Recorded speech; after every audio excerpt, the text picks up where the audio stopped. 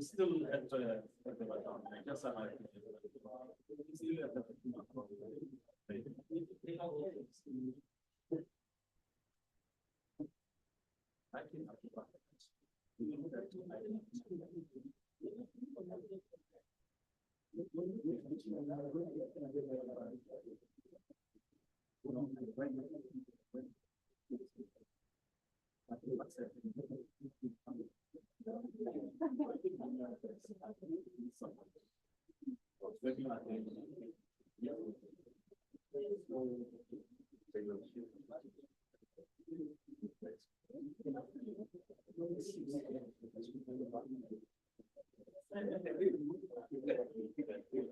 how can we resist you?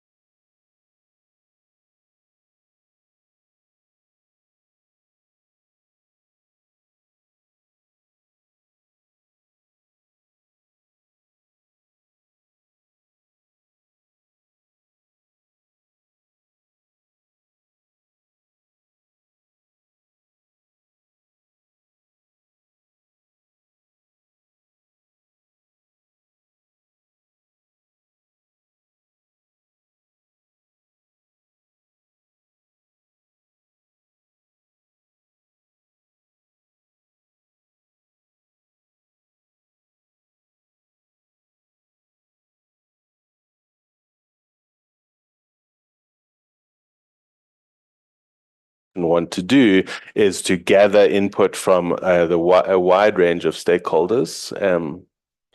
There's a bit of feedback somewhere.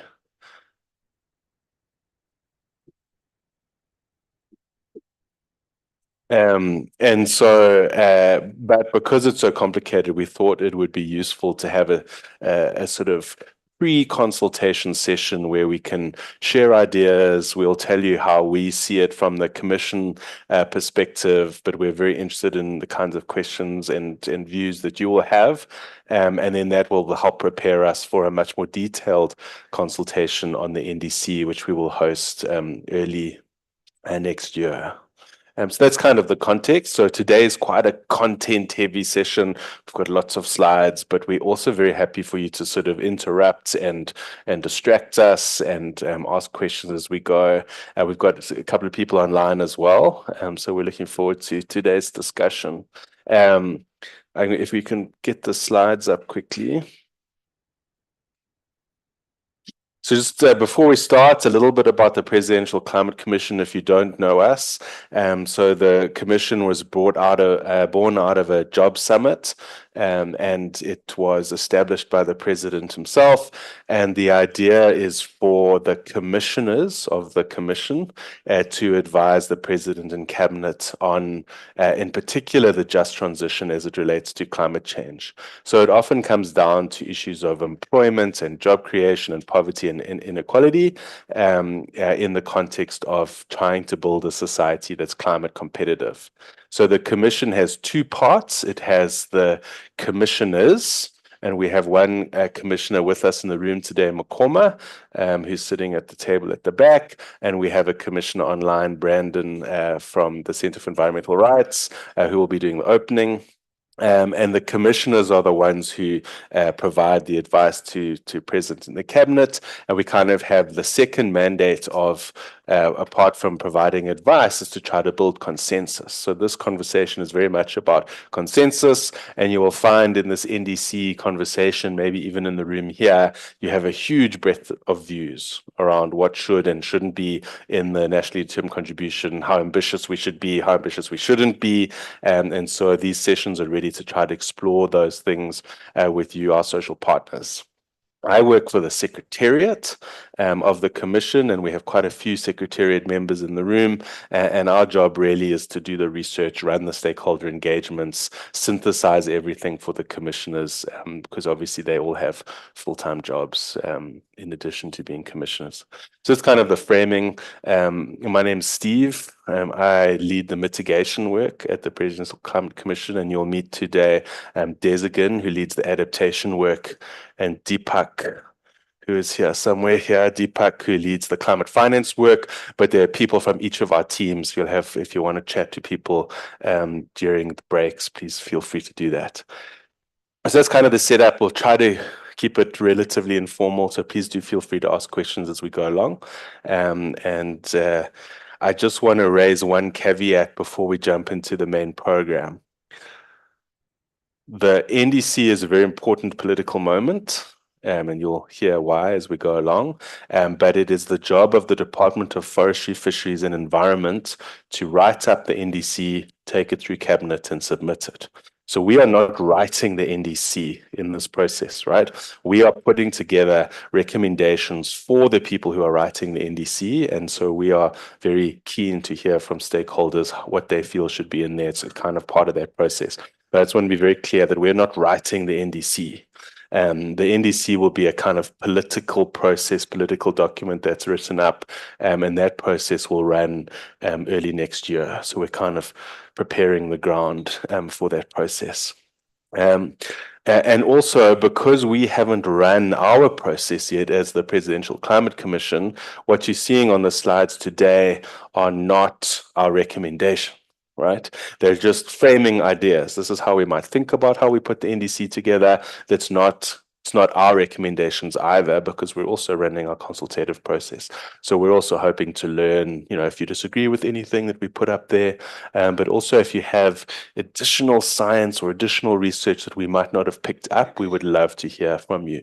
So we're trying to be as broad as we can around the input and the research and the science that we put into our recommendations. So the sort of fundamental ethos of the PCC is that we're kind of research and evidence based. But obviously, it's a huge job to cover all the evidence. So if there's anything that you think is important that we read and that we include in our research, we really want to hear from you. Does that make sense to everyone? Kind of set up the day? All right, brilliant. Okay, so here's the agenda. It's a bit of a fluid agenda. I wrote on the side there, fluid agenda. Oh, I destroyed it. Fluid agenda. So we're not fixed to it. If there's something in particular what you want to focus on, we can spend a bit more time there. But really the idea is we're going to have Brandon from the Centre for Environmental Rights do an opening as a commissioner. He is unfortunately based in Cape Town, so he'll be doing it online. Then I'm going to lead you through the overview of what an NDC is, why is it important, where are we in the process. Des is then going to come and talk about adaptation. Is lay the groundwork for why an NDC is important. I'm going to talk about the mitigation work. We're going to have a short break. I'm going to come back and talk more about mitigation. And then Deepak is going to talk about what's called means of implementation, but with a little bit of focus on climate finance. And then we'll talk about next steps and closure. And then hopefully you'll join us for lunch afterwards. Okay, does that make sense?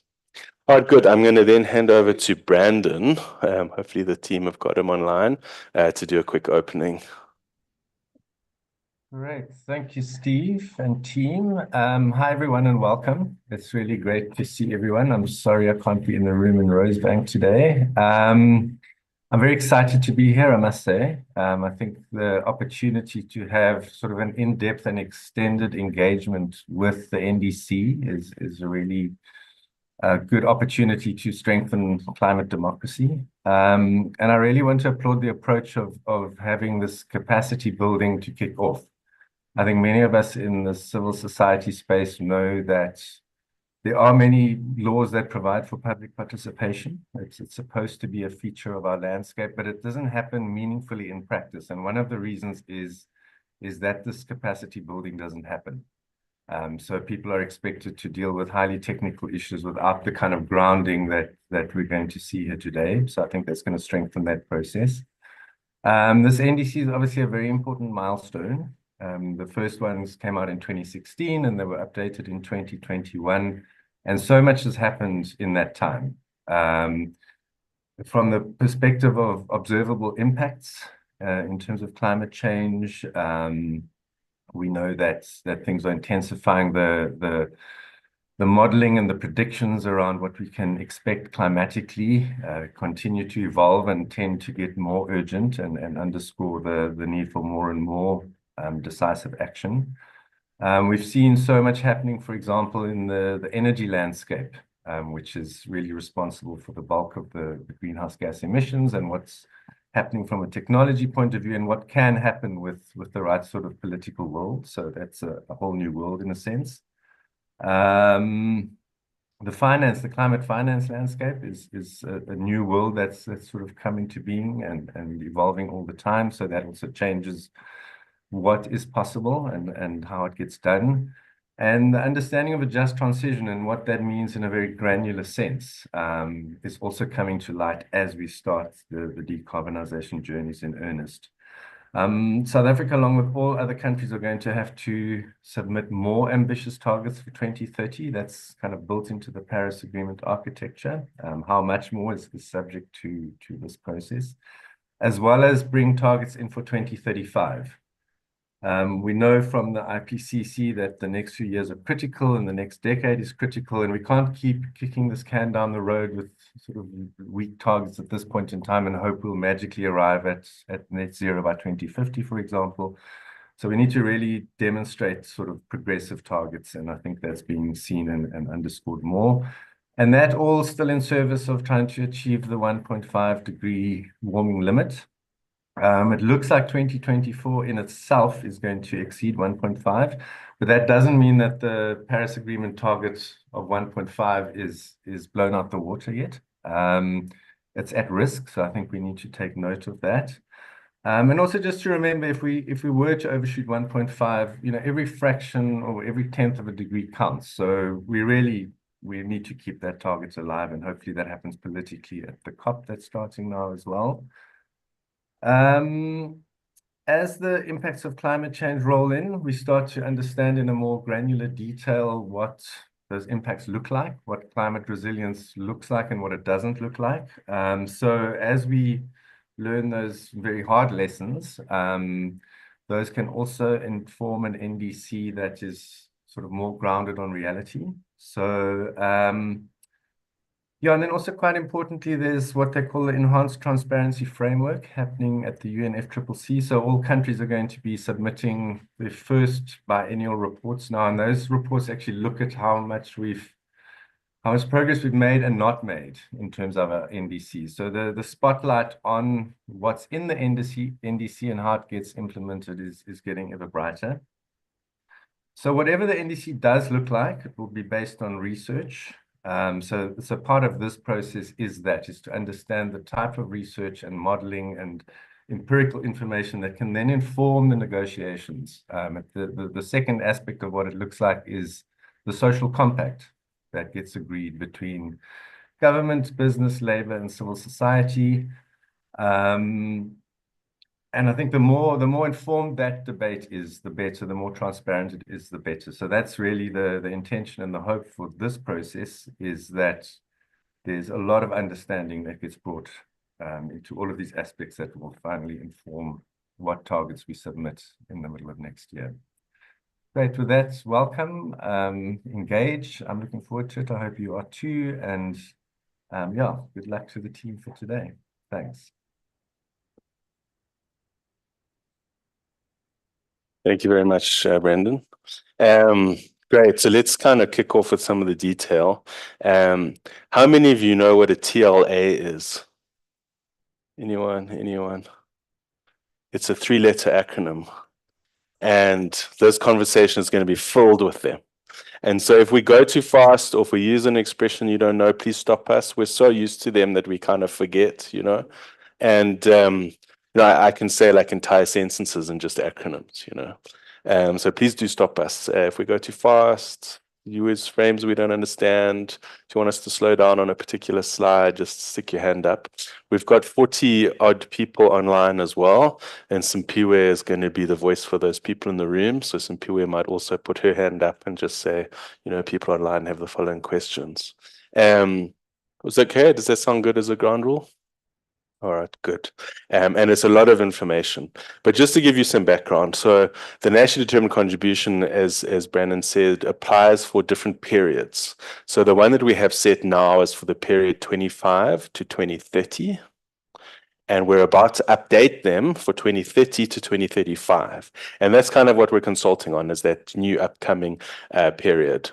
But in the previous period, the PCC were quite instrumental in providing support to the DFFE.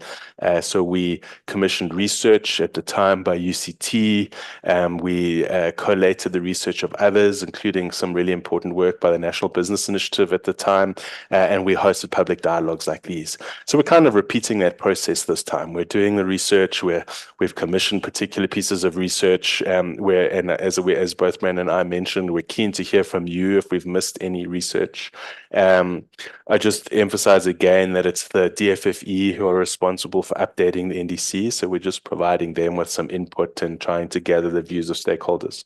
And just to say that the NDC is not just about mitigation. So often when we talk about the NDC, we only talk about the target range. You may have heard about the target range. We're going to talk about that more later on.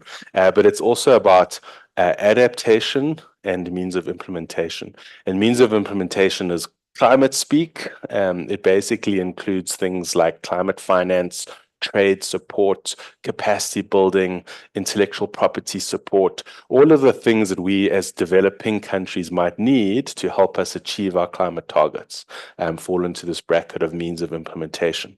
And so today we're going to talk about each of those areas. I'm going to start out with adaptation, talking about what's in the climate science, what does that mean?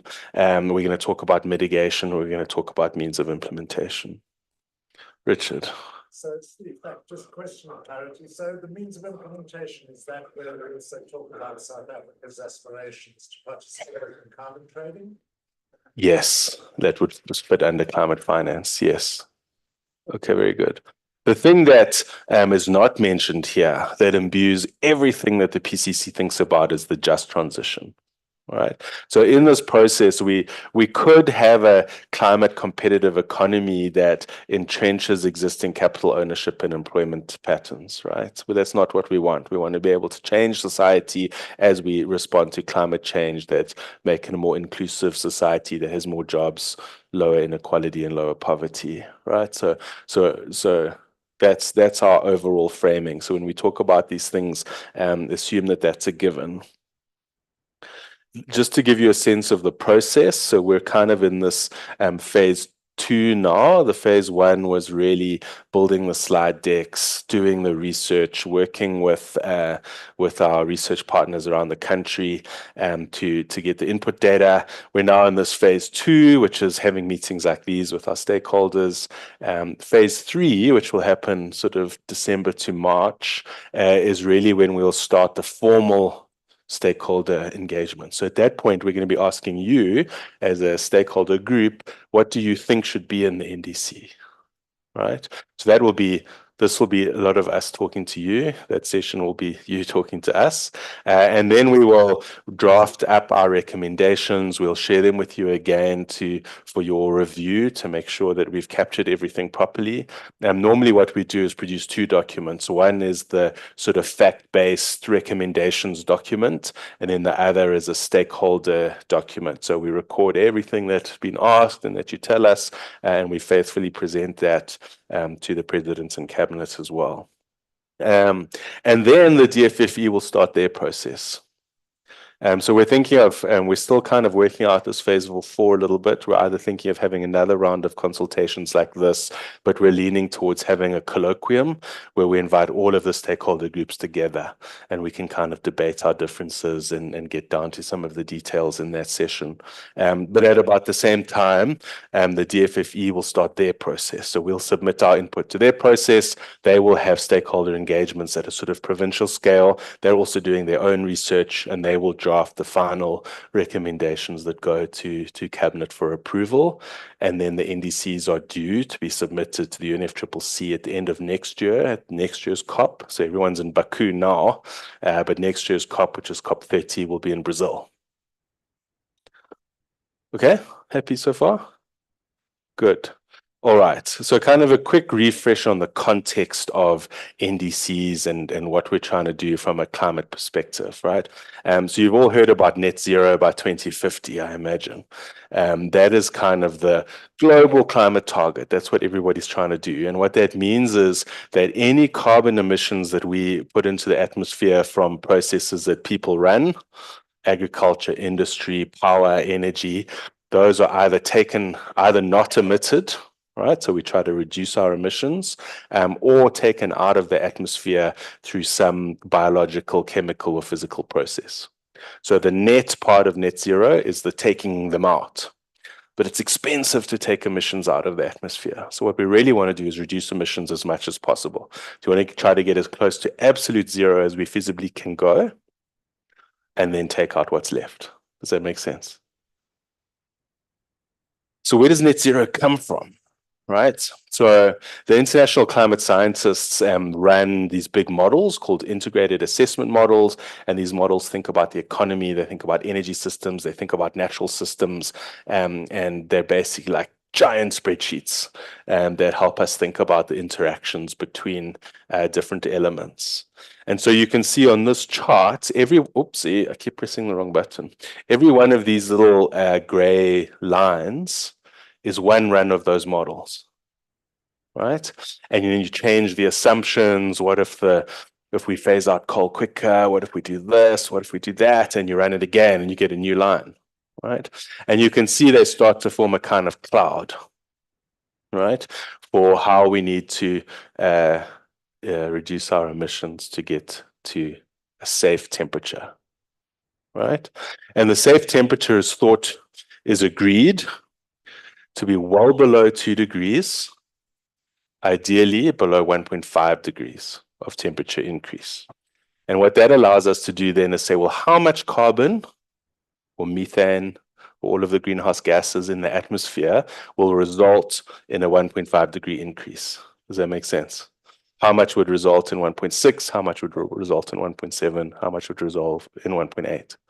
And so then we can start building all of these scenarios, and you can see that most of them cross the zero axis. In other words, this is carbon emissions around 2050. All right, does that make sense? So that's where this net zero from 2050 comes from. It's all this research put into these models. They run all the models with a whole bunch of different criteria, and they kind of all more or less cross around 2050. So net zero by 2050 isn't something that is like super precise. You have to do it at 2050 on the 31st of December 2050. That's not really how it works. There's a bit of leeway, and developed countries need to move faster than developing countries. But the core message is you can't do it by 2070. That's too late. All right? Does that make sense? So you can see that the range doesn't really extend very much that far.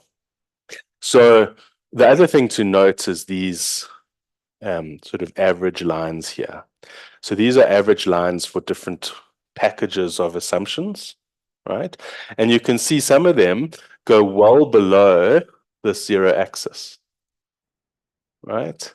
So that means for those scenarios, we're taking carbon out of the atmosphere. Does that make sense? Right? That's very hard to do. It's very expensive to do. We don't really have the technologies to do that yet. Certainly, they're not commercially viable. Right? And so we worry about those ones. So we say, well, actually, we don't want to do this one, even though it might result in a temperature of 1.5 degrees in the long term. It would be very difficult and very expensive to do. So we want to do these ones. Right? Does that make sense? The ones that don't require a lot of negative emissions. Okay, I know this is complicated, so I'm spending a lot of time on this slide just to kind of set why we set the targets in the way that we do. The other thing is that some of these pathways result in us going above 1.5 degrees, and then because of the negative emissions coming back down. Right? We want to spend as little time above 1.5 degrees as humanly possible. Right? And we are, for this year, living in a world above 1.5 degrees. Right? And you will have seen in the news, not earthquakes, fires, flooding, droughts all over the world, increasing in frequency, increasing in severity. And so we got like a taste of it. I don't like it. I don't know about you.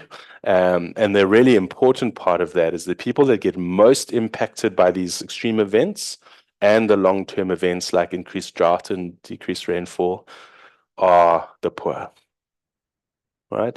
The wealthy have insurance. They tend to be in safer places, and they're able to recover, but the poor cannot. And it kind of keeps knocking them back below the poverty line.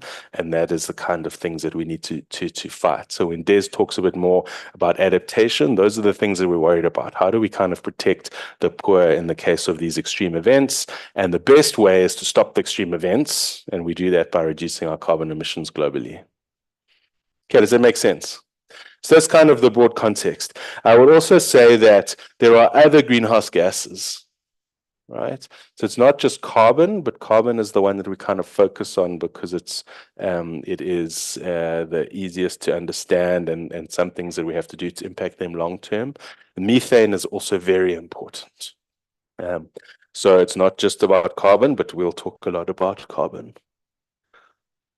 And then just to make the point, in this journey to net zero, different sectors have to decarbonize at different rates.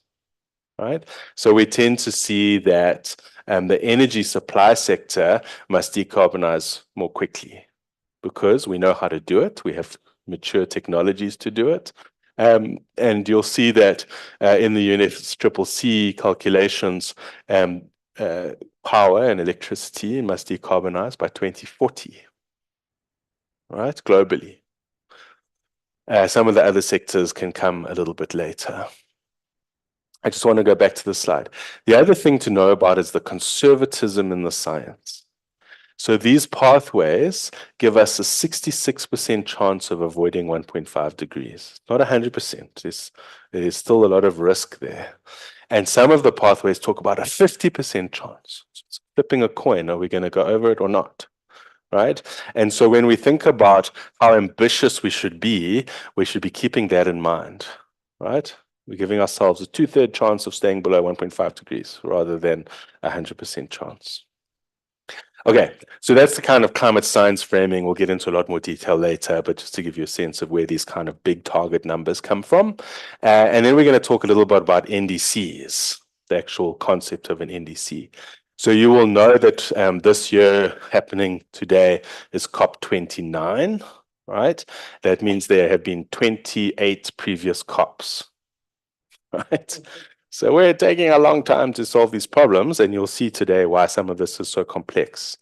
But what has happened over time is we've moved from a top-down regulatory regime to a bottom-up voluntary regime.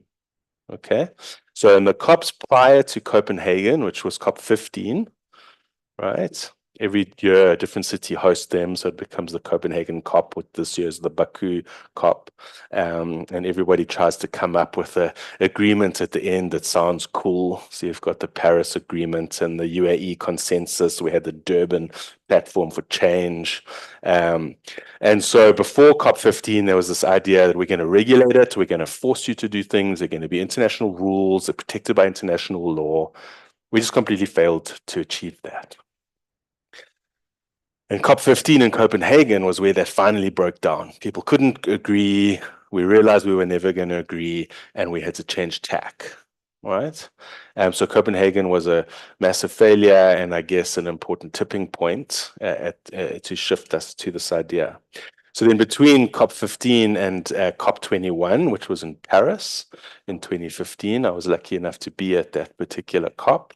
We then had to find a new way to do things. And Durban, which was in 2011, if I remember correctly, that was one of the important COPs in trying to help reframe how we think about climate change agreements. And so the miracle, in inverted commas, that happened in Paris was we moved into a voluntary bottom-up regime. Each country would decide what they can achieve based on their socioeconomic context, what finances they have available, what technology they had available. So the advantage of it was everybody was in. Everybody submitted an NDC, and you could get a sense of what people thought they were capable of doing. The disadvantage is that it's voluntary. So if someone put in an agreement that was not aligned with the science, well, then you were going to miss 1.5 degrees, right? Does that make sense? So the NDC, Nationally Determined Contribution, is that voluntary commitment. That's what's describing what our voluntary commitment looks like. Now, recognizing that you've got this kind of voluntary problem, what they did was they also had a thing called the global stocktake. So every 5 years, you'd run the global stocktake, which would review the science and say whether we're on track or not. Right? Does that make sense? So the NDC, you have an NDC, then you have the global stocktake that says, are we on track or not? And then you have another NDC, and then another global stocktake, another NDC. And the idea is that each NDC is informed by the global stocktake. Does that make sense? All right, I'm going to pause for a question online. So there was a question with the graphs that you were showing. It's about the models. It says, please, can you articulate which models you're referring to when you're pointing? So it's probably a comment and a question. Yeah, so that's a really good question. So the UN, there are a bunch of different models that the UN track, specifically the UNFCCC, and so they are country-led, big integrated assessment models. Brazil has one, the EU has one, the Netherlands has one, and those are all the models that make up those gray lines. And there, I can't remember the exact number of them. I think there are 11, but I'm just guessing at this point. So there are quite a lot of models, each with a lot of modeling runs. So those are basically the models. They're not perfect by any means, right? They're not perfect by any means. And so, you know, but there is some strong alignment across those models. Okay, so back to this. So this pattern of global stock take, NDC global stock take. And so the global stock take was announced last year at COP28 in the United Arab Emirates. And basically what it said was, we have been insufficiently ambitious. And we are heading to a temperature rise of 2.1 to 2.8 degrees. So well above our target. Right? And just remember, and Des will probably also cover this later, South Africa warms at twice the rate of the global average. So global 2.1 to 2.8 for us is a kind of global local 4 to 6 degrees. So it's quite big. And you'll see some of the impacts of that.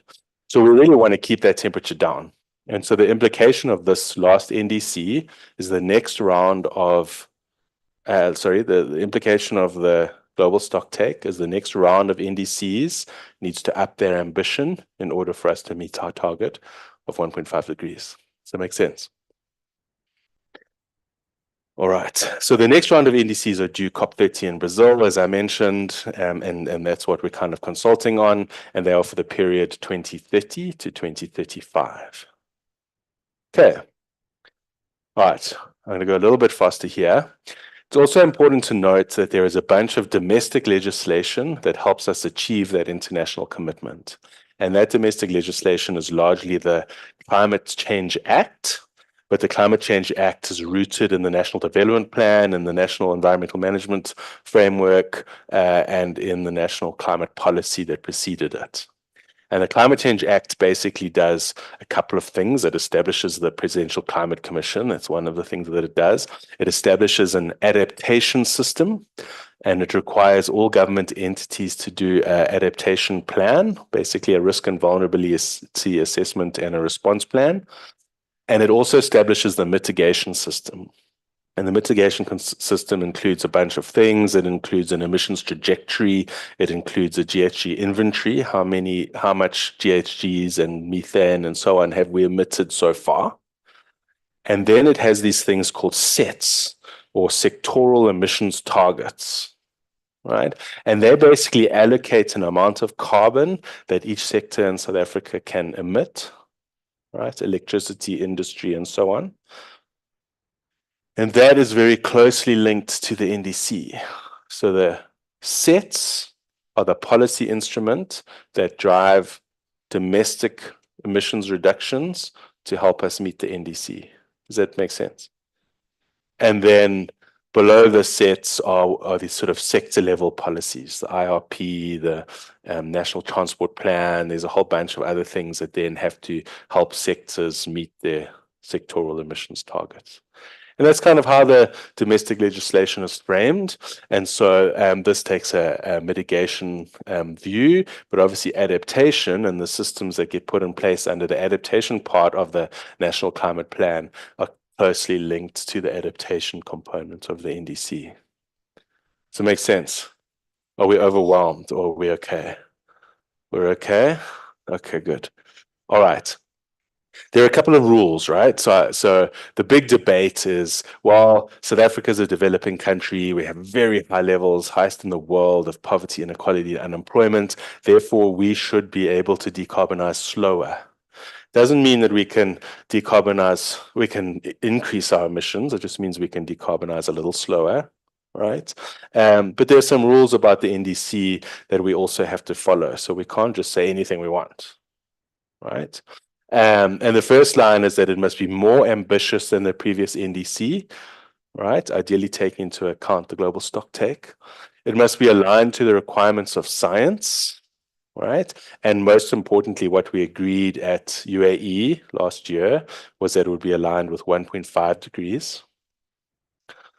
It must represent a country's best effort, So we can't say, oh, well, we're not going to do anything. We have to really think about what can we achieve as a country? What would our best effort be, right? Take into account affordability and so on. And then finally, as it's a transparency rule, the submission, we must describe what we think is fair, right? Why is it fair that we've chosen a particular NDC? Does that make sense? So these are all of the things that we have to think about when we're submitting this NDC. And there are other rules. These are kind of the highlights, but that gives you a sense that we can't just write anything we want. We have to think about the framework of NDCs. And we've got this kind of triangle of things, right? So our NDC must be scientifically credible. We can't submit an NDC that would result in 3 degrees, right? It must be internationally credible. All right, so it must be something that other international bodies will accept. If we put in one that's like equivalent to a 6-degree increase, our trade partners are not going to react very favorably. All right, does that make sense? So there's like a procedural, scientific kind of element, and then there's a sort of political element. And then, of course, it must be locally credible. If we put an NDC in that will crash certain sectors, resulting in unemployment, no one locally is going to accept that. Right? Does that make sense? So we've got to find the balance between all these things. And we must say there's quite some tension between locally credible and these bottom two because of how we think about what can we afford, how will it impact people, and we tend to be quite conservative then. Does that make sense? So a big part of this process that we're running, this kind of stakeholder process, is trying to understand how do we find the space in this triangle to have something that everyone accepts. Does that make sense? Okay, good. All right. It's going to get more interesting now because we're going to talk about actual climate change and adaptation and have a change of speaker. I want to check, everyone okay so far? Any burning questions? There's one here and 2 here. Yeah, Go ahead. I just want Please also introduce yourself. Sorry. I'm sorry about that. So my name is Ricardo Gottschalk. I'm from the United Nations. So just a quick question on the credibility. You said there's 3 credible points. One is locally, internationally, and scientifically. Yep. But if you could say just a few words about credibility in terms of the targets that you commit to, whether they're achievable or not. So you could say something about that sort of credibility. Yeah. Yeah, that's a good point. We had a question here. Oh, thank you very much, David Ngobuka, maybe NISA HSRC. So, and maybe the net fixing generation. Yeah. So the net fixing generation focusing from the Sustainable Development Gem number 18, I think, it's climate action. So we would like to ask for us to target for 1.5 degrees Celsius. Is it our target to cap or the depletion of the ozone layer? Yeah, so but now the food we are eating, the fisheries and the department also agriculture. How now gonna, is it also another sideline continuous research that is currently going on in regards with the to balance triangle? So, yeah, thank you very much. Thank you. And there was one question here. Thanks. I'm Mashida Palani from Limpopo. So I just want to get the means of implementation, which to say it cover the compensation part, meaning that the loss of agriculture and then the loss of community orientation based on the climate change. Can we compensate that? Covers that in the means of implementation? Thank you. Yeah, thank you. Okay, so the second 2 questions Des will deal with in his talk about adaptation. But to your point, these systems are super interconnected.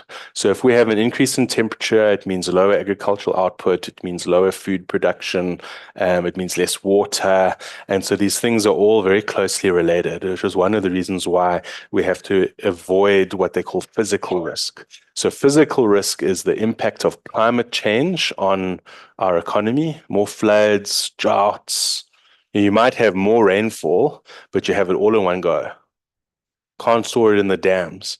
So you have less rainfall available to you over the year, right? So those are physical risks. And then what they call transition risks. Transition risks are policy and technology change.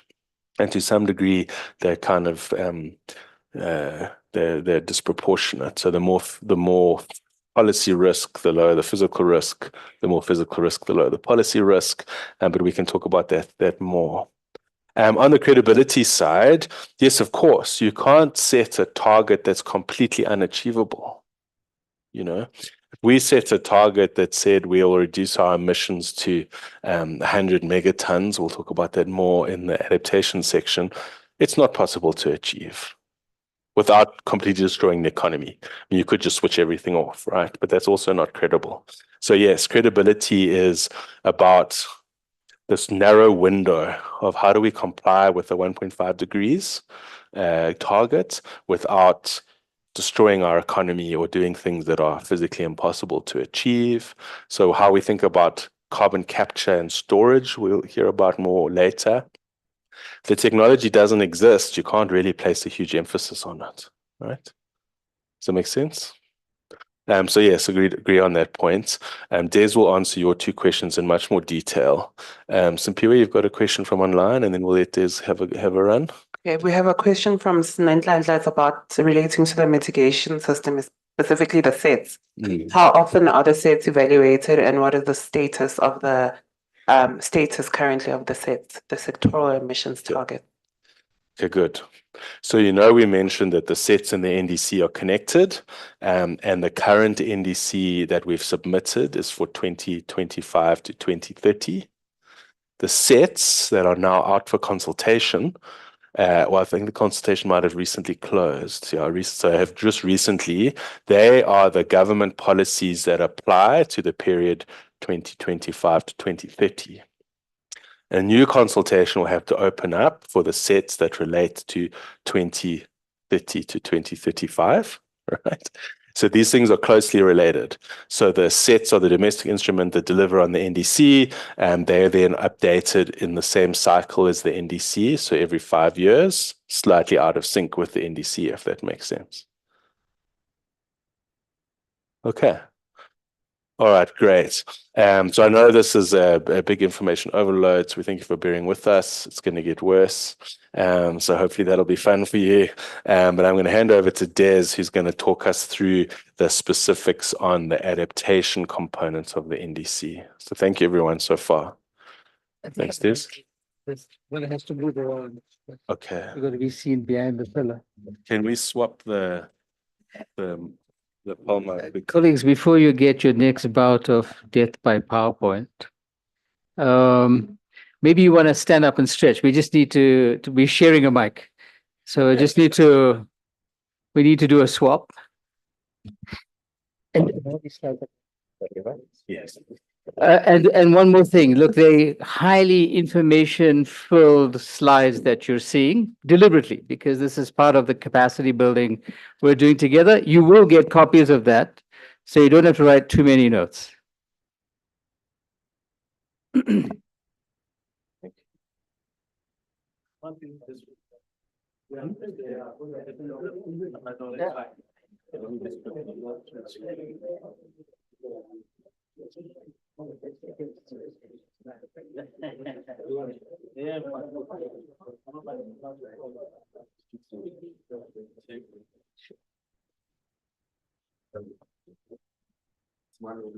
It's hot in here, dude.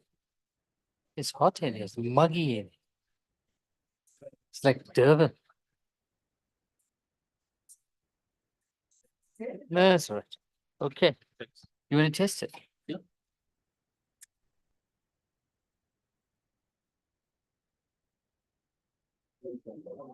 You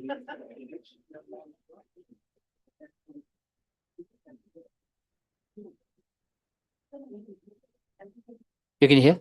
1, 2.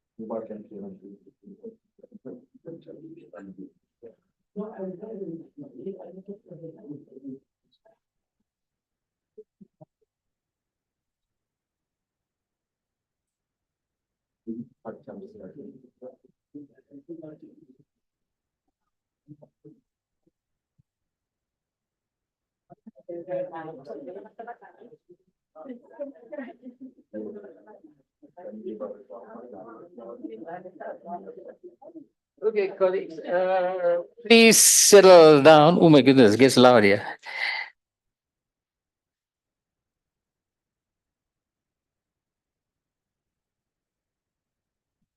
Right, we're ready to proceed with the next set, and we're now talking specifically about adaptation. Are we settled?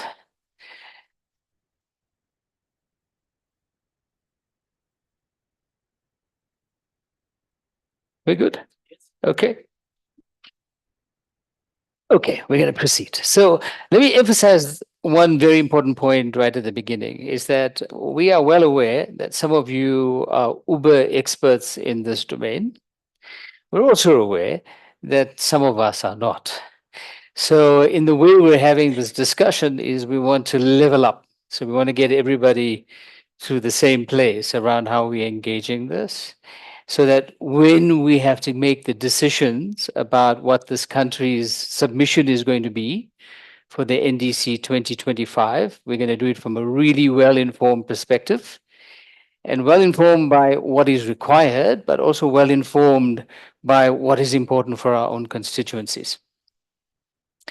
So yes, there are a lot more slides to go through, and we're not going to talk to detail about each of those. Firstly, it's just a note on what adaptation is, and I know that you're all really well schooled in this business, is when you are at a place where you already have to change what you do in a way that is different from the way you did it before in order to manage the particular circumstance that you're in. Now, when the adaptation discussions began, quite formally in the multilateral space about 3 decades ago, from the first COP in Bonn in 1995, we were talking about the need for adaptation as if it was something way in the future, right? Well, that's gone. Because sitting where we are, we're already adapting to an almost 1.5 degree world. That will be ratified in a couple of years because you need to calculate some averages. But we're pretty much at the thing that we thought wasn't even something to think about until 2100. I think this is really important. So we'll leave the definitions to you, and there's a lot of stuff we're going to cover in this slide. So what do we want to communicate out? Now, there's a formal format and template around how this works, but the way we want to think about it is we want to say to the international community, because this is our communication to them, is we want to say how we understand how we are affected by climate change. We want them to understand that we understand that this 5-year period that we're talking about is something that we think about a lot. And in the context of that 5-year period, we have a pretty good idea of what the repercussions are going to be from climate change in the South African environment. But we're going to talk about more than the South African environment because there's a political boundary for this country. But we live in a sub-region, and the sub-region is affected in pretty much the same kind of way on the back of climate change. We want to say to that international community, in order to deal with these matters, this is our aspiration. This is what we want to do. This is how we want to put our best foot forward so that we organize for our country to be climate resilient in those 5 years. We also want to say to that international community, we're not doing nothing. We're at work.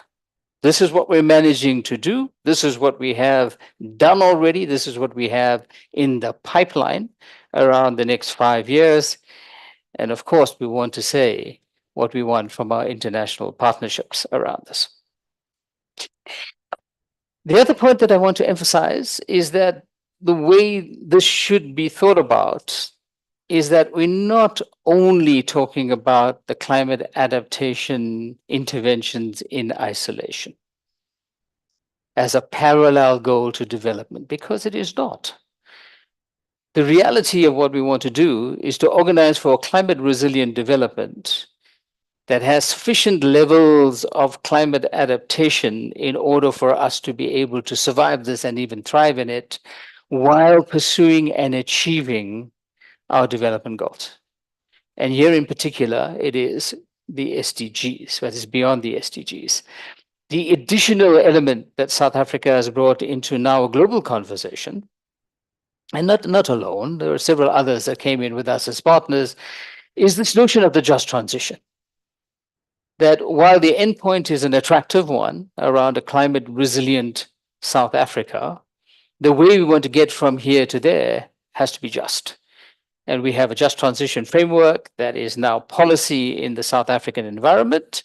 This has been escalated to the global conversation, and we now have a just transition work program coming out of Dubai's COP28 as part of the formal work programs of the UNFCCC. And I think this is really important. So this is the triple helix that we're looking at. And we want to make sure that the NDC, which is a pivotal communication, has embedded in it all of these elements in a very prominent way. So what are we dealing with already, and what will we have to deal with even more as we go forward? And a lot of this is informed by a variety of scientific work that is happening all over the world. But I think a very important peg point is the 6th assessment report. The 6th assessment report has been particularly definitive around the nature of consensus of the analysis. And it's not just the 40,000 or so scientists that participated in the development of that report and all of the political players that organized for it to be a consensus contribution to the discussions in the UNFCCC. It is about the lived experience in many parts of the world. So the first is the issue of extreme weather. We are fairly familiar with this. Droughts, floods, high energy storms, top of the list. Heat waves, wildfires not too far off, sea level rise, sea surface temperatures, and the acidification of the oceans, compromising their ability to, one, be a major sequester of carbon, and two, the impact of that acidification on nurseries like the coral reefs. And so Africa has to worry about this a lot, and its impact on living marine resources. So we know the story about extreme weather. Not too far behind that is the issue of migration. The whole notion of climate refugees is a real phenomenon in the world. There's a great debate about that definition. The reality is many people are on forced mobility on the back of climate change. This will increase dramatically as we go forward before it decreases. And the reason for the decrease is not because people are going to be accommodated, but people on the back of the extreme impacts of climate change may well become too poor to even migrate out of their circumstance. We're already seeing some of that phenomena. There's some interesting work now done in West Africa that is verifying it. The third component, which I think is critical, is understanding that the impact, the cumulative impact of climate change organizes for violent extremism and fundamentalism. There's an opportunity base there that is already starting to be described inside the literature. So what we want to talk to around the adaptation challenge is that the one we spoke about a lot in many of the communications in the last couple of decades, including our previous NDCs, is of course the impact on the environment. It's critically important. We know this. As a broad category, the IOM is saying that by 2100, 2 billion people will be in forced mobility on the back of environmental degradation. But in addition to that, we want to see what the impacts are on the economy, because it's already starting to happen in a very significant way. What the impact is on the social fabric and how it is eroding the social fabric of society, and then very directly engaging the issues of peace and security. And how peace and security are directly impacted by climate change. So a few reminders of the things that I'm sure that you know, either in detail or at least know about it anecdotally, is that as we are organizing for continuous increases in the greenhouse gas inventory in the world, and the global stocktake has reminded us that the direction we're going in, the net result is a higher and higher average increase over and above the pre-industrial levels. And the impact of those increases are quite dire. As it happens, while this is a Goldilocks planet, as we call it, because things are just right to sustain life on Earth, as a species, we too have an even narrower margin of what we can tolerate. Now, let's be clear. The Earth will survive without us. The Earth may well be grateful that we're not around anymore. We, however, have a slight vested interest in hanging around for a bit. That means we have to have drastic action. So the temperature issue is one big issue. On the back of that, you have other impacts that follow very, very closely. First is the change in the precipitation patterns all over the world, and we have mapped out what they mean in our part of that world. And together with the precipitation, because of the increased temperatures, because of increased heat waves as a phenomenon, we have an increase in the evaporation index, all of which means a declining availability of water. So while we used to talk about the SPI, the Standard Precipitation Index, as the fundamental tool to examine water availability, we're now talking about the SPEI, because you have to balance out that equation. It's not just what falls, it's what stays. And evaporation is not a bad idea because it goes back into the cycle. The problem is it carries it somewhere else. And it takes it away from where you want it to be. The third aspect of that is that what does this mean for our current reliance on the water towers in our country? So you will know that 50% of the rain in this region, because there are 3 countries inside this block, fall on 10% of the land. Eastern Cape, Highlands, the Maluti Mountains, and parts of the Drakensberg. If you have a shift in precipitation, what does that mean as a knock-on effect on places like Gauteng, for example, which rely very heavily on those catchments to be the collecting points to be able to distribute water around this country? The other aspect that is worth emphasizing is what this means for soil and soil structure. And we don't talk about this enough. because our ability to be able to retain the little rain that falls depends very strongly on what the structure of those soils are. It has implications for agriculture, obviously, but the notion of flash floods, when you have a depleted moisture in your soil, is a very real phenomenon. So these scientific phenomena are not new to us. We've been struggling with this as a country at least for the past 10,000 years. They've just become a lot worse recently on the back of climate change, and we want to communicate this. On the issue of the economy, now, what's being presented here is a set of scenarios, but they're not unrealistic. So using the Middle East and Africa as a block, as it is in the UN system, we're looking at what the impacts on GDP would be in the business as usual scenario, because we can make this quite different, obviously, of increases in temperature. And already we're seeing, even at that 1.5, we're looking at an almost 5% drop of GDP in this region. If we move towards a 2-degree world, that 2-degree world will mean a 15% loss of GDP.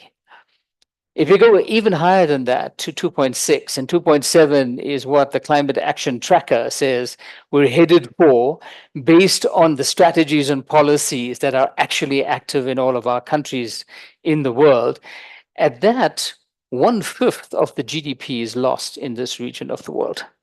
And if you get even higher than that, and those possibilities exist, I mean, we know a very important election result.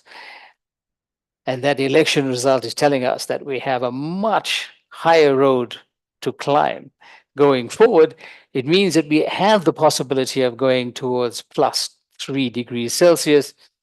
And at that, we're looking at around 30% loss of GDP. It's a really, really big deal. And all of this breaks itself down to what happens at local levels, different industries, and of course, with people. It's a busy slide. For those of you who have the space and time, it is worth engaging the issues of the socioeconomic scenarios. It takes a little getting used to around some of the technical detail, but they're usually really well illustrated graphically in most of the literature. And it talks through the possibilities around each of these socioeconomic projections and what their implications are going to be associated with the tons of carbon that gets put into the atmosphere and what the implications are for the temperature changes. Now, I'm not going to go into any detail around that. But let's talk a little bit around this issue, because I think South Africa has a few things to think about here. And here on the x-axis, we're looking at the increasing challenges to adaptation. So as you go to the right, adaptation becomes more and more difficult to do. And on the y-axis, on the abscissa, you're looking at the ease of mitigation, the easiest being at the bottom, and as you go up, harder and harder still. So let's consider this. I think this is the, there we go. So this is the place that we want to be, right? We want to take the green road. We want to organize for ourselves to have a more rapid mitigation. We want to be able to have the right kinds of investments and actions so that our adaptation index is really high. And not far away from that, maybe we can tolerate the middle of the road as we continue with some of the current practices, but making a reasonable investment otherwise. But the other possibilities are very scary. So if we go to the possibility of investing in adaptation, because you have to survive, and then organizing to do that in a world that is retarding the mitigation, and this is a very real possibility in the world right now, we then organize ourselves into a very difficult scenario of a continued fossil fuel dominated development. Now, this is one of the discussions that's happening in many places, including in Africa, as it happens, as we're talking about the possibility or not of having an Agenda 2063 2.0. And then if we move even further to the right, where you have low adaptation achieved, low mitigation achieved, you're talking about a very rocky road. This is very much a gloom and doom scenario. But in addition to that, some of the things that is really important for our part of the world is this issue about a road divided, where you have inequalities inside the system in a way that this illustrates. That there are parts of the world that continue to be well off. Apparently, there was a good case to be made for slavery and colonization to get you to where you want to be. And the rest of the world is in dire straits. And this issue of inequality cannot be emphasized enough, right? This is some global numbers, but you are living in the most unequal country in the world based on the Gini coefficient. So South Africa is not just affected by this. It's not just a chapter of this. It is one of the forerunners of inequality. And we must make sure that in the way we engage the transition, that we don't include climate inequality into that index, because that possibility is very real. So the just transition really matters. But some of the numbers to remind you about. So this comes from The Economist, and it says that the richest 1% in the world are in fact responsible for twice as much of what they call carbon pollution as compared to the poorest half of humanity. That's a reality. And here we're saying that in addition to this group here, and you put it out the 10% of the world is responsible for half of the emissions. Now, I'm not saying anything about the guys who flew to Baku, to the COP.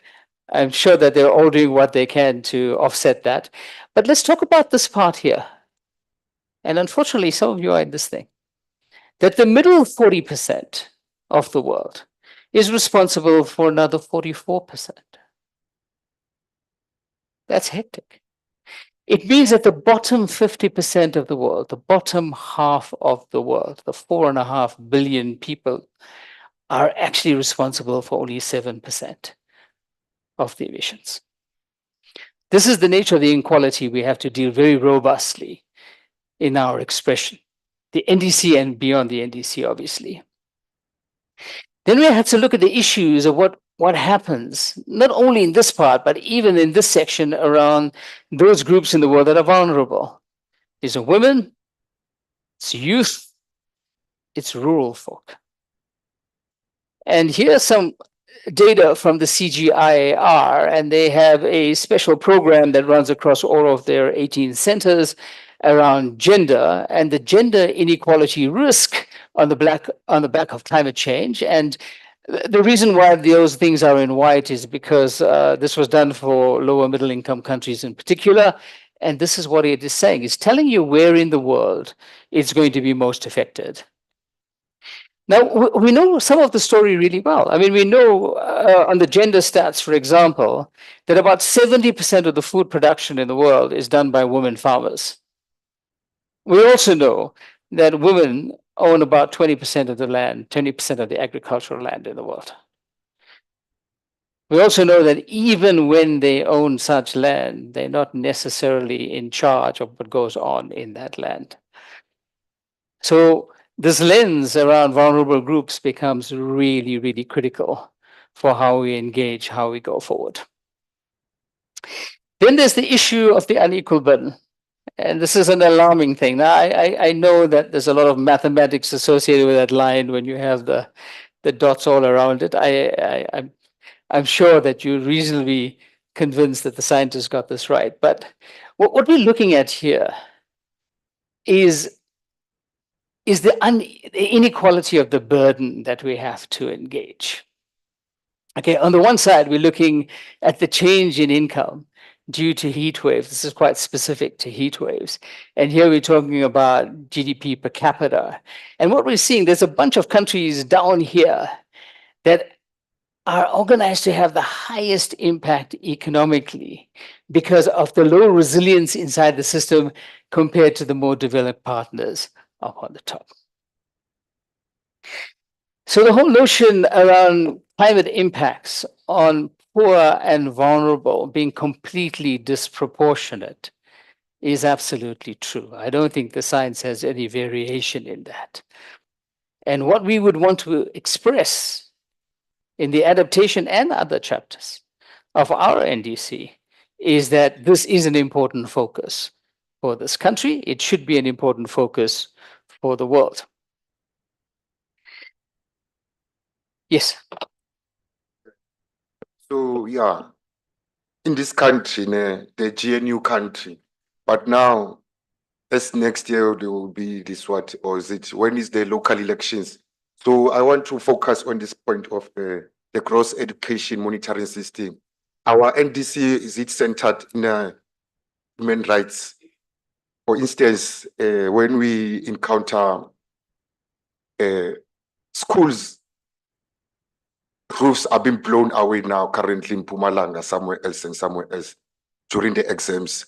But our GNU is denying the next kid to go to write exam to the next school because of the demarcation of the political dividend or something. So are we gonna center our NDC? Are we gonna be the net fixing generation? Thank you very much. Okay, it's a good point. Does anyone else want to raise anything now?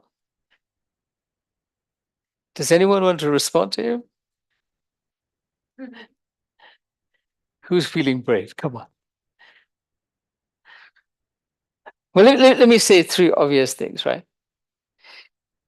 The things that we have put ourselves out there as a country to the global community. One, we're saying that we are very interested in the notion of a just transition. And that just transition has to be a just adaptation as well. Two, we seem to have earned our street cred in the world on the back of a human rights-based approach. You know, one of the reasons why the South African Constitution is lauded in the world is that it has embedded that human rights-based approach in the Constitution, and it has informed everything that we do out of that. The third issue is that in spite of the first two, there is short-term political capital that people are worried about. So the accurate answer to your question really depends on what happens in those elections. But I would like to think that South Africa wants to express in its continued communication with the rest of the world that the human rights-based approach is paramount, that restorative justice is paramount, and the just transition is paramount. Okay. Oh, sorry, sir. Yeah. Taking a follow-up, his focusing is looping me. You see? Where is asking, when are the upcoming local government elections? 2026, isn't it? Yeah, next one. Correct. Did I answer on your behalf? Yeah, that's fine. No problem. To the World Cup, the Americans are going to the World Cup, as we'll be struggling with this thing. Okay. They call with the World Cup, or yeah, the American the World Cup as the local election. Or so. That's an interesting relation to examine, yeah. Okay. So there's a lot riding on the local government elections, including who wins the World Cup. Got it. Right, colleagues. So some of these numbers are associated with some of the global numbers that I've given you, and these are some of the projections for our part of the world.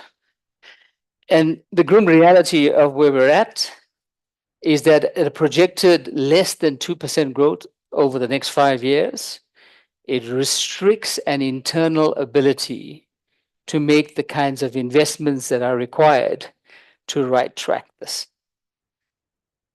So the international partnership and the international funding and resource partnerships actually become crucial. But Deepak will talk a lot more about that when he talks to you about this just now.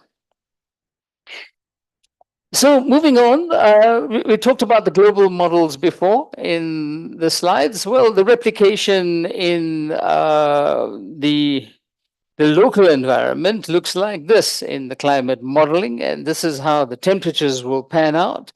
As you can see, there is no glimmer of blue in any of that.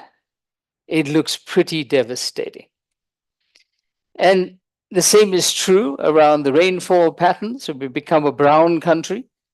There are only elements of blue around, but it's not new. The last time we were a wet country was when there were still dinosaurs in the Karoo. So we know this really well. It's just getting a lot worse now. And the fire dangers associated with the heat waves is something that also goes into the modeling. Now, I'm not going to spend any time on this because I think you do know this story really well, as you would know the story around the challenges with water management. The physical impacts, as a summary, kind of goes like this. If you go according to the regions, and here we're talking about what happens in our watersheds, in our forested areas, in our mountains, the rivers and the wetlands, our farmlands, our cities and towns, and the coastal domains. And the physical impacts go into all of those categories. And you will have these notes. And I think they're a very familiar story to everybody. What we're not finding are the possibilities of at least short-term positive impact. We're not a northern country that is completely icebound, that's going to have the possibility of a fairly temperate set of temperatures where they can relax and sunbathe for some of the time during the year. We don't have those kinds of relief in the projections that we have on the scenarios for our parts of the world. The reality is that we have to be pretty comprehensive in this communication about what the nature of those impacts is in each of these domains and how they impact us, our neighbors in this part of the country, and what the knock-on effects are going to be for the global community.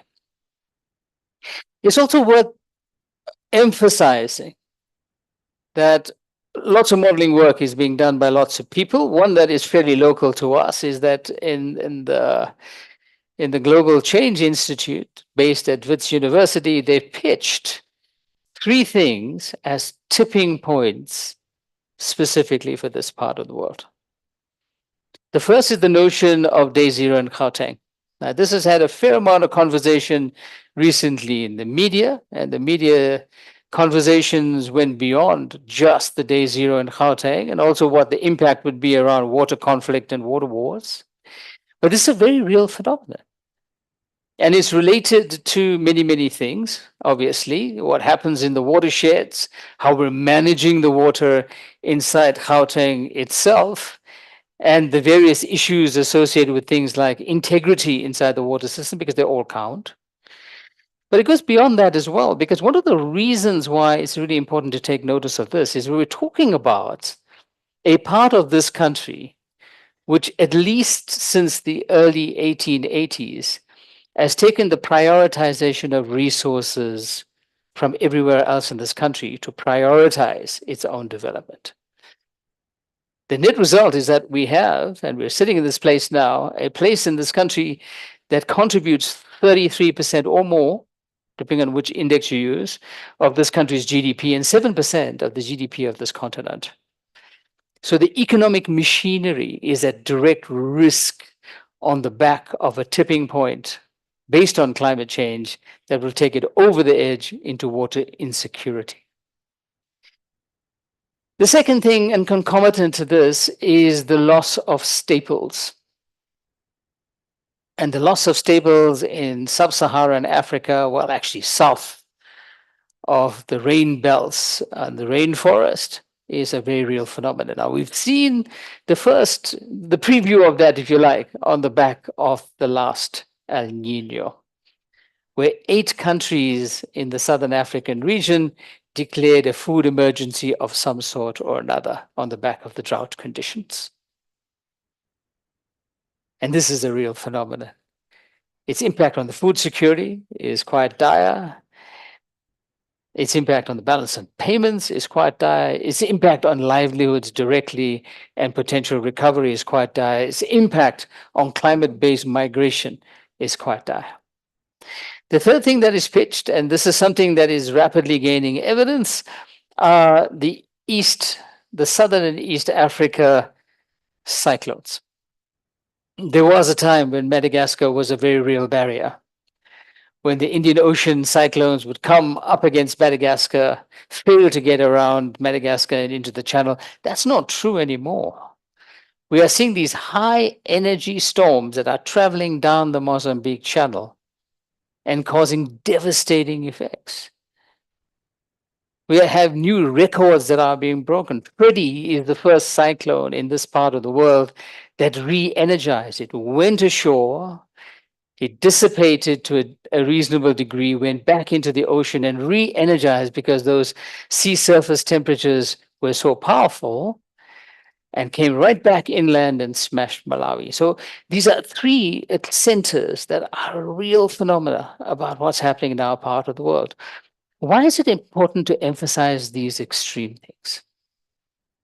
One, it draws the attention, but two, it becomes emblematic of the systemic changes that are possible that happens just below this.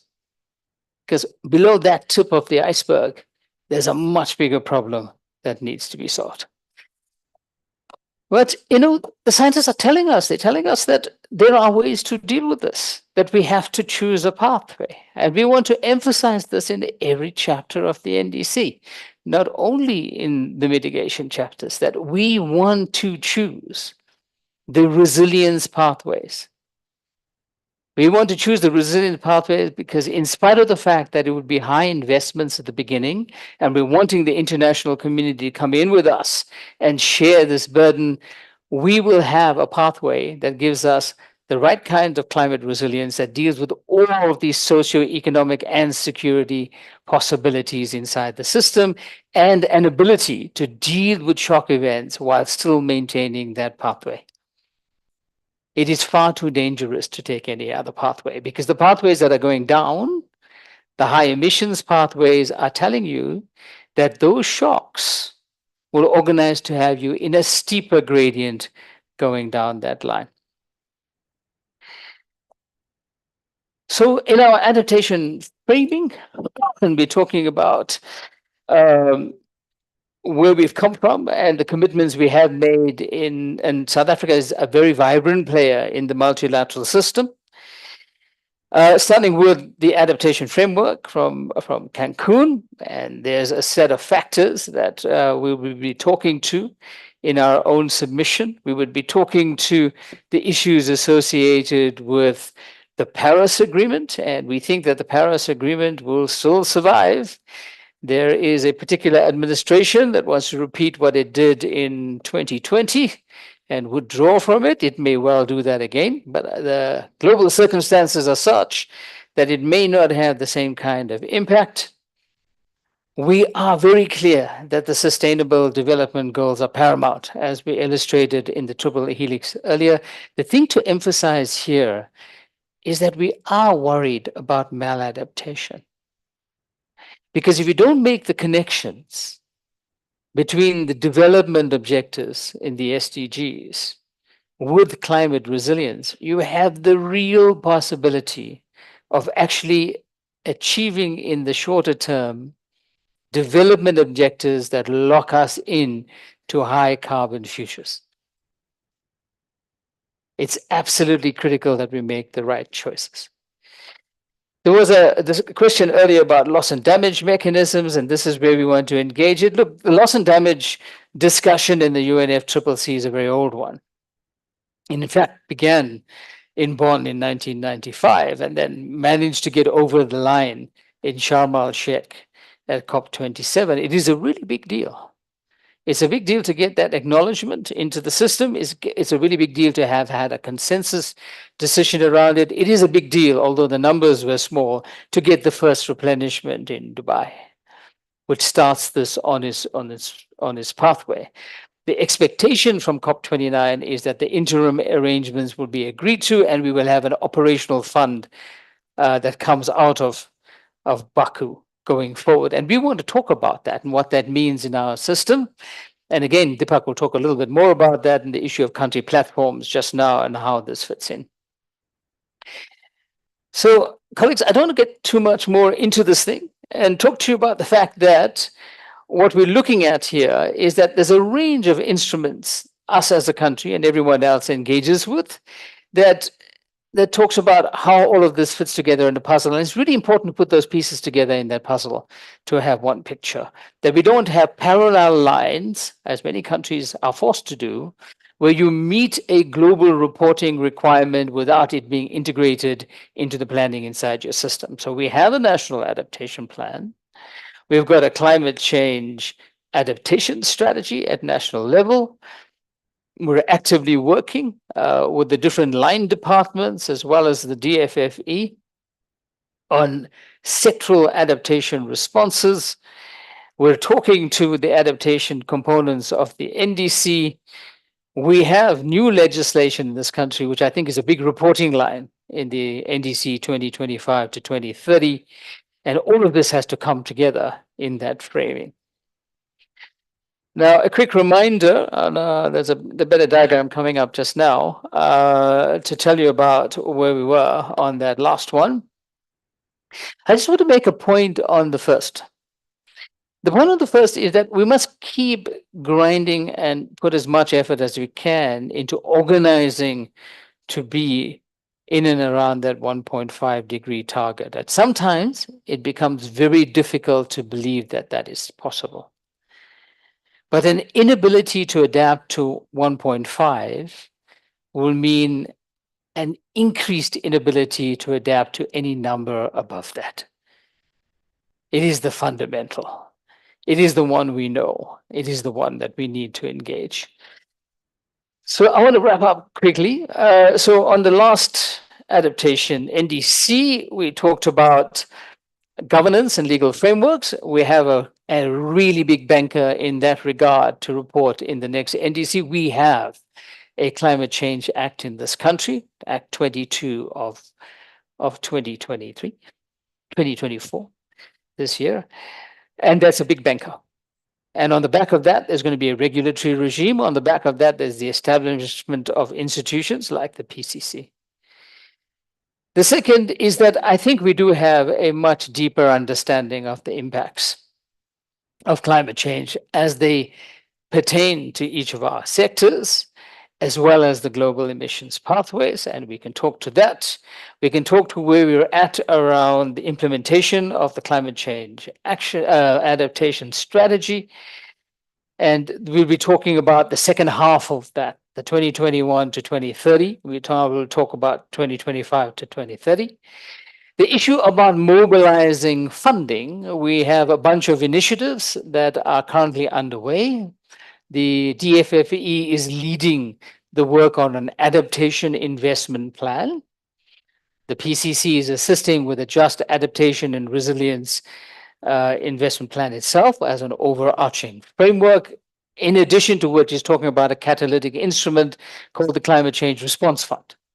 And this is taking the announcement that was made by the president earlier this year and putting some flesh to that in the form of a concept. And then we're moving into the adaptation and resilience efforts. There's a lot of material. We have to be quite strategic around how we engage that. I'm going to skip this slide. It's in your pack, but I think you're all pretty familiar with the Climate Change Act. You have all been involved, I am sure, in the run-up to the act, in the consultations. You now have an act, and you're now all busy with engaging on how that goes into actual implementation. The issue around the role of stakeholders, this is old hat to all of you, so I'm not going to talk about it, but it's a lot more than transparency and accountability.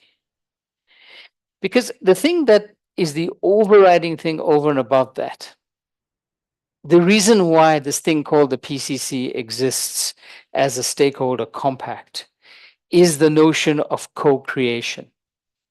Co-creation of what we want to do, ownership of that process, and co-beneficiation from the process as well is something that we want to carry through.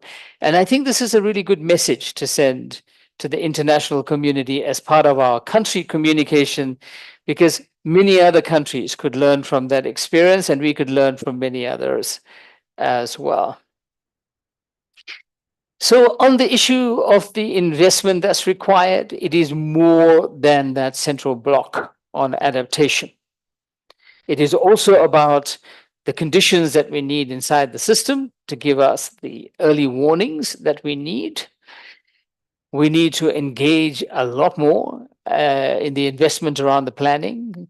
And the Climate Change Act provisions helps this a great deal. It moves this forward remarkably, where each of the sectors and each of the locational places in our country, towns, cities, provinces, all have to organize themselves around the planning that they want to do in order to be climate resilient. The issue of early warning systems has taken a leg up, I think, with a very detailed analysis that we've been able to do around this, and we'll make some very specific recommendations. There's a classical issues associated with adaptation, but we're also talking about the recovery, because these extreme events have gigantic impacts.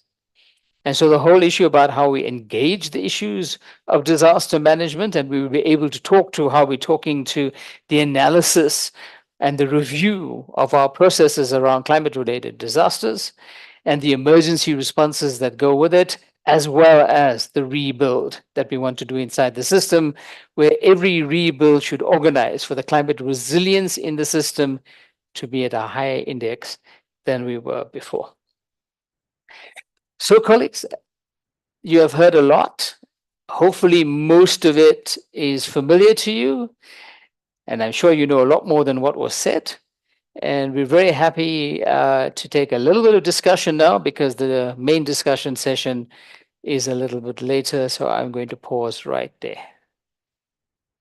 Thank you.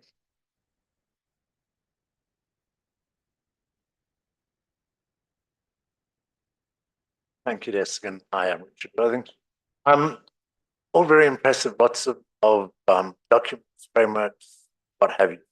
So I might have missed some reference to this. Some, being that we're talking about our national commitment, so not just what we communicate to national, what we're saying we're going to do. South Africa is highly vulnerable. Southern Africa is even more vulnerable. Double global average warming is the interior of Southern.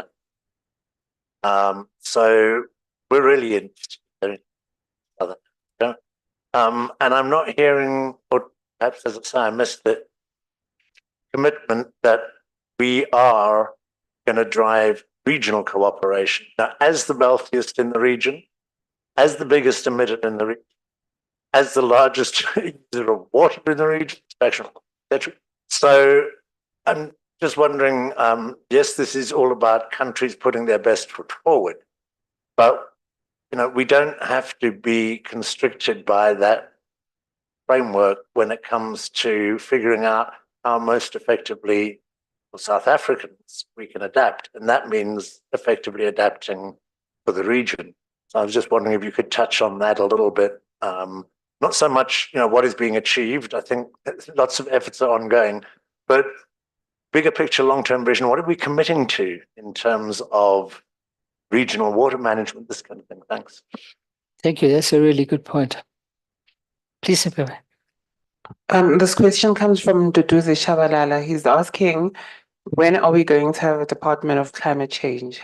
And who or which minister or ministry is going to be enforcing this legislation, or are we going to be having a Department of Climate Change? Okay. So we'll have a GNU discussion about that one. Anyone else, please? Yes, sir. Okay. My name is Clement Mepudi. I'm from the grassroots for climate action in Gauteng. I just want to say a comment because I always attend the PCC meetings. I'm asking the chairman, the president, to please, with immediate effect, put PCC into operation, because now 2025 is after next month, and we have to align the policies. Most of the policies are, this department said it's that department. This department said it's that department. And PCC must be independent as on the Climate Change Act. Thanks for quoting the Climate Change Act, because it's our tool. We have been waiting for it. Now it's there. For now, we're going to the NDC, but we are avoiding the Climate Change Act because already the PCC must take control now, because you must be impartial. Now, when we ask the PCC, say DFFE. DFFE say a Department of, but now we have to come to the point where the Climate Change Act is implemented and PCC must take its step. It must be impartial as it's written on the act. We must implement this act with immediate effect before the NDC, because the NDC are almost next month, not next year, next month. Please, President, I'm asking a plea from you. Just implement and give PCC a power to do their job. Thanks. There we go. There we go. I'm sure the president's online listening to us, right? You go and tell. Thank you.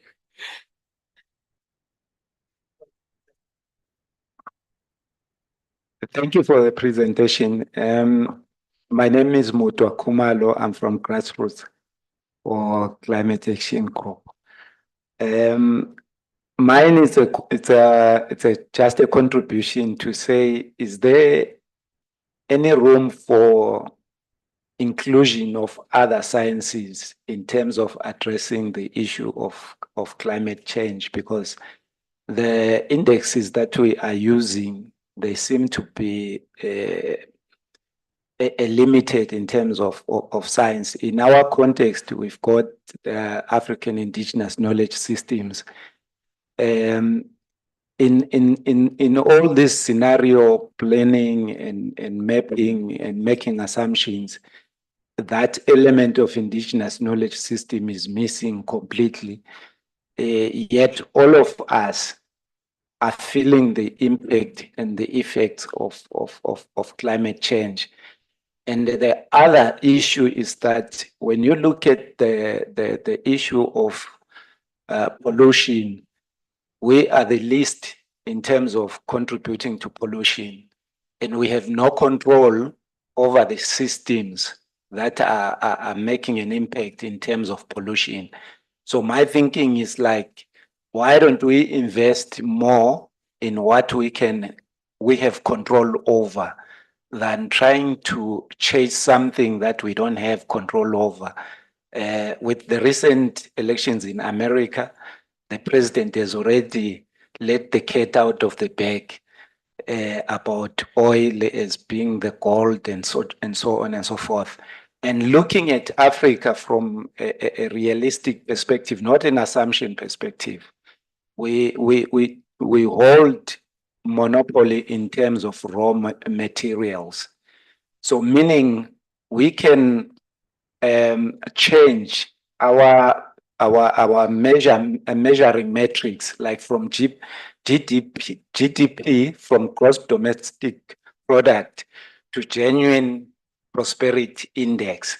It's within our power to do that, so that we whatever that we set targets on, we are able to meet those targets without having to seek approval or validation from anybody else. If we set our perimeters based on our resources, our natural resources, which we don't need to request anybody for permission to use them, and then change the metrics from GDP to GPI. Let's make that to be a priority.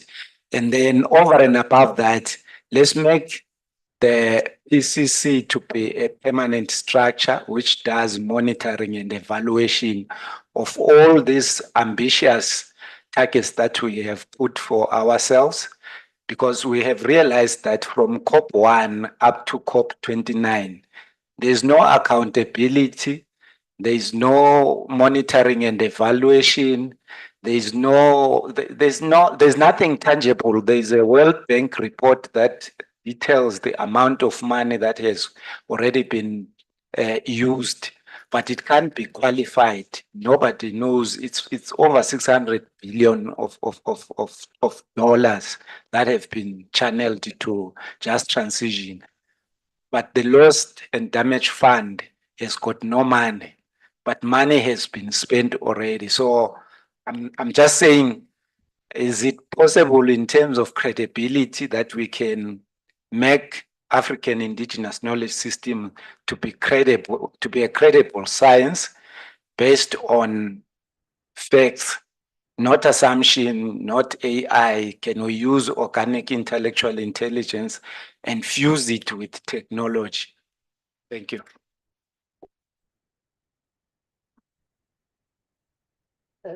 Mr. Kumalo. Can you just explain, you said GDPI, yes?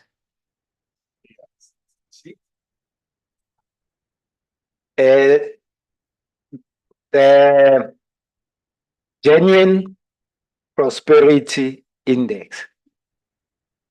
GPI, Genuine Prosperity Index, sorry, GPI, Genuine Prosperity Index. Instead of G, Gross Domestic Product, we move to Genuine Prosperity Index because we've got palladium in Rustenburg.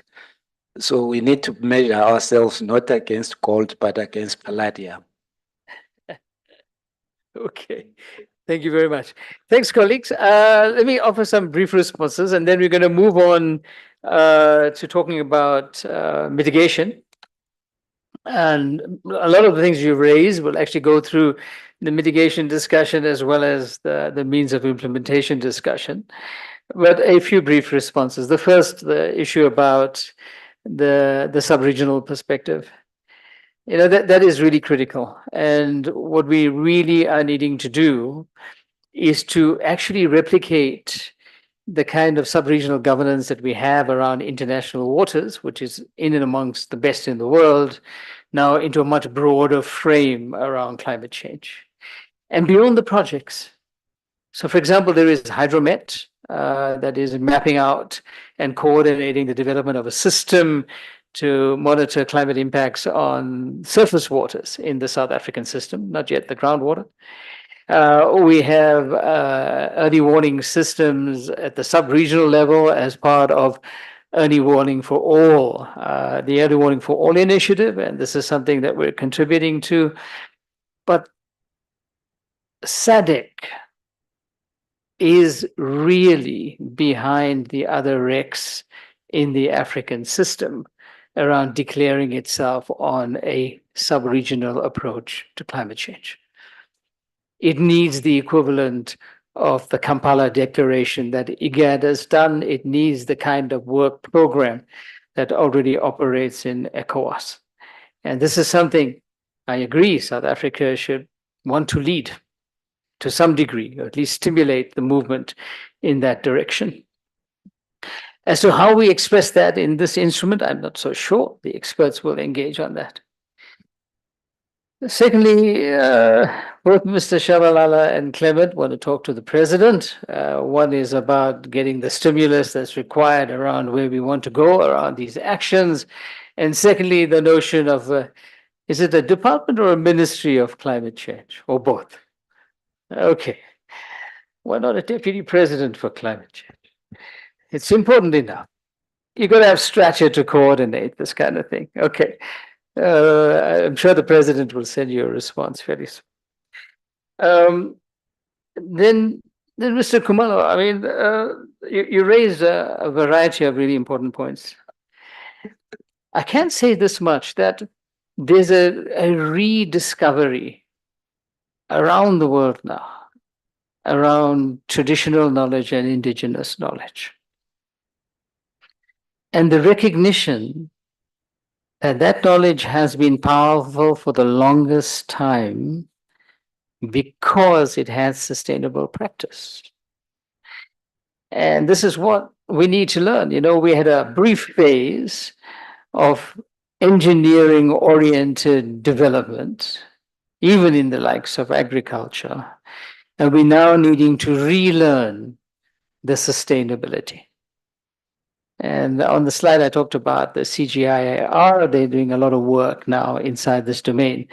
We're not being sufficiently prominent around that in this country, but the Minister of Science and Technology and Innovation, as it now is also organizing for the revisit of this concept around the update of the indigenous knowledge technologies. I think climate may well be an important catalyst in that domain. So, colleagues, I'm wrapping up here and handing over back to Steve. Excuse me, And it's not very loud. apparently. There's one more question that I think you could probably try and tackle. It's a comment firstly and then a question. Mitigation and adaptation are not strictly separate. And then please can you comment on the implications for adaptation of continuing to dig coal on the Highveld? Steve is going to answer those questions. Okay.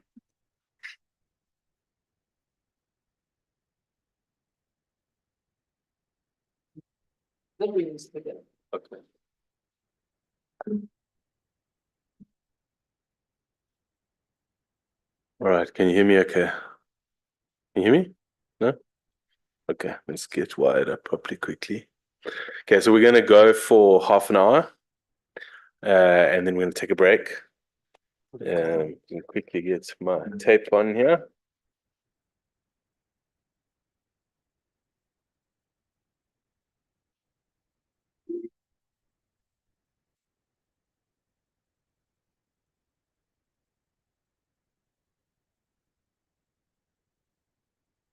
Yeah.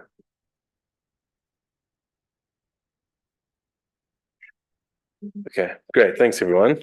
So quickly, kind of a recap, because it's been quite a lot. The nationally determined contributions are the goals that we set with the international community, and they're important goals. If we get them wrong, then we'll end up with either more political pressure or more economic pressure, or we'll have more physical climate risk. So the goals we set, the NDC, must cover adaptation, mitigation, and means of implementation. And I think what Des was saying is South Africa is extremely vulnerable to climate change, right?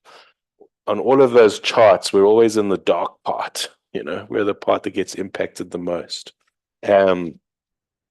And some of that is going to happen anyway, right? So there will always be some adaptation that we need. We can't avoid it. What we're trying to do is keep temperature increases to as low as possible, because the higher they get, the worse it gets, and the bigger response you need, and the more expensive it is, and the more it impacts the poor. So we really need to avoid this climate risk, right? And to the point online, adaptation, mitigation aren't like really separate things. We're going to be doing them at the same time. Some actions that we can take have adaptation and mitigation benefits, right? And so we've got to try to navigate what is going to happen, how are we going to respond? And that's the challenge. And I must say that we have some of the best science in the world. So we have lots of local scientists that work on these issues, and they are globally respected. So our local science, some of the stuff that Des showed you, is really good, right? And I think the point about indigenous knowledge and people's lived experiences is a critically important part of that. And so if we fail to avoid the climate risk, we'll have more economic impacts, more security impacts, more impacts on the social fabric, degrading environment. They're all important things. And we're running out of time. That pathway slide that Des puts up. The longer we are inactive globally, the longer we take to respond, the worse and the fewer options that we have. So how do we avoid them? Right? That's where we get back to mitigation. Mitigation are the types of things that we can do. I mean, the only real action we have to avoid climate impacts is to reduce emissions. Right? And so that's what we have to do. That's our first goal. So let's not put more carbon into the atmosphere. So that's what the next section is about. What are our mitigation options? How is our mitigation target expressed? And how do we think about mitigation? Happy? All right, great. If we can get the slides up, please. And I like this idea about a genuine prosperity index, right? We need to be thinking about how, GDP is a mainstay of economic analysis, but it doesn't tell us everything we need to know. We need to be thinking about how that GDP reaches people. As I said at the beginning, it's very easy for us to have an economy that is bigger and better, but that the benefits only accrue to a small number of people, right? And so how we think about distribution is really important. Okay, so this is now not working. Oh, there we go. I gotta jump through all the slides again. Okay, I'll go fast.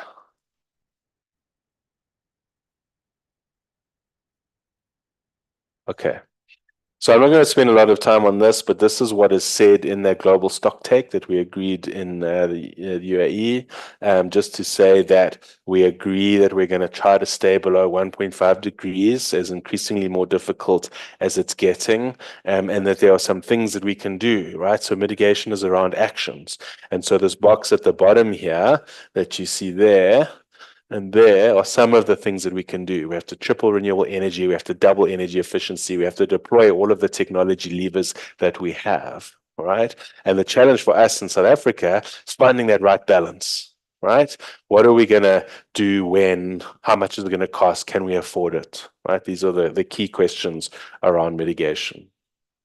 So just thinking about how we frame the target, all right? So remembering that the more carbon we emit, the more the temperature increases, right? And so this axis on the chart is the amount of carbon that we emit in South Africa. Okay, and we measure it in megatons of CO2 equivalent. So it's carbon plus methane plus all of the other GHGs. And you'll see that in 2019, we emitted around 477 megatons. Okay, and so the question is, how do we decrease that? Now, what the UAE consensus said that globally, everyone together, to stay below 1.5 degrees, we need to, there it's back. We need to reduce our emissions by 43% by 2030, our current NDC, right? And 60% by 2035. The NDC we're going to be talking about. Does that make sense? That's what we have to do globally. So if we applied those numbers to our emissions of 477 in 2019, it would be 272, right, by 2030 and 191 by 2035. Does that make sense? But we're a developing country, right? So we shouldn't be held to that standard. We should have some room. Right? Doesn't mean we can increase emissions, but it does mean we can decrease our emissions slower. Does that make sense? And so the question is, the big question is, how much slower? Right? Everyone's special. How special are we? That's the question. Can we emit 50% slower, 75% slower, 10% slower? Right? And so that debate about how much slower is really a live one, right? And I'll talk a little bit more about that later. So we would expect our NDC, our national commitment, to be higher than this line, right? Does it make sense? We're reducing our emissions slower than what the rest of the world has to. Does it make sense? So let's see, what does that look like? Maybe.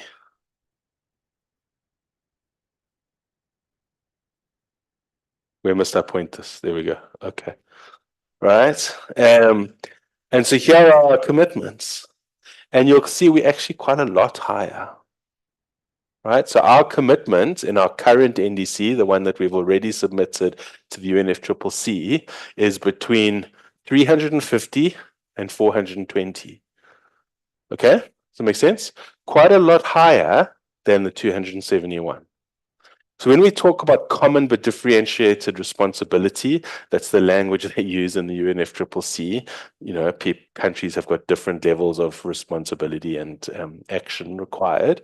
We've kind of built that in. Does that make sense? So it's pre-built in. And so this is the range that we're trying to get into 2030. We have the range for 2025 as well, which was 398 to 510. And we're currently at about 450. So just short of this, kind of halfway in that range. Right? Which means we've got a little bit of work to do to get into this range. And quite a lot of work to do to get to the bottom end of the range. And the language that we use is we say the top end is our unconditional NDC. Right? We will do that off our own investments and our own budgets and our own effort. Does that make sense? And people talk about the bottom end as the conditional NDC. if we get the support that we expect as a developing country from the international community, we will try to get to the bottom end. Does that make sense? And we've had some support. We can debate about whether we think that support has been enough or not, but there's the JET IP, which is $8.5 billion, not a small amount of money. And so we would hope to get somewhere between the two. Does that make sense? So that's how we frame the target. So the next debate is, right, for our next period, is we've set the target for 2030. We know we want to get to net zero by 2050, right? That's what the science says. That's what we've sort of soft committed to do. And so what is our journey from today, or from 2020, 2030, our current target, to 2050, and what does this 2035 midpoint look like? Does it make sense? That's what we're kind of talking about on the mitigation side of the NDC. So if we very simply, a simple way to think about this, if we just took straight lines, so we drew a straight line from 400 to net zero and 350 to net zero, you can start seeing where our NDC might be, right? So somewhere between 280 to 350, right? Does that seem like a very rigorous approach, just draw straight lines? Not really, but it helps us picture it, right? That's kind of where the range might be. And if we think about that in a little more detail, right? This is what the models show. So we have some very good South African models that show what we must do. And they copy the shape of all of the international models. So remember when I put up those blue lines? They weren't straight, right? They had this kind of shape to it, similar shape to this. And what that's basically saying is that if we want to affordably get to net zero, we have to do a lot of the big mitigation options now. And so they talk about this decade of 2030 to 2040 as the decade of action. This is when we need to do most of our mitigation, right? And so the curve isn't a straight line. Right, so we would expect our actual NDC commitment to be a little bit better than the straight line. Does that make sense? To account for this kind of shape and the need for early action. So if we look at what the models are saying, there are a couple of models out there. There's Climate Action Tracker, there's UCT, there's the modeling we did for the JET IP, PCC's done some modeling. You can see that the range of where we would need to be in 2035 is from roughly 200 JET IP lower bound, right? That's where we would need to be very secure about 1.5, so 200 megatons a year, to just short of 400, 390, but that's for 2 degrees, right? Does that make sense? So if we plot that range on our chart, for 2 degrees, we could be up there. For 1.5 degrees, we need to be down there, right? Most of the models show a median value of around 280. That would be the number that occurs most commonly in the models. And again, below the straight lines, right? But still above the global requirement. So we've still got some common differentiated responsibility accounting for local capability in those estimates, right? Now, the debate that we're going to have over the next 6 to 8 months is where should those dots be, right? What's fair for us? And we have to justify what's fair for us, you know? But that's the discussion we're having. So I'm not saying that this is where the dots should be. I'm just saying, draw straight lines that look like this. Look at the models, this is what they're saying, but there's lots of room for us to debate and talk about where the dots would be. What it does do, though, is establish for us a reasonable range. You know, if we set an NDC of 600, well, it's not credible, right? If we set an NDC of 10, also not credible, right? But I want to point to this dot. Did you guys notice that right at the bottom of the chart? So that is a global modeling exercise that doesn't take into account common but differentiated responsibility. It just takes the best available technology deployed at frictionless cost. In other words, the cost would be the same anywhere in the world where you implement it, right? As a check to see, well, if South Africa could access all these technologies at the same rate and cost as everybody else, what would our emissions be? And they are 60. 68, right? Way lower than the line, right? So if there was a perfect world, that's what would be expected of South Africa. So to be at this higher number, these higher numbers is already taking into account to the earlier question, what are we capable of doing? What's our best effort, right? And obviously we can't get to 70. Does that make sense? So these are kinds of the ranges. Now, of course, you would have to take action to get into those ranges. And we'll talk about that in a moment. Simpiwe, a question online. Yeah, we do. It relates to the slide. It's from James Rila. He says the net zero level for 2050 appears to be roughly 60 to 65 megatons CO2 per annum. Is that for all greenhouse gases or just CO2? And what do you assume is the netting element of 60 megatons CO2 Is it just the land sink? Because it seems very high. Yeah, it's a great question. So there's a little bit of scientific debate about what this number is. So some of you will also have noticed that it's not at zero. So remember we talked about net zero. So it's not absolutely zero. And so there are some assumptions to James's questions. There are some assumptions about the land sink. So growing trees, the soil, they absorb carbon. And so if we manage those resources properly, we can absorb some carbon. So that logic is in there. But the debate is quite big on that. So some people believe that the sink, the size of all that carbon that we can absorb, is 10 megatons. Some people believe it's 60 megatons. Right? I think we've assumed 20 in this number.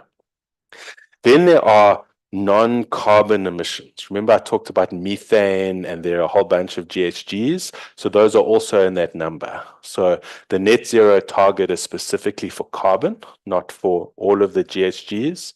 So there are some GHGs in the system here.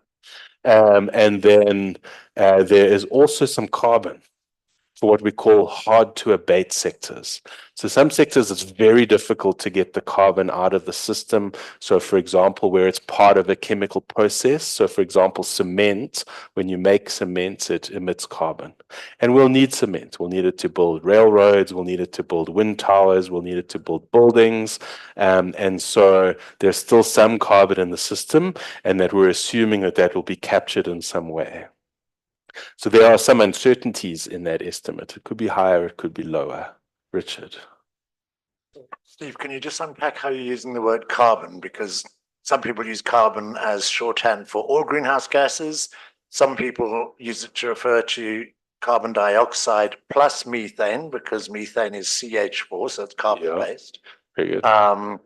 So, yeah, I think you were talking about carbon dioxide. Correct. And then methane and others. So just Yes. a caution on. Thank you. Thank you. That's why you need people to check. We drift into our shorthand. Yeah, when I say carbon, I'm meaning CO2, carbon dioxide. Yeah, it's great. Thank you for that. Okay, any other questions at this point? Yes, sir. Thank you. So yeah, I think the idea of establishing a new department, because us now we were worried with NERSA currently increasing the electric tariffs now and then, and which means we know even some other people is really directly to confront the inequality situation we are currently facing as a country. But petrol versus electricity. Now, if we are not focusing with the petrol price, and we know what petrol price is the one that's contributor to the emission. Also, the issue of petrol price also, it's only for those was someone I saw elite something, elite helps, because it's not all of us who and then as the taxonomy of carbon, how is that was those metrics are gonna play out? Yeah, those other calculations. Yeah. Yeah, I mean, these are really important points relating to what can we do, right? So if we carry on our economy as it is, and remember I said we're at about 450, we'll just keep doing that, right? We won't contribute our fair share to climate reductions. We'll have higher levels of carbon emissions, right? So we've got some options, right? We can close coal-fired power plants, we can build more renewable energy, we can use electric vehicles, we can change the things that the way we build houses. So instead of building houses out of aluminium and glass and brick, we build them out of wood and sustainable resources, right? We have to change the way we think about the spaces that we live in, right? And there's a very interesting connection to apartheid and the apartheid spatial patterns that we live in. People living far from where they work, having to travel really far, take 3 taxis, right? These are things we want to fix. So there's an idea called a 15-minute city. Everything that you need, work, shopping, schooling, leisure, is within a 15 to 20-minute walk or bike ride from your home, right? Yes. My name is Samuel Matimbi and Baroque Mbisa. Based on your statement, you see, how can we do that? You see, in terms of that referent, you see, the current situation, Yeah. the now part of it. Will you be able to elaborate on that? Yeah, so I wish I had easy answers, but it's complicated. It's not going to be an easy thing to do.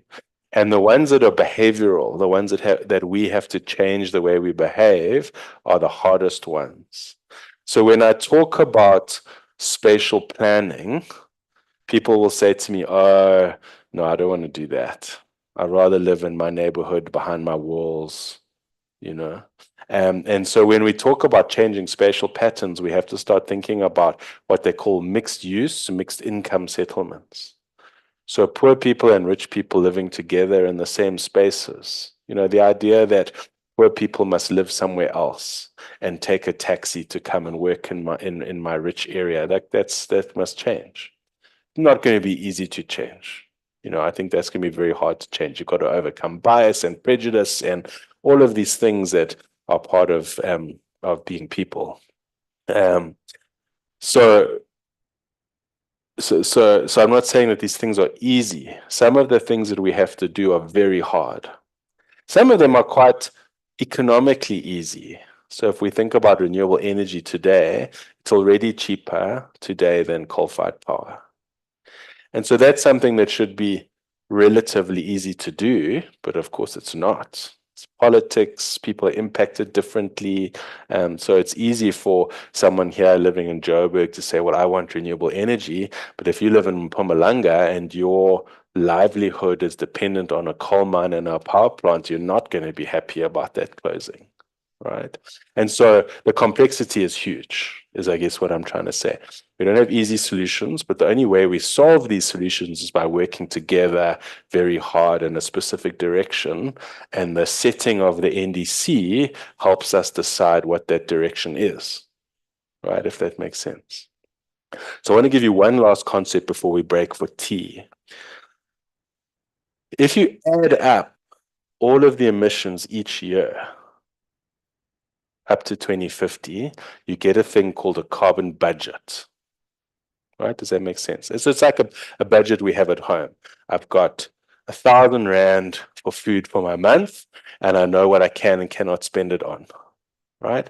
And the same applies for a carbon budget. I can emit, in our case, around between 7 and 9 gigatons, and how I spend that gigatons is important. Does that make sense as a concept? And so carbon budgets are a very important way for us to think about how we choose particular actions. And I want to highlight this chart. So this is what the business sector through the National Business Initiative decided was how they would spend that budget. And so they said, if you allow each sector to emit as it is today, we would get to 11.6 gigatons. But we have to get to 9 gigatons. All right. So roughly speaking, if you add up all the emissions under this chart here, we get to about 9 gigatons. Does that make sense? So how would we spend it? So we're saying, well, I would spend 3.5 gigatons on power, right? So I won't close coal today because that's impossible. We couldn't do it, right? I'm going to take 15 years to close the coal. I'm going to spend 1.1 gigatons on, I can't even read it from here, from petrochemicals, right? Does that make sense? I'm going to spend 1.1 gigatons on transport. And all of these little bits that I save get me to my 9 gigatons. Till 20, well, so technically till 2100, but we measure to 2050 from 2020. Okay? But you can, these are choices. We can choose another way to do it, right? So we might decide, and I'm not saying that we will, hypothetically, we might decide, I'm going to close the mining sector.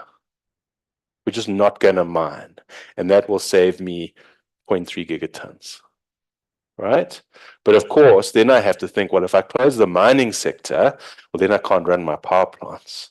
And then I don't have the revenue from copper and vanadium and all of the things we talked about earlier. And so I also lose the benefits. Does that make sense? And so what we're trying to do as a society is decide what our economic strategy is. What are we going to keep open? What are we going to invest in? What kind of jobs is that going to create? What kind of export opportunities will that give us? Right? Does that make sense? And so that's the debate. And so if we look at the things, and just to illustrate how difficult this is going to be, right? This is not easy. But if we don't do it, we get all the things Des talked about, which are even worse, right? So we must always remember that. So what are the things we can do? In the NBI study, they close coal-fired power by 2040. Transition completely to renewable storage and peaking support. So there's some gas in there, which accounts for some of those emissions, the 60 megatons, right? In petrochemicals, they switch Sasol. So Sasol is a big emitter. Eskom and Sasol together are like half of the emissions. So they switch Sasol to gas, right, instead of coal. That saves some emissions. 30% of people move from private to public transport. 30% of people, this is by 2030, right? 30% of goods are moved from road to rail. Right? These are the kinds of levers we have, the things that we can do. We have 1 million electric vehicles on the road by 2030. That's a hard one to do, right? The scary one for us as South Africans is this AFOLU. AFOLU stands for agriculture, forestry, and land use. So it's farming and forestry and things like that. Is 30% of people have to move to sustainable diets. Right? And a sustainable diet means you can have 100 grams of meat per week. So you can have a slider to celebrate Friday, or you can save it up and have a steak at the end of the month, right? So over tea, I want to decide, you guys to decide which 30% of you are going to give up meat. You have to choose. I gave a talk at one of the COPs where I said, look, South Africa are going to give up coal before we give up meat. Right? Like, it's a crazy idea. But these are the challenges that we face. So when we talk about, like, these are difficult things to do. We have to move to public transport, ideally. If we don't move to public transport, we have to move to electric vehicles. I mean, even better, you move to what they call non-motorized transport. You walk or you take your bike. You know, I lived in the United Kingdom for just over 2 years. We had a car, but we used it only on weekends because we were tourists, you know, we wanted to go to all of these places in the UK. But during the week, we either walk took the bus. If we went shopping, we walked. I walked to work every day, you know. And so it's just a different way of thinking about how we live. But they're difficult things to do. But the main point is we've got some difficult decisions to make about how we allocate our carbon. And we're going to do that in a way that maximizes our economic gain for people, not for capital owners or small parts of the economy. And that's the discussion. Does it make sense? That's what we have to think about when we're setting our mitigation goals. Okay, so after the break, we're going to come back and talk about what does the research say about what those goals could be. So remember up front, I said the NDC has to represent our best effort, right? What does the research and the evidence say about our best effort? But the things that you guys need to be thinking about is what should we be including in our NDC? From an adaptation perspective, what are the principles? Well, we need to be regionally adaptive, right? We need to include all people. We need to include particularly women and the youth, right? So from the NDC side, well, how are we best going to allocate this emissions budget? What is the optimal budget for us, right? And then we can provide feedback into the system. Okay, so we're going to take a quick break. I mean, if there are any burning questions, we can deal with them now, but otherwise let's deal with them when we get back. I know it's been a heavy session, couple of sessions so far. When we get back, I'm going to talk a little bit about the evidence that we see around how we might do this, allocate our budget across the economy. And then Deepak is going to talk about some of the other things around, well, where are we going to get the finance? Who's going to pay? Where's it going to come from? How do we think about trade? So it should be really interesting. So we'll take, is it okay if we do a 15-minute break? Or would you like a full half hour? 15 minutes. Excellent. Okay. I like it. Keen to get back. We will do 15 minutes and then we'll come back and carry on with mitigation. Thanks, everyone. We really appreciate the interaction so far. It's been fun.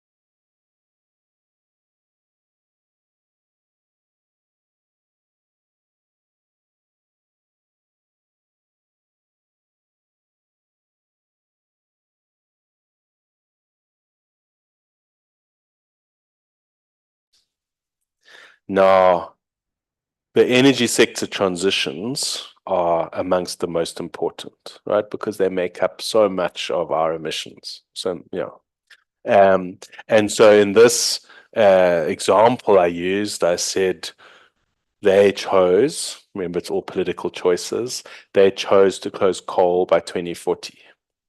That's not what the IRP says. IRP says something else, right? It keeps some of the coal open until after 2050, notably Medupi and Kusile and maybe even one other plant, right? And so that number, the blue bar here would be higher. Would make, if we implemented the IRP as it is, you would save less carbon in the power sector. Does that make sense? Which means you would have to save it somewhere else. That's the whole idea about a budget, right? Remember we said you had 1,000 Rand for your food for the month. You can't suddenly have 1,500, right? And so if we are slower on the power sector, we have to be faster somewhere else.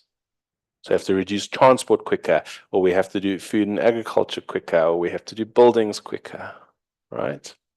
And if we think about what things are easiest and cheapest, right? The easiest and cheapest things are sitting in power. Faster there. Because if you think about the emission savings that you would have to have in buildings, for example, that's a lot harder to do. The skills transfer is a lot bigger. The social resistance to overcome is a lot bigger. So that's kind of the kinds of things that we would think about. The PCC a couple of months ago released a report called The State of Climate Action, which is our assessment. Someone mentioned earlier the PCC doing M&E. It's our assessment of how we're doing. Right. And so if I jump back to the NDC slides, unfortunately, with the policy measures that we have in place and the speed at which we are implementing them, we are going to either come in just the top end or just miss our current NDC targets. So we need to be more ambitious in the implementation of our existing commitments to get in the range, and then we need to think about our ambition for the next phase. Does that make sense?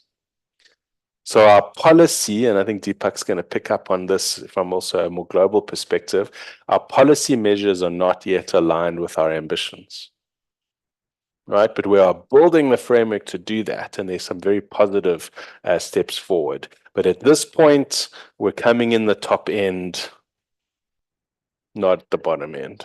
Does that make sense? Okay, good. Hopefully that also answers the online question.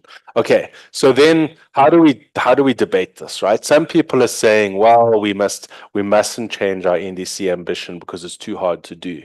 If we fail to do it up until now, how are we going to do it any better in the future? So it would be not credible to set a lower target, right? Is that our best effort? Probably not. So how do we kind of balance all of these considerations? This is the challenge. And so the best way, this is our particular PCC bias, the best way we think to do this is through solid science and research, right? What is the research saying about that? Okay, this is going to be quite a technical session, so you're going to have to zone in for this one. This is going to be the hardest, most technical session, and I think we'll get a little bit easier after this, but not a huge amount. So these are all of the things that we need to understand to make the decision, right? What's happening to climate change? How's it damaging our economy? What's happening to air quality? There are people here working on water. What's happening to water? So these kind of two blocks on the left are, you can do modeling and science and research about those things. Then you can think about the economy, and you can think about the economy as a whole. Right? GDP is people's favorite number, right? You can think about what's happening in sectors, right? What's happening? How do we specifically think about transport? How do we specifically think about agriculture? What's happening at a microeconomic level? So there we're worried about what's happening at households. What's household income? How many people per household? Where are people living? Are they living in decent homes or are they living in informal settlements? Right? So there's lots of thinking on the justice side there. Then we think about energy as a specific sector because it's so important. And you can think about energy at a sort of what do we build? Do we build coal? Do we build nuclear? Do we build renewable energy? Do we build whatever, gas? And then there's issues around the grid. If you build lots of renewables, what do we have to do to the grid? And you will have seen some of this discussion. You need more transmission lines. But what's happening at municipalities? How does the electricity get from the power plant to homes, people's homes? That's what we really need to be doing. And so there's a lot that we need to think about there in terms of the grid. And then the last part, which is sort of Deepak's expertise, is how do we fund all of this? And you'll see the numbers are a little bit scary. We've got to come up with a lot of money in order to transition our economy. Where does it come from? Does it come from taxes? Does it come from international support? Does it come from what? Right? And so that is also a very important question. And so what we as the Presidential Climate Commission have done is we try to cover as much of the research in these spaces as we can. We can't cover it all. So to repeat our plea to you, if there are things that you think are important that you're not seeing in our logic, we'd love to hear from you. But where these little green dots are, these are all areas where we as the PCC have commissioned particular pieces of work, particular models, particular views, so that we can start to build up this big picture of how do we think about NDCs. The darker green dots are work that's being done by Treasury through the SA Tide program, which is a wonderful program, and we provide support into those projects. So these are not our projects particularly, they're SA Tide projects, but we as the Presidential Climate Commission are part of those projects. But you can see we've got quite a good mix of research across the space that helps inform what we're thinking about. I'm not saying it's complete. We'd love to see more about from you or hear more from you. Here are some of the studies we've looked at, but I think when it comes to mitigation, there's a lot of research out there. So I've heard some people say, oh, well, we don't know, the research hasn't been done, we could basically do anything. There is actually quite a lot of research from very credible institutions, Cape Town University, the National Business Initiative, the UN, Meridian, you can see them, Bloomberg, Sariti. There's lots of really quite good stuff out there. Okay. This is one study we committed, it sounds like we committed a crime, that we commissioned. And it's a little bit complicated because how we think about mitigation depends on how we think about what the rest of the world is doing. So I often hear things like, well, if America's going to go slower, can't we go slower? Right? Or if Russia's going slower, surely we can go even slower than that. And so we wanted to frame how we thought about the models in two different worlds. What happens if the world is going slower? What happens if the world is going faster? And you can imagine some things that would happen in that world. In a world that's going slower, we've got more climate impacts, right? There's more flooding, there's more droughts. Does that make sense? In a world that's going faster, you might have more expensive capital for building coal, because the financial systems are aligned with building renewables, right? So we thought about these things and we changed the assumptions that we put into the model depending on which world you're in. And then there was a whole bunch of things. Whoopsie, I keep pressing the wrong button. There's a whole bunch of things that you can switch on and off, right? What if we did energy efficiency, yes or no? What if we had a high carbon tax or a normal carbon tax? What if we changed the net zero date? What if we had localization, so we made things here, might cost us a bit more, right? So some of the studies say if we build renewable energy components locally, it costs 10% more than if you bought them from China, right? So what does that mean? It's a hard thing to work out. If it's costing more, it means that the guy who's using electricity to make something and employ people, it costs him more. He might be less competitive. But you've created jobs because there are people making renewable components. And so understanding those trade-offs is one of the challenging parts of the process. And so we had all of these things that you can turn on and off. Okay? And I'm about to show you a slide that's horrifying, so prepare yourself. It's almost impossible to understand, but I wanted to show it to you anyway. All right? So we turn things on and off. Right? So each of these dots is a different combination of things that we turned on or off in either the fast world or the slow world. Does that make sense? And on the bottom axis, you've got the carbon budget. Right? Remember, we thought about 9 gigatons, but maybe it's 10 gigatons. Maybe it's 7 gigatons. How do we kind of know? And then on this axis is GDP per capita growth. Right? So how much bigger does the economy get for doing the things that we say we're going to do in the model? Okay, does it make sense? So I don't expect you to understand all the detail, but what I wanted to kind of illustrate to you is there is no economic gain. You see, it's quite flat here. There is no economic gain for a budget bigger than 10 gigatons. So we wouldn't set an 11 or a 12 gigaton budget because there's no point. No one gains anything from that.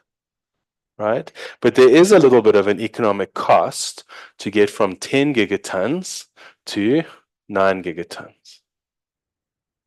Right? It's about 20% in that comparison. Does that make sense? So some of the things that we have to do are more difficult than just letting the economy run. So for example, renewable energy is cheap now. We can build renewable energy cheaper than we can build coal today. An electric vehicle is not cheaper today. It's more expensive. And so we would have to have an incentive or some kind of stick, carrot and a stick in the economy for us to do that quicker, and that has a cost. But it also has a benefit. Lower emissions, better access to finance, better economic standing in the world, right? Does that make sense?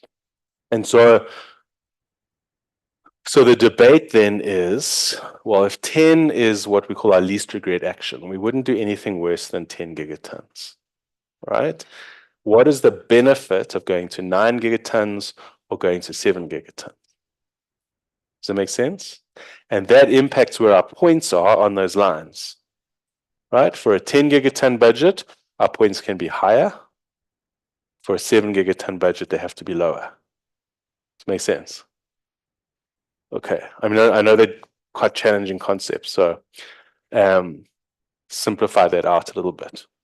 The models don't also include everything, right?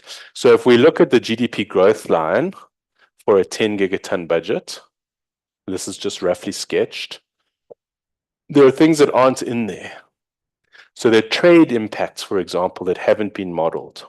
So for example, did you know that the EU and the UK have banned the sale of internal combustion engines after 2035?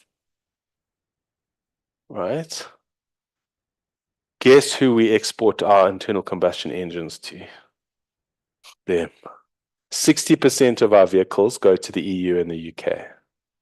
So if we don't transition our internal combustion engine market, there may just be no one to sell the cars to, right? That's not really in the model. And it's not just happening on cars. Deepak will talk about something called CBAM, which is a tax adjustment made in the EU that impacts iron and steel and chemicals and aluminium, a whole bunch of our products, right? So we have to think about those things. It doesn't factor in climate impacts, right? And Des put up that chart that shows the climate could impact the GDP. I can't remember the exact number. I think it was like 5%, right? Other externalities like air quality. So air quality in South Africa is really bad. We are all not living as long as we could because of bad air quality, even here in Joburg. It's not just a Mpumalanga Highveld problem, right? And then obviously the worse our commitment is, the more pressure we'll have internationally. So these kinds of things are not in the model, right? On the flip side, if we think about the 9 gigaton budget, also gets GDP growth. That's an important point to make, right? You're not saying no one grows. We're growing across all the scenarios. But what's not factored into a 9 gigaton budget is the new business opportunities. Someone mentioned vanadium, I think. What if we do more mining? right? For products that people need, what they call critical minerals, vanadium, copper, things that you need for renewable energy and electric vehicles and all of the technologies we will need to transition the economy. You get access to preferential finance. So because you're financing green things, you get sometimes, not all the time, you get better rates. You get things like the jet IP, right? And then, of course, the upside of trade changes. So if we're investing in more things that we are able to trade internationally, that helps grow the economy, right? So those things aren't in the model. And if you look at the difference of GDP, this is a rough sketch, but it's about accurate. They're actually not that far apart. And so we think the evidence suggests, but we're still kind of working on this, and this is the discussion we must have collectively as a society, that a 9 gigaton budget might be economically better for us, right? And an 8 gigaton budget may also even be better for us, particularly when you start factoring in these climate damages. Does that make sense? So we did test that. So we ran a study with a group called Cambridge Econometrics, who have a big trade database, global trade database. And so we ran that model with them. And here are some of the things that they found, that by 2040, a 1.5 degree pathway could avoid losses of 5% of GDP that would otherwise result from climate change. Matches the number that Des put up. Impacts from trade could be as much as 6% of GDP. Now, these things may or may not work together, but let's say the range is 5 to 11%. That's about the same range that's in that study we did with UCT. So it looks like the evidence is suggesting that a 9 gigaton budget would be more economically optimal than a 10. Right? And then if you look at air quality, which is not in the analysis at all, we could save as much as $30 billion just for 3 years between now and 2050. So this is work that we did with the CSIR, where we did really detailed air quality modeling as a result of choices we make in the energy system. And even more important than the economic cost is the amount of lives that you save. So 2,500 fewer people per year will not die prematurely from air quality. Right? So there are lots of really positive sides for the lower carbon budgets. And so the evidence is suggesting, but as I say, this is ongoing work, that a 9 gigaton budget would be economically preferable to a 10 gigaton budget, and then an 8 gigaton budget may be even more preferable. And so one of the ways we could think about this is framing these budgets, the NDCs, in relation to the budgets. Remembering we have a range.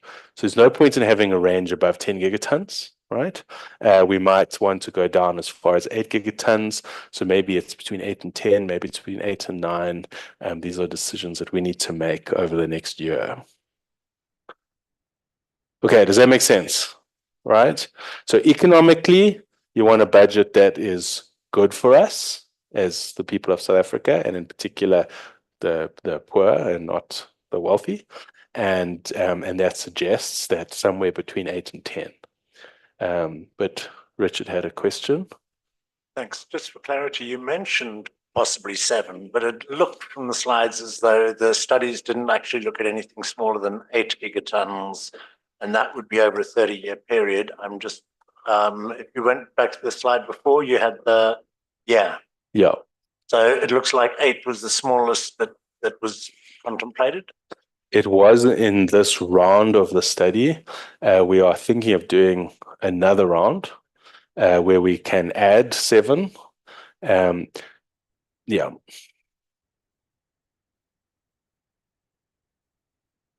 Okay. We're happy so far. The concept makes sense, right? So that's the debate. How do we allocate all of the things that we need to do in the economy to allocate a carbon budget per sector that keeps us at a certain pathway? All right. for compliance sake, as the net fixing generation. I think sustainable development number 7, more or less it seeks to clean energy quality. Yes. Quality, Yeah, exactly. So, I mean, that's a good point. There's a lot of connections with the SDGs as a whole, right? So clean air, clean water, optimal land use, oceans, they're all connected with climate change, but also all things in their own right. So I want to talk a little bit about global equity. So we've talked about what the data is saying for South Africa. And one of the things that we need to think about when we're deciding what the bottom end of that range might be is global equity. What is our fair share? Right? And we often say as South Africans, well, we can go slower because we're a developing country. And the challenge is how much slower. Right? Does that make sense? So I'm going to run through these slides quite quickly because they're more for interest than they are for detail. But just to make the point, and this is a study done by the World Bank, is that everybody needs to decrease their emissions, right? If the middle income and low income countries don't decrease their emissions and carry on as business as usual, we're heading for 2 degrees. If everybody else goes to 0 and we carry on as we are, we're still going above 2 degrees. So everybody has to reduce, but of course we can reduce a little bit slower. Now we've spoken about carbon budgets at a South Africa level, right? And we're talking about between 7 and 9 gigatons, 10 gigatons on the outside. There's a global carbon budget. And this is very scientifically robust. And this is basically the budget at the beginning of 2024. It's an important thing to say. For 1.5, 1.7, and 2 degrees globally, right?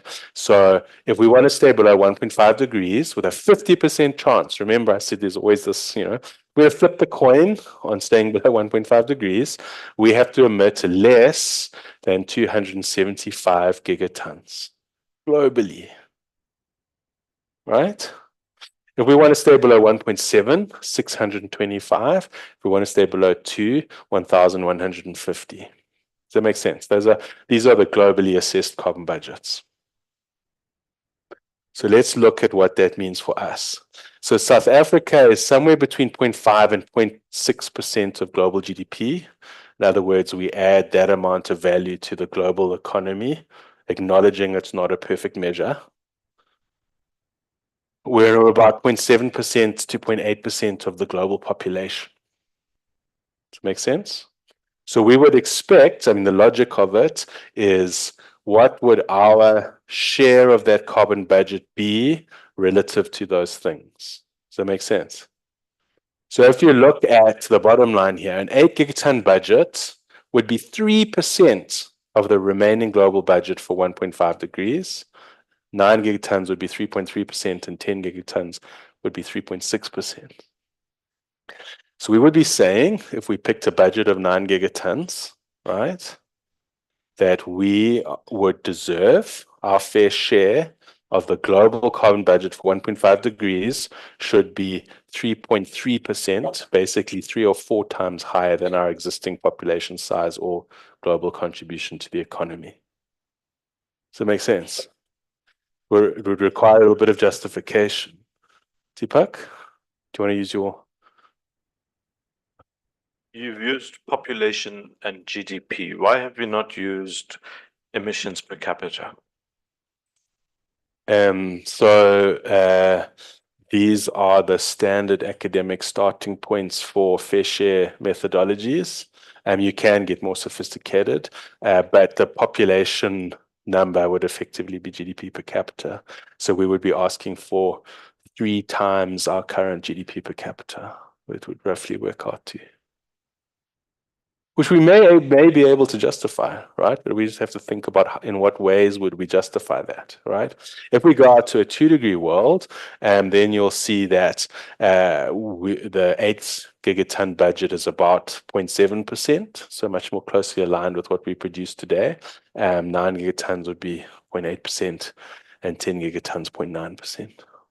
right? So 8 gigaton budgets today are much more closely aligned with our contribution to 2-degree world.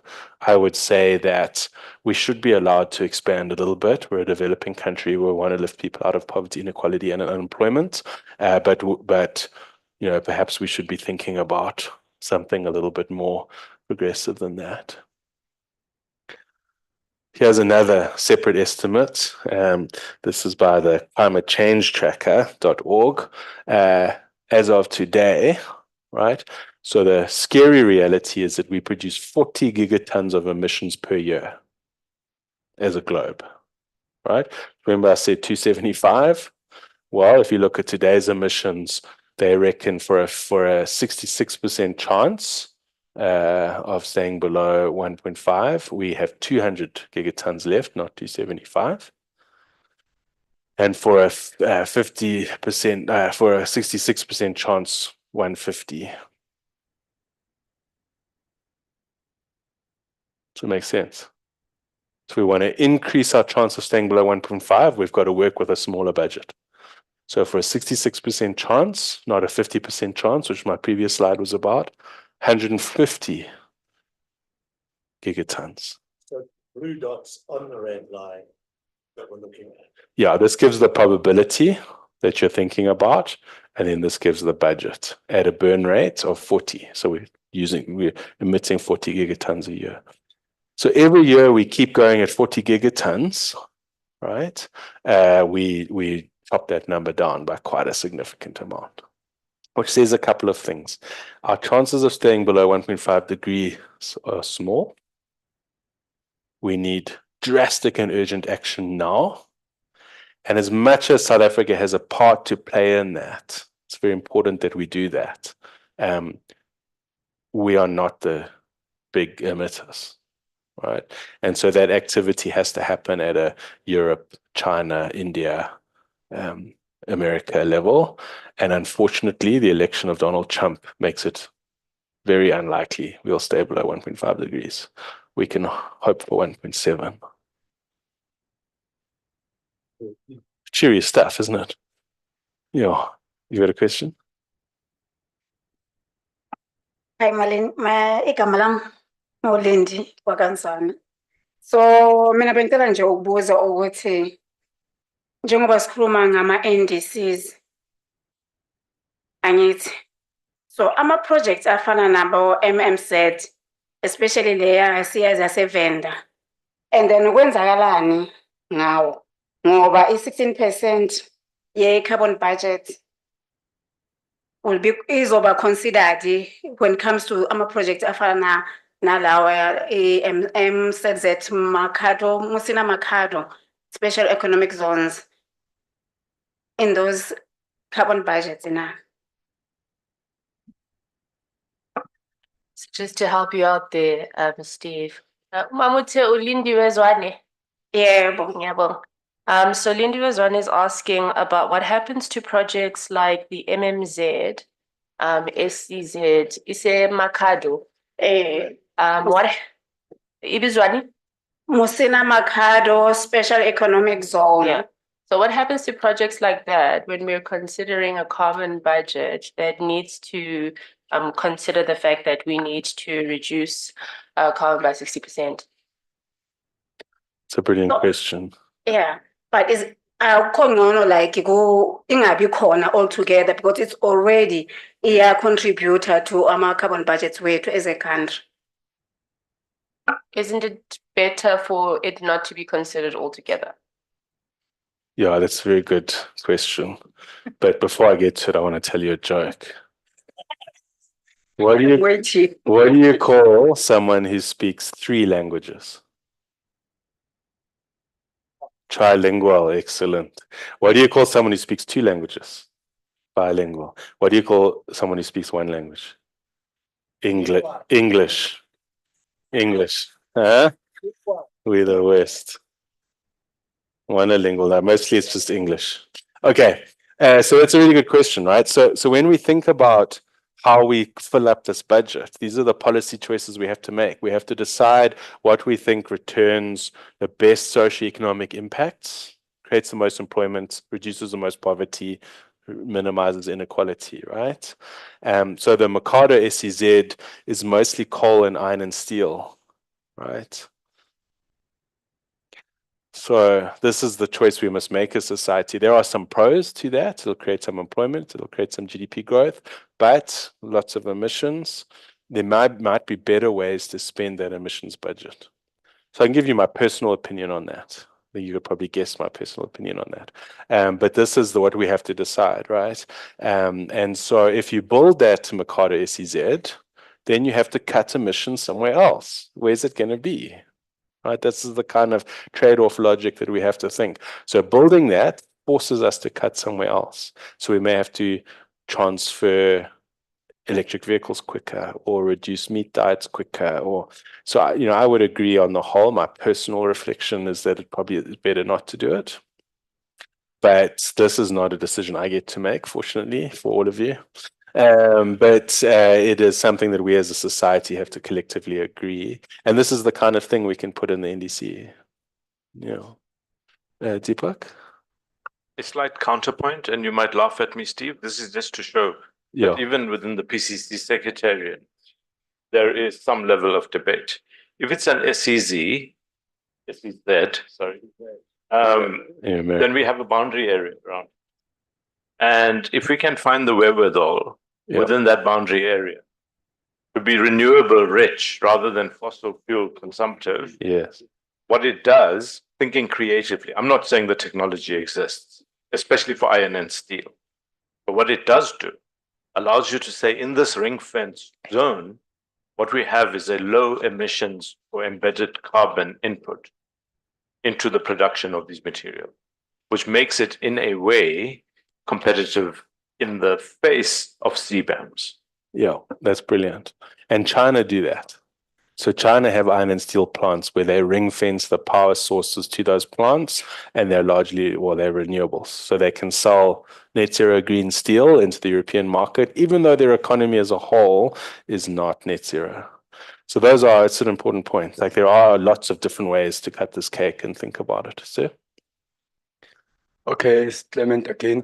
I just want to make an input on this Mercado Musina project, because in last time we were having a workshop as social as activists, and then we have our partners in Venda.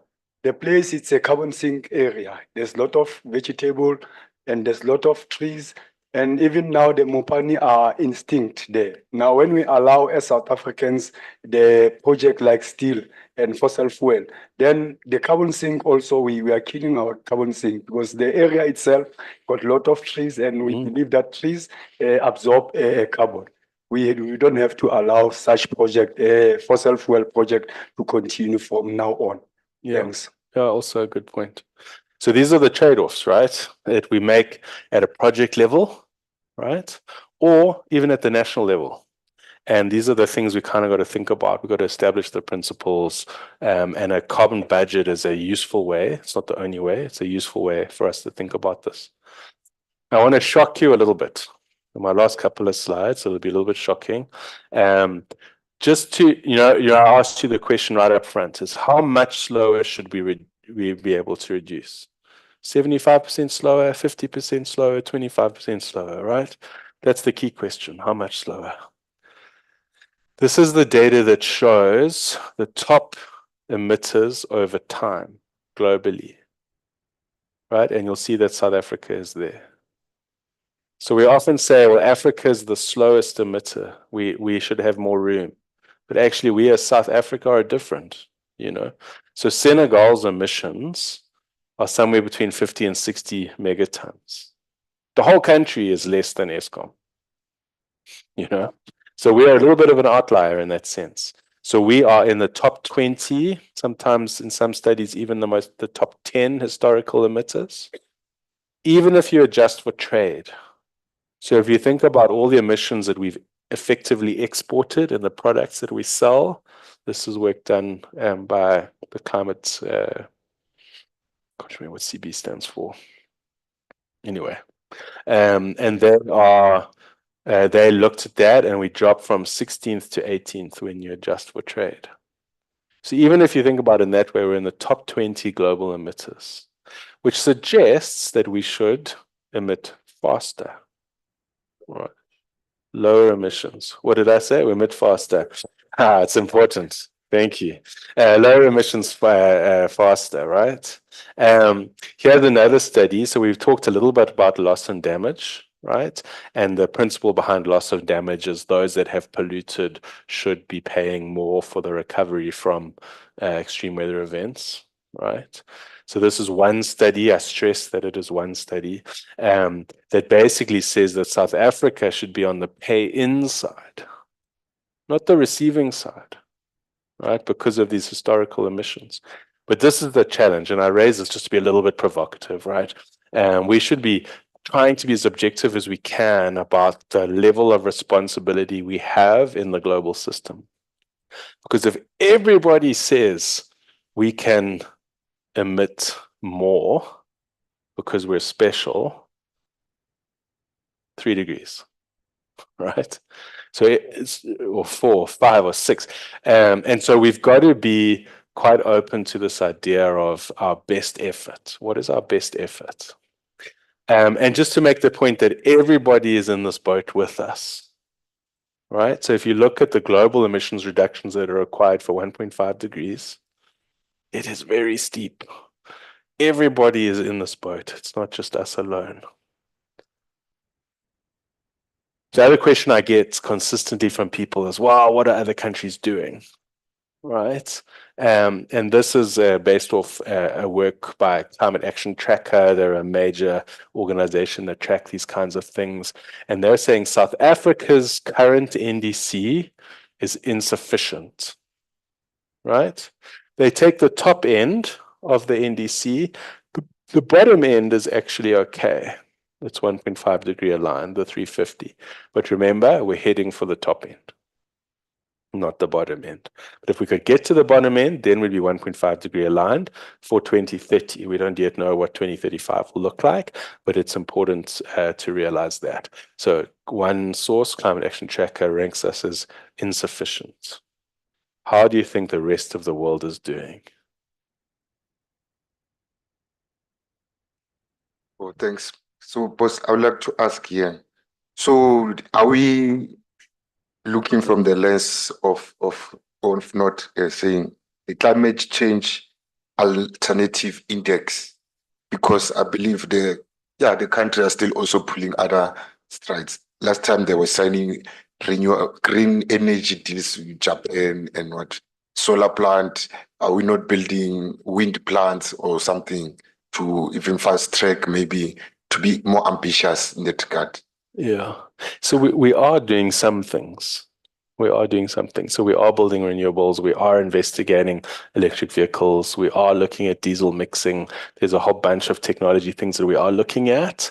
But the efforts that we as South Africa have made so far get us in the top end of the NDC, so insufficient. If we increase those efforts, we'll get to the bottom end, sufficient. The rest of the world, no one's doing very well. Right, so these are the NDCs by the rest of the world. We're on the kind of okay end. There are a few almost sufficient, particularly these like Central Africa ones, Chile. But most people are insufficient. So we're kind of aligned. And then there are some that are just not, what do they say, highly insufficient. So this is the challenge. So the debates that are happening at COP this week are intense. How do we get global ambition aligned so that we can stay below 1.5 degrees? And currently we're failing it. And that's reflected in the global stock take, right? If you looked at this picture of everyone setting in insufficient targets, you'd expect to be missing the 2 degrees. We are, right? We're going for 2.1 to 2.9 degrees globally. I do want to give you some good news though.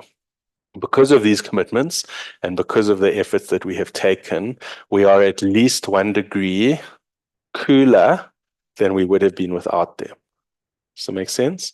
So if we'd done nothing, the temperature increase would already be at 2 degrees.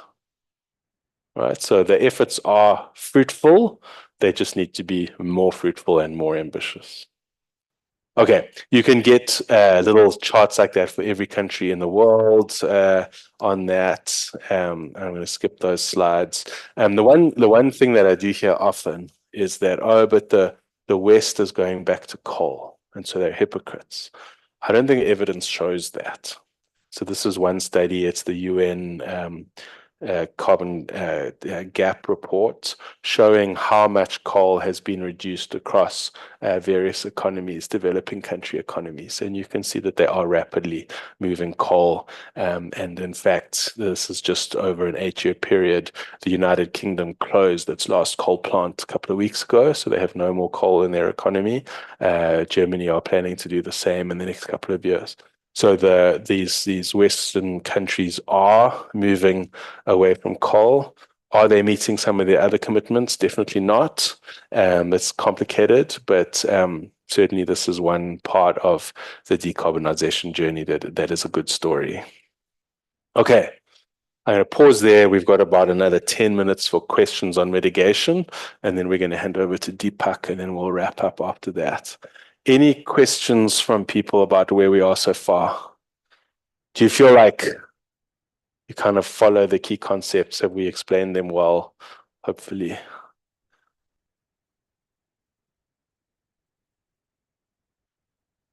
Yeah, on the issue of mitigation, for me, it looks like sort of a roadmap for us to be realistic about what is happening in our localities. Like I said before, we don't have control over the emissions per se, but with the knowledge that we are getting now, it gives us an idea of how to prevent a worst case scenario. And then I would think that because we've got a fragmented system, like especially in government, hence they are now talking about a district development model, which we pray that they will get competent people to implement that. Maybe within that model, we could have a climate monitoring and evaluation mechanism of all the work that the PCC has done, so that we avoid a Durban scenario, an Eastern Cape kind of a scenario. Worse enough, we allow ourselves to finish all the carbon cache areas by industrializing them in an unwise way, in an unwise manner, because I believe now we've got enough access to technology that we can choose which path to take when we want to industrialize. We don't need to do it the same way how the Americans, the Europeans, or the Asians did it. We've got a choice of doing our own industrialization using technologies that are available at our disposal. So for me, I see this as progressive in terms of having the PCC and having all this research being done, so that when we make decisions at local level, decisions are scientific and they are information based and fact based. Thank you. Yeah, thank you. What a great summary. Yeah, look, I think that I would just make the point that not all stakeholders see this the same way. So some stakeholders will be arguing for a much more carbon intensive economy. And so part of this process that we as the PCC want to run is to give us the opportunity to find our positions as stakeholder groups, but then come together and debate them and try to get some consensus. Because as you say, it's a bit fragmented, and if we make bad choices or different choices, we'll go down one pathway. If we make other choices, we'll go down another pathway. And we have to collectively try to get something that we think will be best for the people of South Africa. Richard? Thanks, Steve. So you in that last comment, you touched on something which is not for the PCC to pronounce upon, but could nevertheless perhaps be influential. Now, back in 2005, we had a national climate change summit where government declared that we no longer had time to entertain denialists. That was a nice sentiment. It was never put into practice. We've entertained denialists ever since in various fora. But we have got to a point now with the science, as you say, with the sixth assessment report, or I think we said that. Right, Anyway, Brandon actually was in his intro, which really does kind of strengthen the case for saying that for people who do not recognize the scientific basis for climate change response, having them in the room of a discussion of how to respond to climate change is just disabling to moving forward. So I guess what I'm just wanting to put out there is that it is a challenge for the NDC process. The PCC wants to be inclusive. I'm not suggesting the PCC should start trying to shut people out of the room. But at some point, when we get to the relevant government department taking a recommendation to cabinet, it's just a concern that somehow in wanting to be inclusive, we could greatly undermine the work that has been done up to that point. So perhaps there's some way of putting parameters on what is or isn't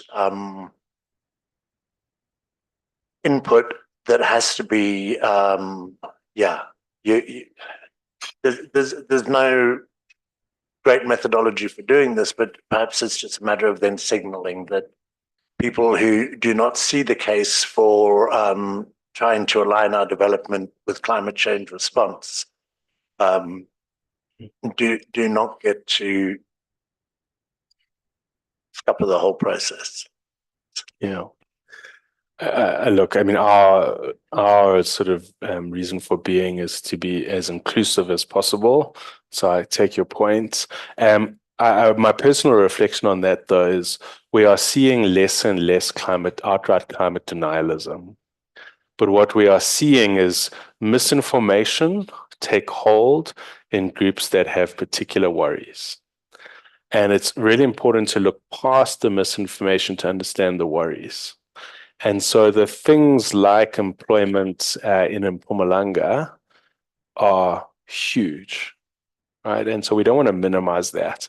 And how we deal with that, I'm not saying that you're not saying this, but how we deal with those stakeholder groups and those impacted vulnerable people is so important. And the one stat that I like to use is if we manage a 1-for-1 swap from every person employed in the coal sector, right, in Mpumalanga, to people working on mines, people working in coal-fired power plants, to renewable energy or clean or critical minerals, right? So everybody that's currently employed gets employed. Unemployment in Mpumalanga will still be 40%. And youth unemployment will still be 60%. So we have to find, in addition to the mitigation options, what are economic diversification options? What else are we going to do? We need to do vanadium mining. We need to do copper mining. We need to improve tourism. We need to improve agriculture. We need to improve transport. We need to do all of these things all at the same time. And that what will result in good socioeconomic outcomes. In the lack of action, which is the environment people are in now, what you're asking them to do is to take a long-term or short-term risk, known risk, for a long-term uncertain future. They're never going to. So we have to think about what that alternate future is and make sure that we implement it. And so part of this NDC debate, part of deciding how we reduce our emissions is also deciding what else are we going to invest in our economy? How are we going to stimulate this economy to be something better for more people? But Richard's point is important.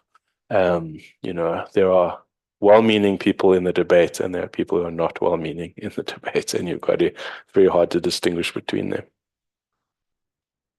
One question here. Okay. Thanks, Samuel Machine once again. Pardon me if I ask more questions than solutions. I want to get an understanding in terms of what is the core mandate of the PCC, you see? And then the other part is more on the PCC. Is it for the mitigation, prevention, adoption, or avoidance? Why I'm asking that question is more on the comparative analysis to say at the national level or at the international level, does the municipality at the ward level understands the roles and responsibilities of the PCC? What I've noticed in most of these type of sessions is that you'll find people that are academically fortunate, you see, speaking on behalf of those that are lesser academic, you see. In this way, you check Gauteng. Some people argue by saying how no one belongs to Gauteng. I was born and bred here in Gauteng. I normally say so. Check the migration. You gave reference earlier in terms of the 15 minutes walk. So those that are learned, you see, professionally so, they will walk 15 minutes. But a person that works as a gardener, as a domestic worker, it's highly impossible for those people who walk for 15 minutes, whether it's more like a sleep in that household. You get what I mean? And then when you check also the development at a local level when coming to housing, you'll find people invading land, you see, informal settlement, mushrooming, you get what I mean, all these type of things. But the policies at the national level and also at the international level, do they practically speak to those type of challenges? The other angle in terms of that, you see, it's more on the funding. You see, you'll find people or certain organizations, they receive funding at the national or international level. But when you go at the world level, there are no changes. So I want to get in terms of, are we there at the sky level or are we at the ground level? You see, the extent of water pollution or illegal dumping at the local level far much higher than, you see. So I want to get in terms of when you do your studies, it's academically or scientifically, do you practicalize those type of things? You see, if I may ask, do you have any situational analysis in reference to eco ruling or Tembisa for that matter, to say if Tembisa adapts, this will be the issue. You see, I'll also give you a reference regarding the erosion at Gas Street catchment in Tembisa and the encroachment of informal settlement from Ivory Park or within the city of Ekurhuleni. So we at the grassroots level, I'm not saying others are at the upper level, you get what I mean? But we're all from the grassroots level. But are we speaking on the same language when coming to the realities that are faced by the most vulnerable people? You see, so that it's like tomorrow, will we be able to stand in front of the people and say, for the past 8 years, these are the things that we've done? Or it's more on sugarcoating? Thanks. Easy question for the end of my session. So Commissioner Makoma might also want to come in on this, but the mandate of the PCC is twofold. One is to provide this evidence-based advice to government, largely through the President and Cabinet, but not exclusively. And then also to build consensus on some of these issues. So we are not a big organization. I think there's less than 30 of us in total in the commission, in the secretariat of the commission, but then there are about 25 commissioners. And so we can't really get to the level of implementation. Our legal mandate is advisory, but our executive director, Dr. Crispin Oliver, always says we provide this advice and then we lean in. And so we'll go and talk to people like, have you done what we asked you to do? What are you doing about it? And we'll go a step further to start to convene communities that are able to implement. So if we use, for example, the work that we're doing in Komati, so we know that Komati hasn't delivered the kinds of immediate jobs that we were hoping for. So then we will go in there and we'll say, okay, who needs to be in the room to help solve this problem? We need local communities, we need local business, we need national business, we need these government departments, and we'll try to convene them into a conversation around how do we solve some of these problems with more immediate effect. But unfortunately, our range is a little bit limited because we'd love to be more people. And so that's kind of how we think about that. I don't know if Deepak or Makoma, you would like to add anything? Makoma? Thank you very much, Deepak. I think you have spelled it out, the mandate of the Presidential Climate Commission. And these are the kind of conversations, workshops, or consultations that take place. And we listen and consider all the questions or considerations that people are bringing up. But I also want to remind the House that in all the recommendations that the PCC have done, the justice factor has been at the center. And so all the issues taken into account, maybe the interpretation may be different. So we welcome all comments, they will be noted. And I think at the end of the workshops with different sectors, your inputs are going to be incorporated. Thank you. Yeah, thank you, Commissioner. There's a question online. Deepak, are you okay? Okay. One question online, then we'll come back here. We got a question from Commissioner Brandon Ebenor. He's online. So, Brandon, you can go ahead and speak. Thank you, and thanks, Steve. Yeah, I mean, mitigation is obviously complex and spread across all sorts of sectors. But I think we in this particular room of civil society understand that the IRP, or Integrated Resource Plan, is probably the biggest single lever to effect mitigation. So I thought that could be highlighted a bit more in the capacity buildings going forward.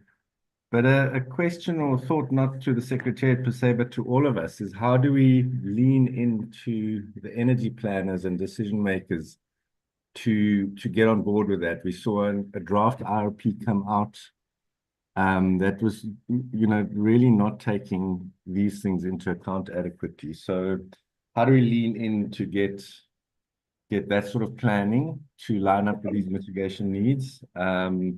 And in that regard, I think to have an IRP, I don't know when a new one's going to come out, but to have it come out before this NDC is finalized and before an integrated energy plan is finalized would probably be premature. Thanks. Yeah, thank you. Okay, ngiyabonga. By the way, Steve, it's easy ukuthi umamele than ukuthi ukhuluma i-English. So ngiprefer ukuthi ngikhulume isiZulu and then ke ngiyakhona ukuzwa uma ukhuluma. Ngithanda nje ukubonga. Kimi i-workshop and sifunde okuningi, especially i-PCC maniba nama-workshop. Thina njengabantu bese community, ama-workshop wenu asiza kakhulu. Ngize ndaba yama-graphics. Yes, siloku ngiyawalandelela, ngiyabona lapha nalaphaya, but anzima. Anzima for our, like, la sikhona.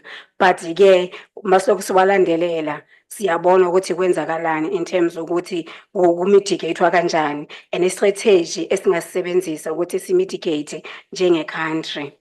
And uku-add kuma-NDCs, ngicela nje ukusho ukuthi njengoba sikhuluma nge-mitigation, kuma-NDCs masiyenzeni ukuthi kungabi nokuthi siyakhe i-economy ezo-add ama-emissions e-countryni yethu, njengoba already ama-emissions wethu aphezulu. Ngendlela enjalo sizokhona ukuthi simitigate some of into lezo ezenza ukuthi ama-emissions wethu abe phezulu. Bengicela nje ukuthi ngi-add lokho ukuthi masiqhubekeni ngokukhona and then sizame ukuthi siphuma kanjani kulo economy enama-emissions aphezulu, and then ke kuyekwe ukwakhiwa i-economy ezo-add on top, njengoba ngikhulume ngendaba le yaseMusina Makhado Special Economic Zone. Ngiyabonga. Siyabonga, Mama. So Steve, Ulindiwe stated that she really appreciates sessions of this nature. I think for members from the community, it's really important to be a part of this session and the appreciation to be in this room and to learn new concepts, particularly around adaptation as well as mitigation. She raises the issue of the technicality and the level of technicality in the graphs that have been depicted here today. She is trying to follow quite diligently, but because of just how technical the information has been presented here today, it does make it a bit it makes it a bit difficult to follow completely. And then on the last issue that she would like to add in terms of our mitigation work, we need to talk about how in our economic and industrialization path, how we reduce emissions drastically. So in the development of our industrialization path, we need to address the questions of decreasing carbon emissions and getting to a pathway or getting to an economy that is sufficiently decarbonized. She also indicated that you are free to speak English in your response. She will hear you quite well.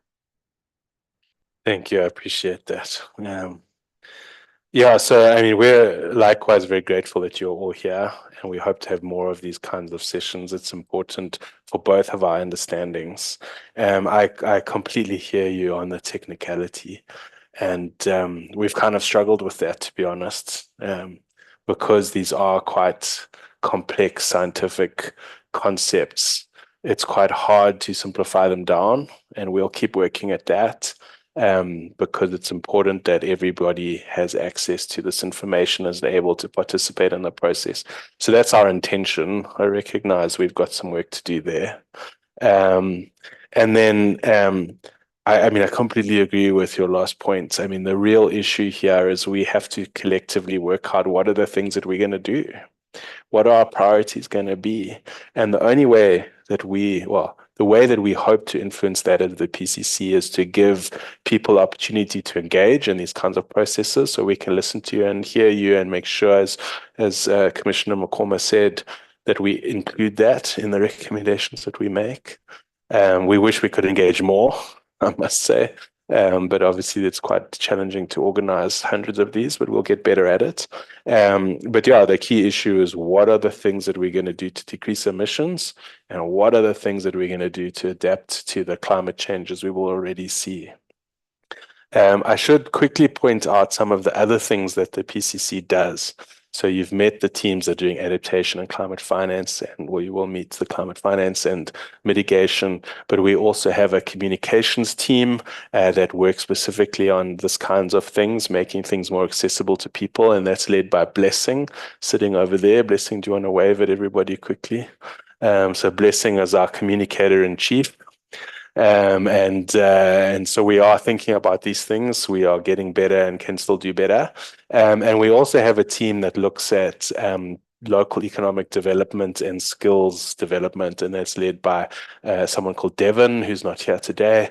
But we have a team of people, 3 or 4 people, looking at how do we do these things on the ground, how do we build these partnerships, and so on.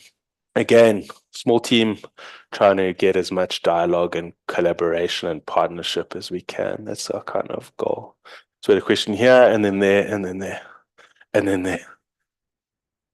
Yeah, thanks. From the what I see is that as a part of my contribution is that one of the adaptation is to ensure that where there is a what we call a mining infrastructure development, a new mine, I think one of the things is to really force that to be a renewable way of energy, or maybe a new development which cater renewable energies, technologies. And one of the issues which I found, especially in Limpopo, just about north of the Messina Makando, you find that mining encroaching the community where there is a lot of opportunities to be a national heritage site where visitors can able to do. I mean, one of the things is to ensure that we need to tap on that, enforce that there might be another economic development rather than the mining sector doing what they want in the community. So that is another input which I want to contribute. Thanks. Thank you. Yeah, so sure, boss. I wanted to know, man, Aniti, people who will get the scholarship. Prince William was in the country, I think it's last week. Yeah, or he has this program. We offering people 1 million pounds, I think. Yeah, 1 million pounds for people dedicated in the scholarship. So he's working with the Sustainable Entrepreneurship Fellowship at Gibbs University and Donald Gordon Foundation. And the 991 Accelerator Largest Asset Manager. The program is called Earth Short Prize.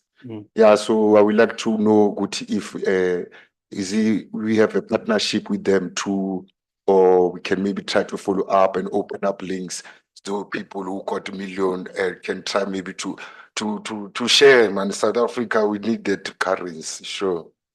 Yeah. Okay, we'll come back to that. Your questions there. Okay, me, I'm coming on the point of mitigation.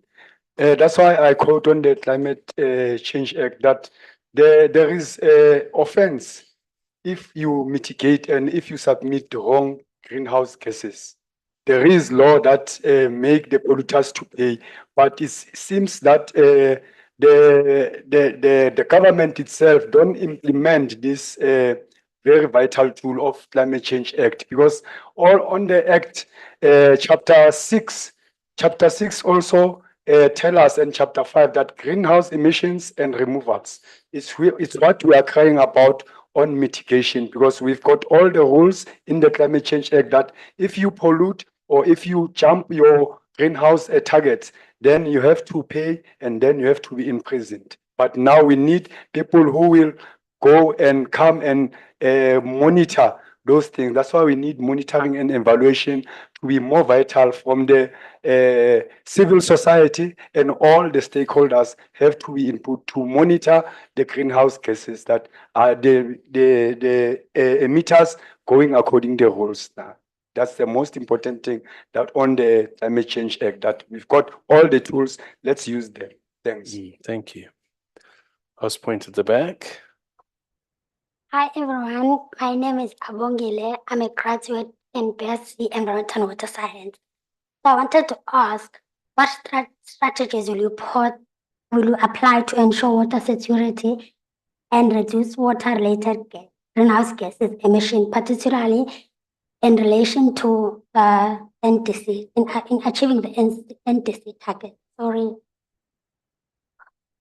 Okay. I'm not sure if you heard me. I think so. What strategies are we pursuing to make sure that the climate and water issues are progressive within the NDC? Yes. Okay, great.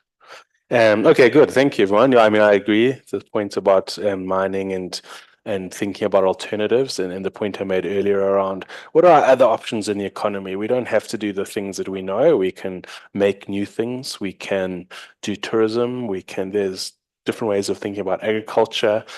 So the economic diversification part is, for me, the most important part.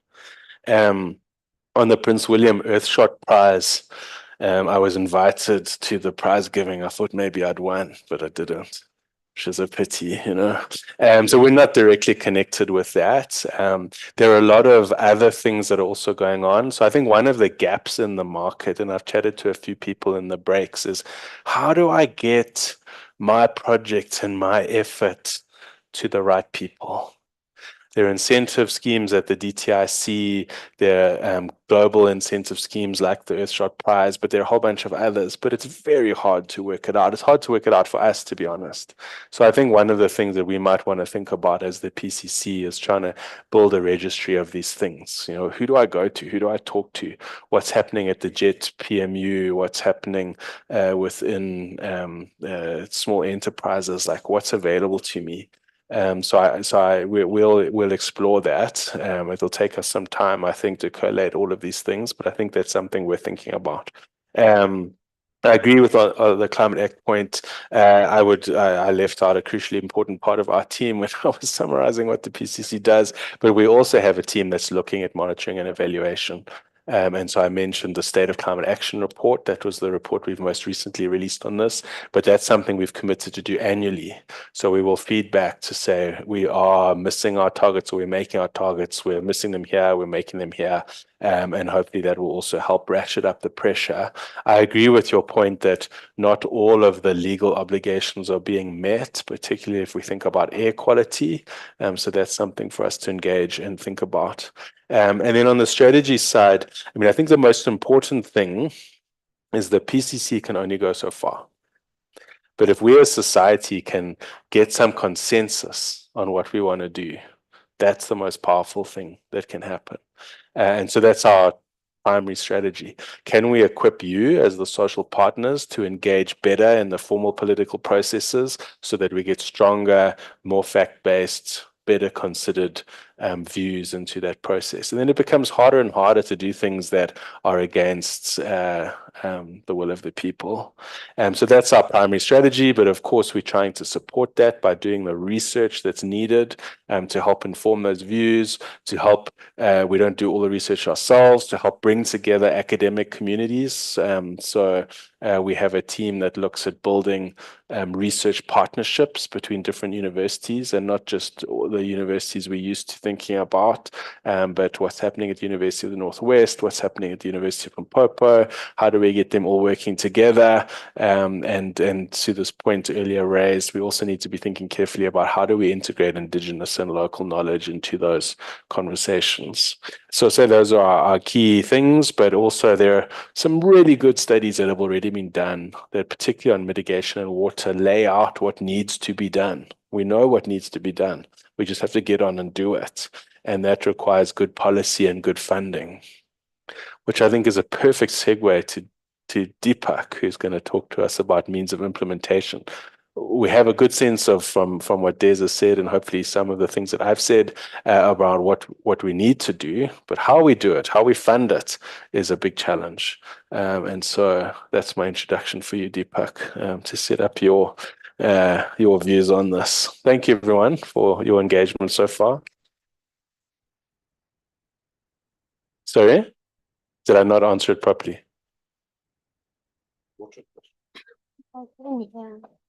Sorry.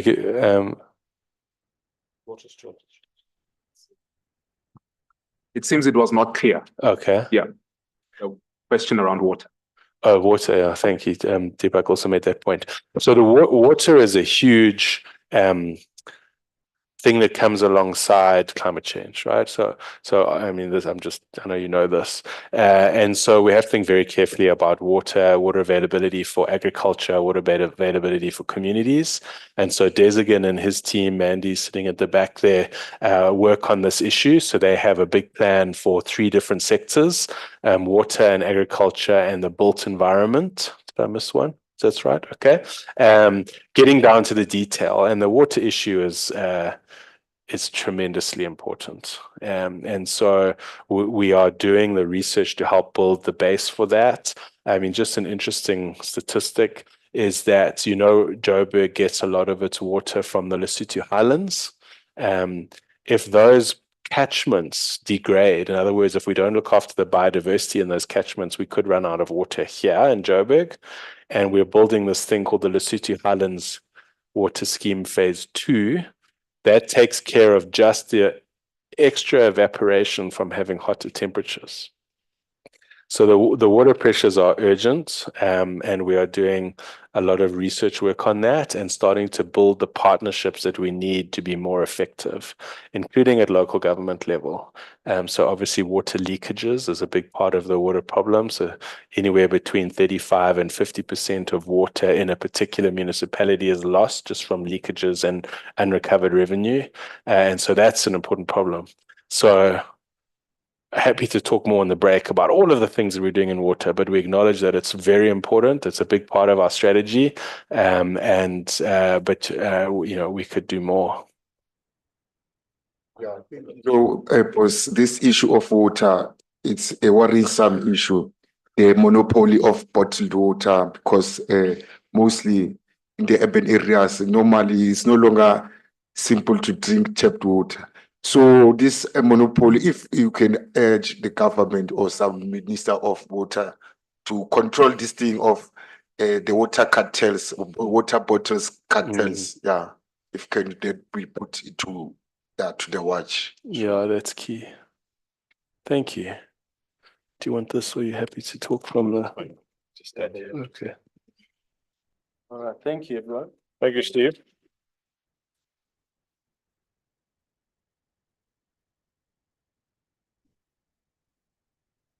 So you'll see water features there as well. I'm going to try and run through this, but in framing the means of implementation, I know everybody wants to rush to the issue of how much money do we need. But what we're realizing is that means of implementation is more than just money.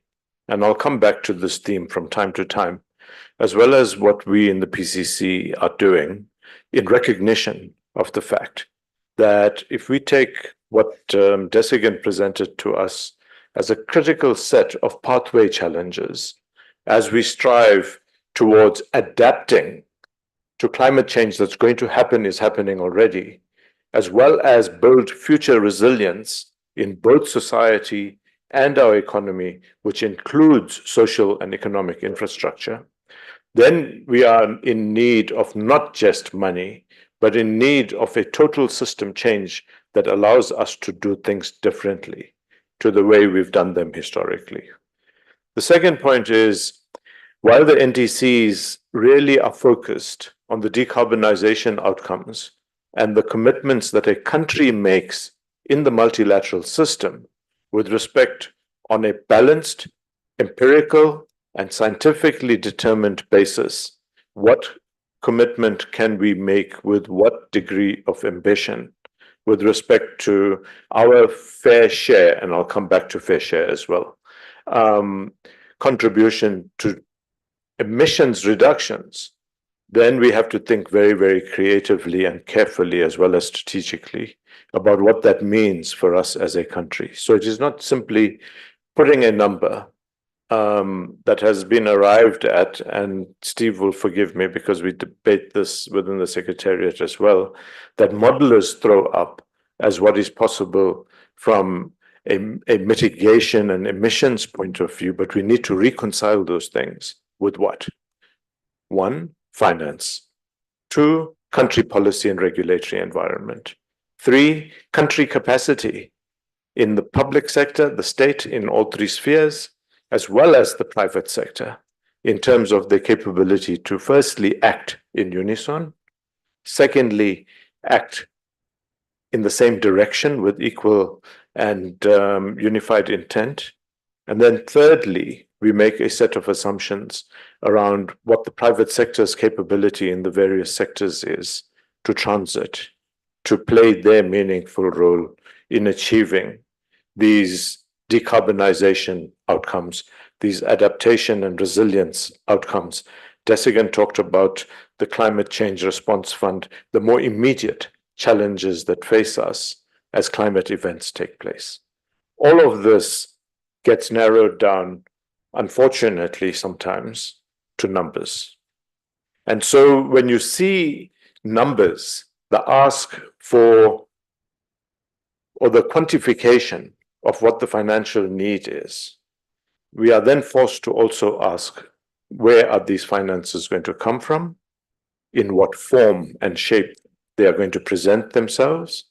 And is there, and I would argue not, any such thing as a free carry or a risk-free contribution by those who control the allocative process of finance in the context that we know, and we heard the Minister of Finance in his medium-term budget speech just a few weeks ago, actually, indicating that the fiscal capacity to spend more is severely constrained.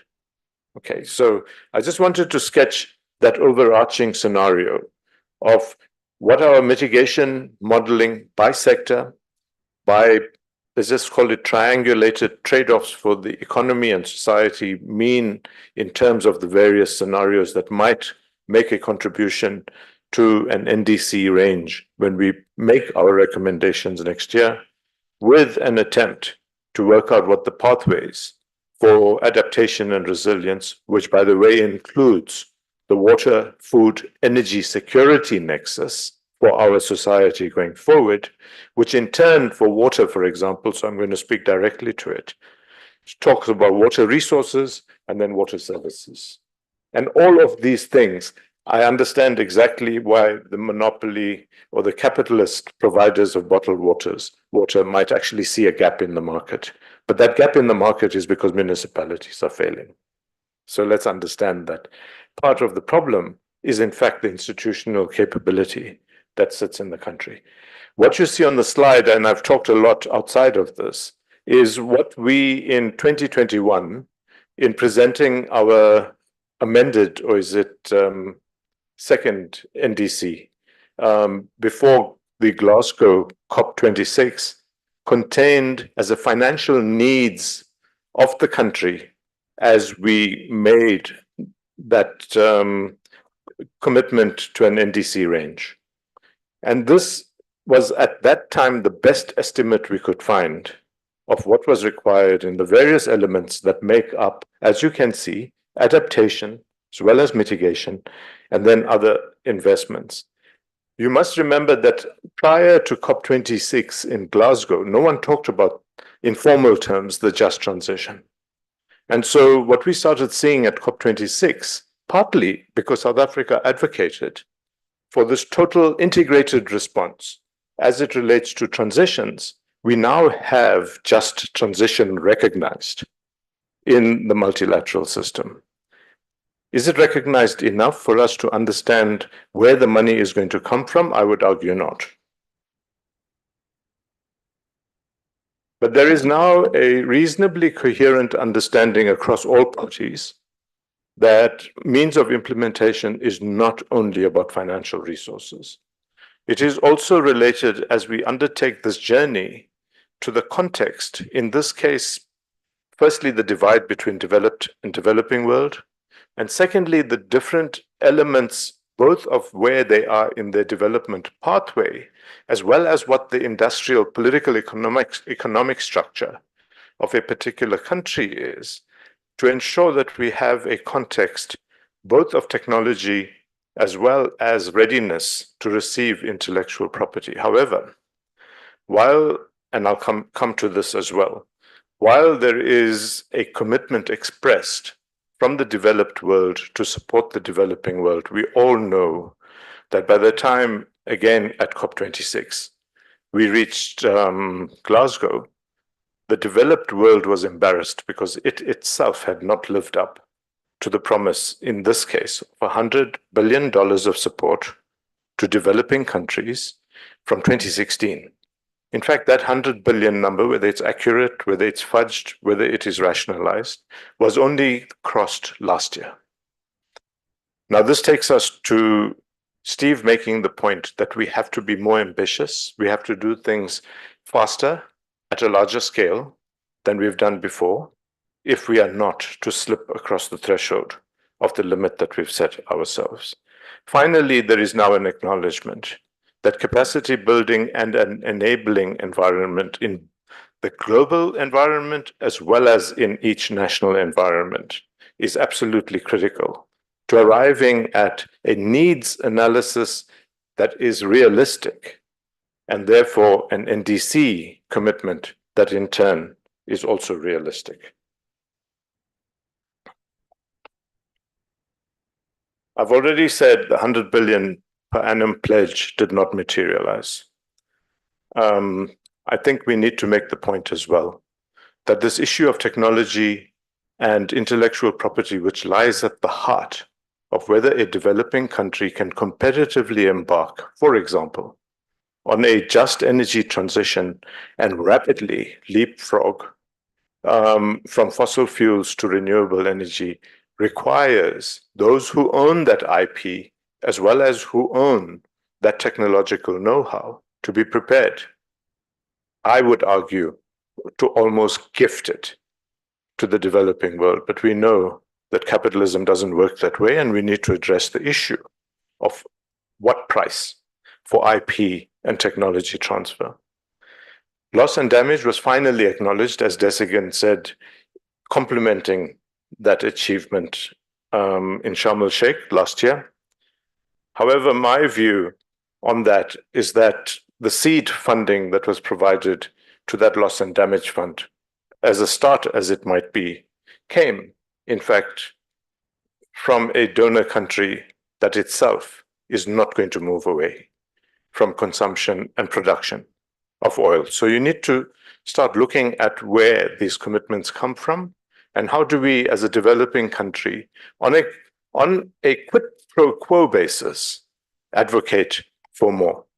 Now, when we talk about loss and damage, we also have to have a conversation around who, in the first instance, and in what order, should countries be eligible for loss and damage. And that's going to set up a very difficult, conversation, even between developing countries, as it amounts to who has lost more, who has damaged more, who has more resilience to argue for. And then, of course, collaboration and partnerships. There's been a lot of talk about that, but very little has actually happened at the international level that you can, outside of the COP process, consider there to have been traction. And all of these things have now resulted partly on the sidelines of COP, and therefore somewhat outside of the multilateral process, in the first instance of a debate around the fitness of purpose for the international financial architecture. That is not embedded yet within the multilateral debate. Thank you. Thanks very much. And it needs to be, because this is where the largest balance sheets sit. This is where, if the developed world in particular wanted to make good on its promise to deliver finance at scale, fit for purpose, in a coherent manner, and I'll talk about our JETP experience shortly without criticizing it to the point of calling it unfit for purpose. I think there are lessons to be learned. So we've seen the debate on the need to have the international financial architecture transformed. We have seen the Prime Minister of Barbados launch the Bridgetown Initiative, which speaks to a fundamental need using creative and innovative techniques to make large amounts of money available. And then, of course, we are also seeing the Finance in Commons, which is an association, for want of a better word, of the country's largest individual as well as multilateral development finance institutions, starting this conversation around collectively what can they do. So these are promising. However, they need to be accelerated, and they need to find themselves injected as part of the mainstream conversation into the multilateral process. In South Africa's case, we all know now that we have a JETP, and there's a big difference between the JETP and the JET-IP.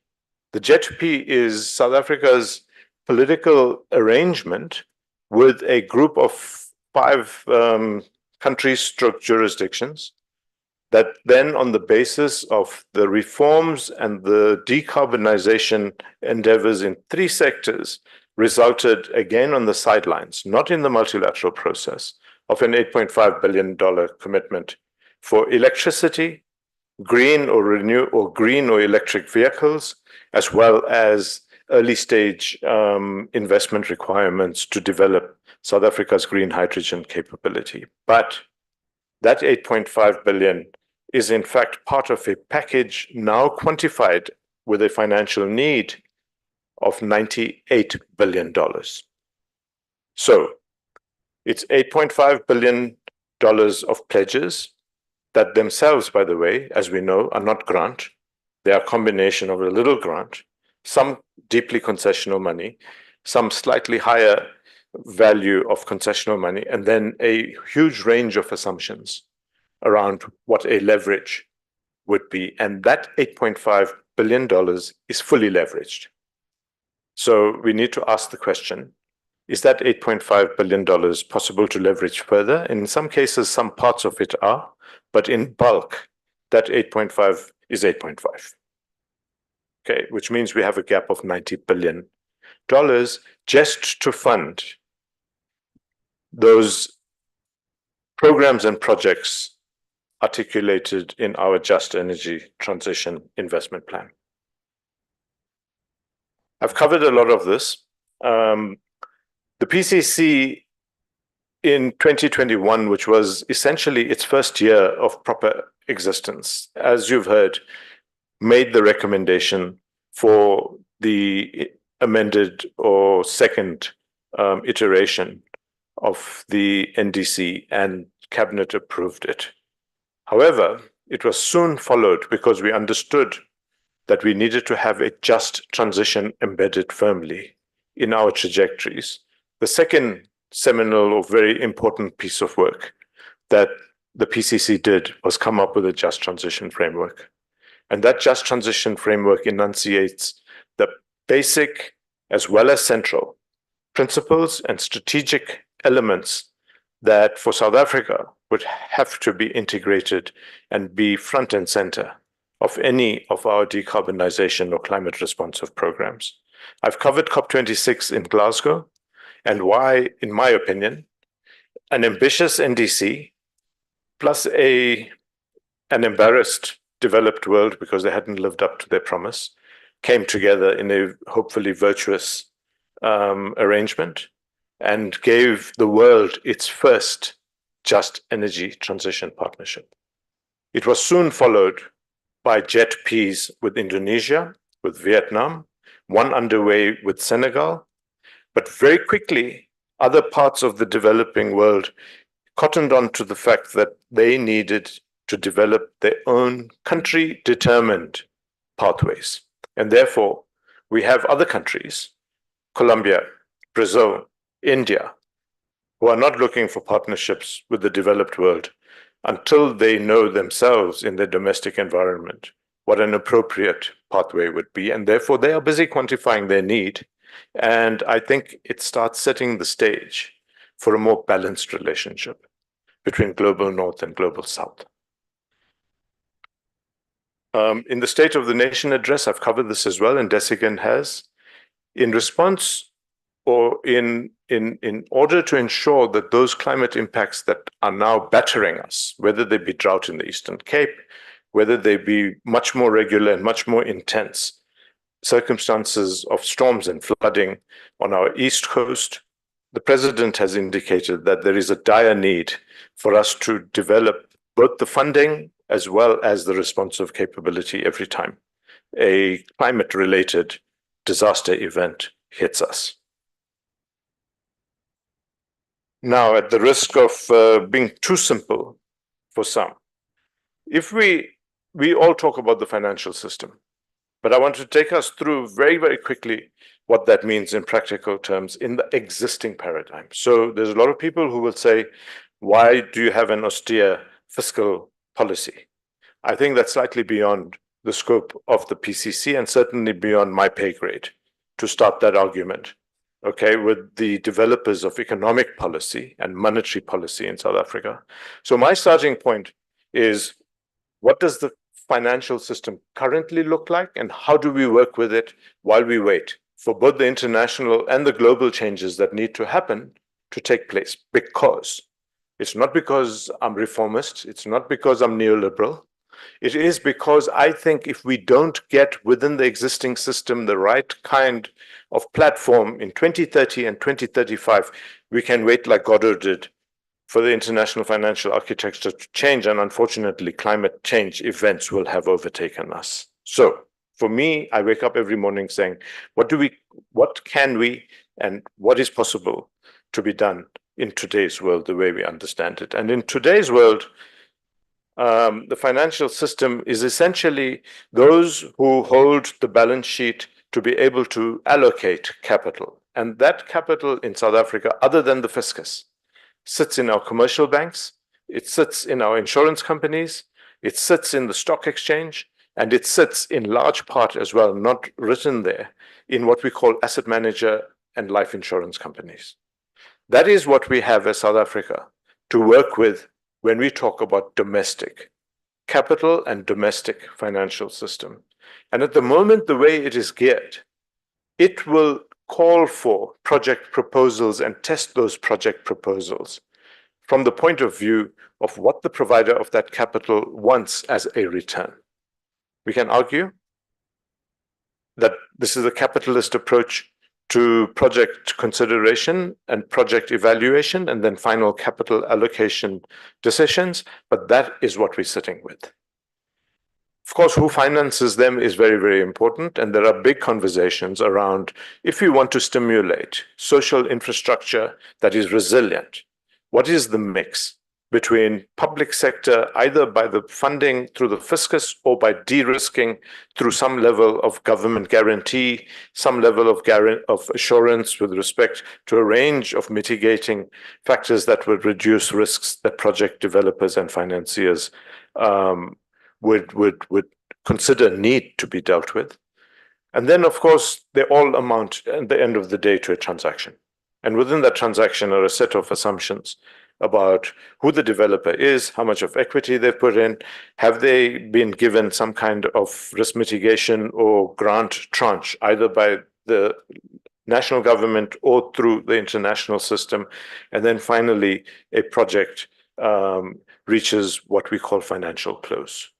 If a project doesn't reach financial close in the current system, no matter how bright the idea, no matter how persuasive you might be as a sponsor of the project, it's not going to happen. And that's the kind of view I take in the current environment about what the paradigm is through which projects get determined in terms of whether they're financeable, whether they're closable, whether the contract finally materializes or not. And when we talk about the financial ecosystem, that becomes even more complex. And that becomes complex because firstly, there are governments, and governments have fiscal resources. And when we talk about the South African government, it applies its resources through the budget. As I indicated before, the budget follows a 3-year cycle called the medium-term budget cycle. And their government, based on often competing, but sometimes hopefully strategically forward-looking priorities, make decisions about which departments are going to be, which departments or state-owned enterprises, which is another category of providers, both of finance as well, projects for finance as well as finance itself. And then, of course, we have the sources of finance, which could be international public sector, like a large part of the JET-P package was that was committed was. Then we have national public, which could be government, but it could also be institutions like the DBSA, the IDC, and other development finance institutions in South Africa that are wholly government owned. And then, of course, we have, although that block is the same size as the others, I can assure you, when you put them in their relative size, it's private finance. In South Africa, that is the vast bulk of available resources. And it then leads to a set of questions around how do you create the environment in which the domestic private capital and financial markets, not just because they're patriotic, but because they understand that we need to move in the direction of being able to fund, firstly, the entirety of the just transition, secondly, the mitigation as well as adaptation and resilience elements of the just transition. And then we have project developers. These are the people who see an opportunity, hopefully guided by either patriotic or climate responsive agendas, who then package things with proposals that make sense, that achieve both the returns that they would like to see, but also because they're in an environment where they're making a contribution to our climate response, to our just transition, to adaptation and resilience, can begin to find contributors that will de-risk those project proposals. Here I want to pause and off the cuff invite one of my team, I'll take your question in a second, and I'm putting her on the spot, to come and talk about something called the Just Transition Financing Mechanism, which we as the PCC recommended to the President this year, and which the President received wholeheartedly as one of the things in South Africa, I believe, a global first. We are finding ways of ensuring that those projects called just transition projects, which the private sector wouldn't ordinarily touch because they're either too small or they don't have sufficient return, we need to embed them in our transition. So I'm going to call on Kwezi, once I take your question, to spend a few minutes, Kwezi, about with respect to the JTFM, please. Thanks, boss. Yeah, now things are really fascinating. You know what's happening? I would like to ask now is with the issue of South Africa, the BRICS issue, man, with consideration of establishing their own currency. Will the balance sheet stand? You know what's happening? Like when you talk about water, Brazil, some instances when they treat, there's a plant called cassava. These people are treating it without the knowledge of Uguti. This plant, it's polluting the water streams with cyanide that they don't know Uguti. When they're treating with the streams there, it's polluting water. So yeah, it's fascinating how this water thing is linking up again with the other previous study where I was doing. Thanks, man. Yeah. Sure. No, I will take that as a comment, which we agree with, because remember, and I'm going off at a tangent here, and Steve will forgive me.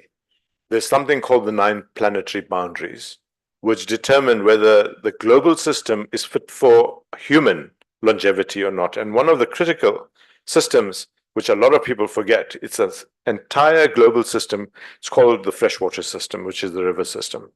And the more we pollute our rivers, the more we find that all of these pollutants, which are highly toxic, actually get into the water table and then get onto farmland, polluting those resources for generations to come. Kwezi, I hope I haven't put you on the spot, but 3 minutes to talk about the JTFM. Thank you, Deepak, and good afternoon, everyone. As Deepak has said, my name is Kwezi Gazi, and I am the Senior Manager for Climate Finance and Innovation at the PCC. And just to speak briefly about the Just Transition Financing Mechanism. So the JTFM is essentially a policy recommendation that we made around June of this year.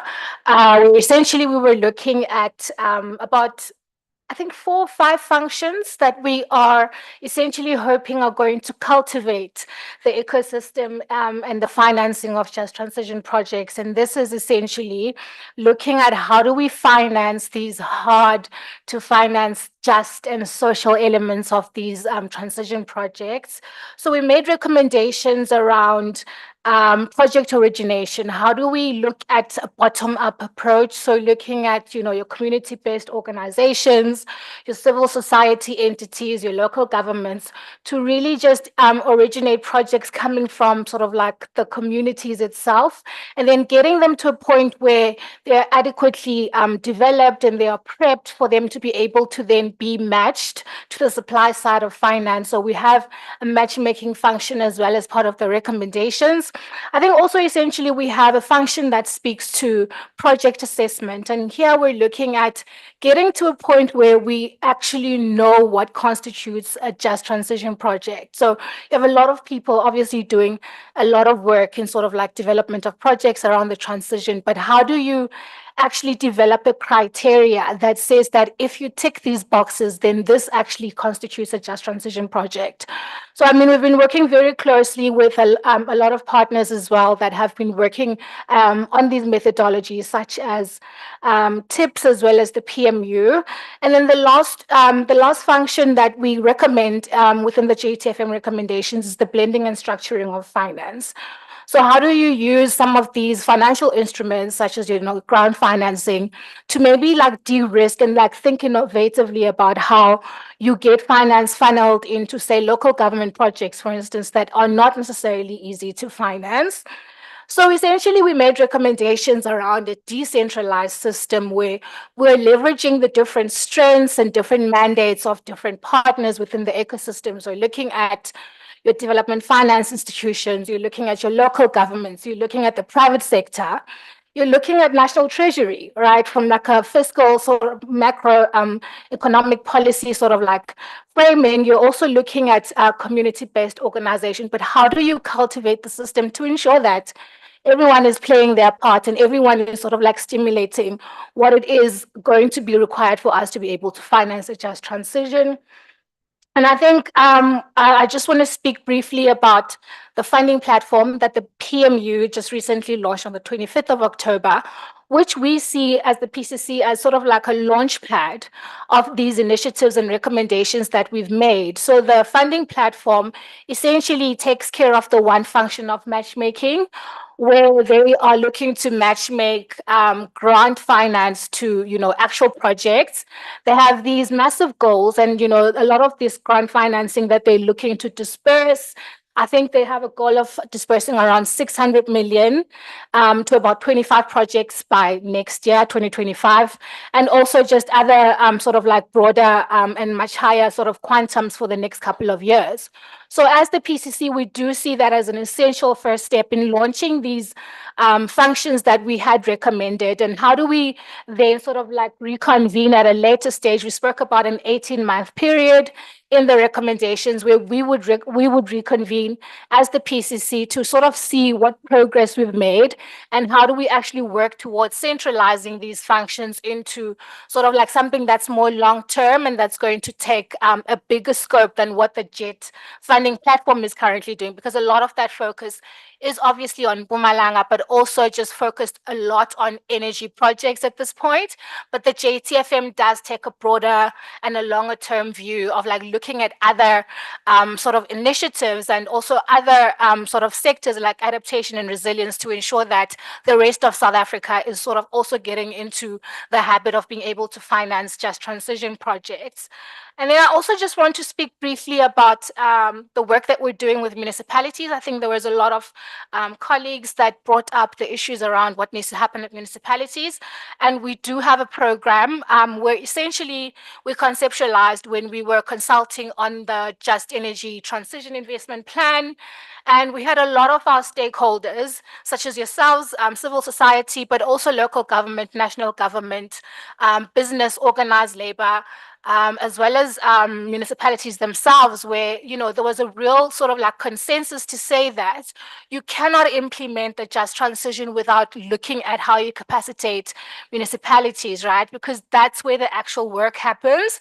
So how do you ensure that municipalities are also in a position where they can comply with these NDC targets that we set sort of like as a national objective? How do you actually filter that down to the people that, or the organizations such as themselves, that will actually be doing the implementation work? So we conceptualized a project as the climate finance team, where essentially we wanted to find out what the gap was, because you would speak to the supply side of finance and they would say that there is a lot of climate finance going around. There's a lot of big numbers that everyone's always talking about, and then their complaint is that they don't necessarily have credible projects or bankable projects that they can finance.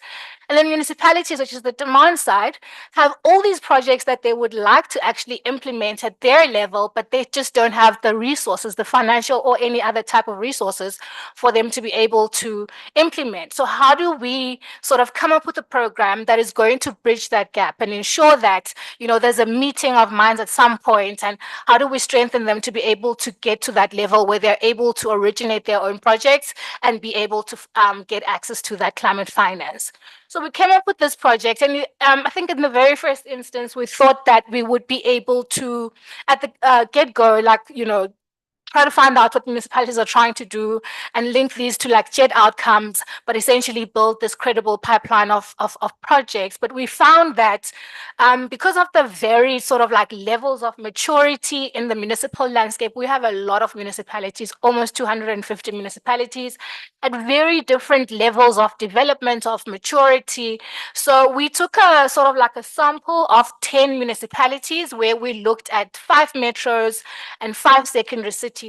And I think each province within that pilot is represented. So you have one from every province except Mpumalanga, where we have 2.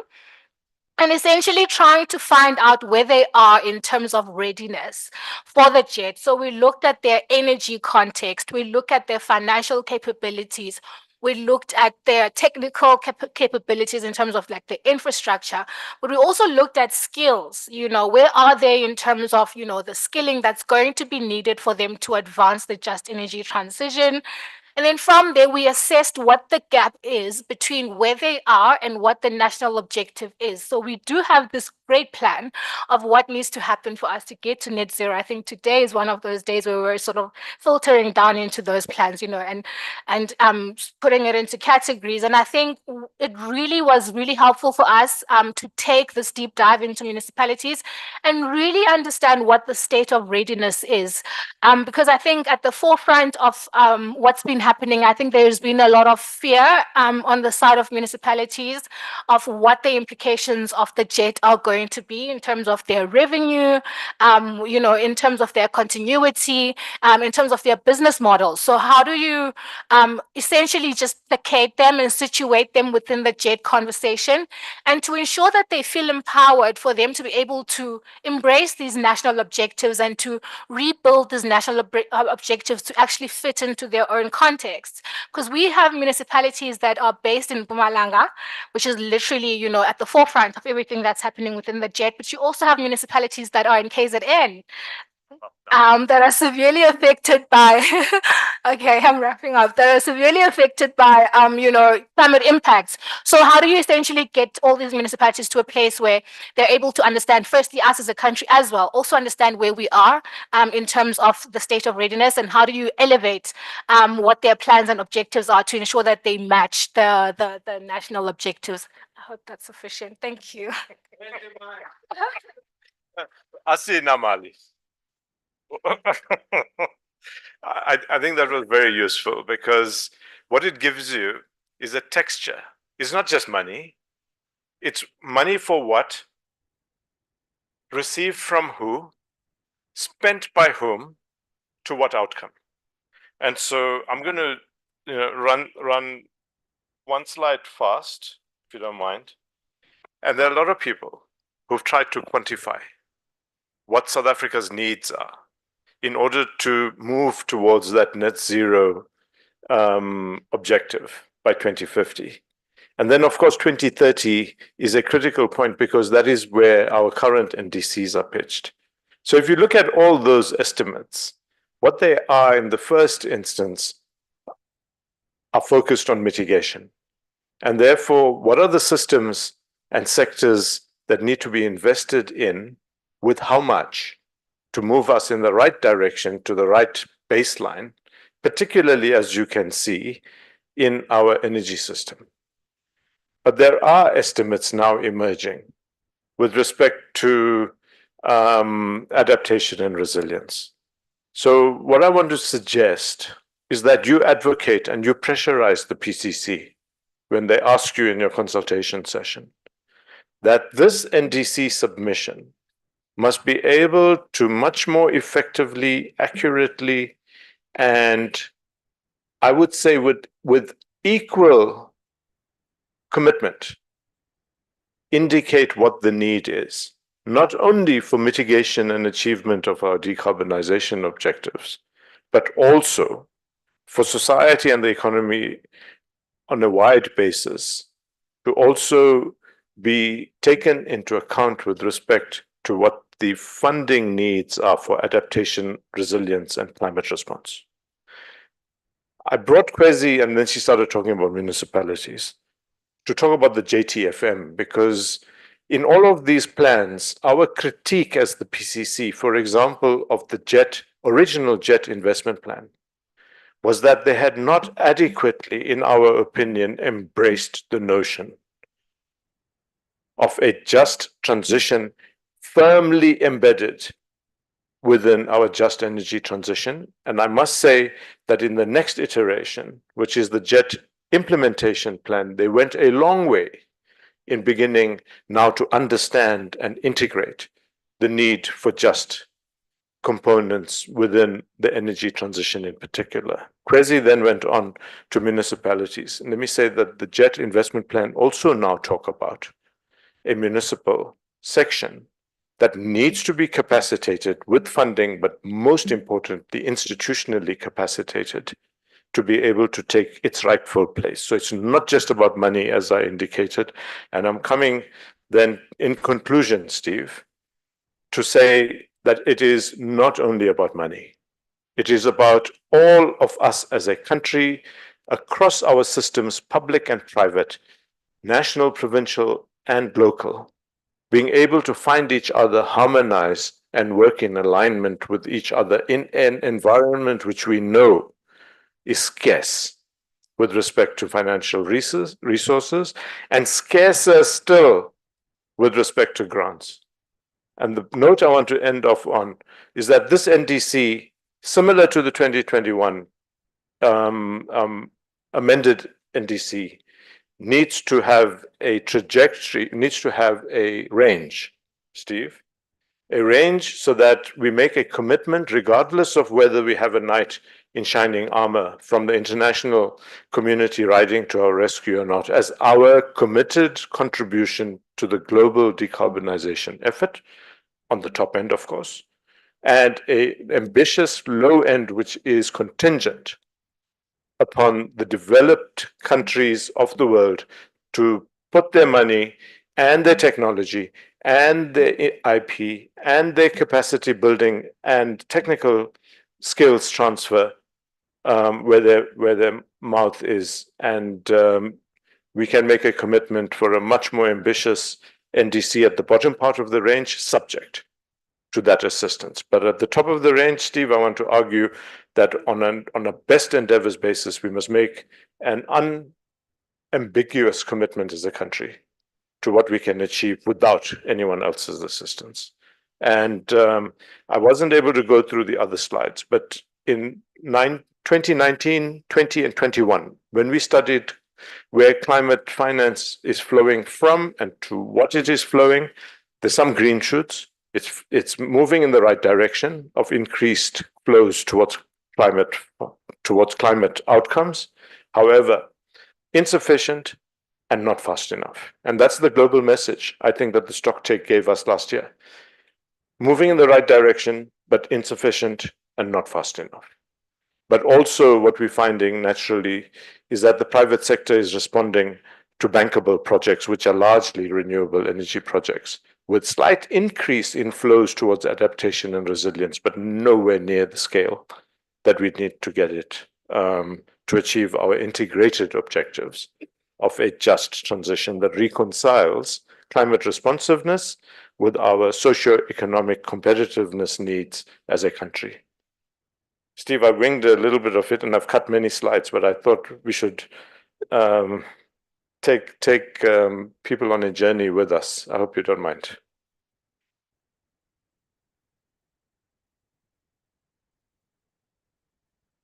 Any other questions for Deepak?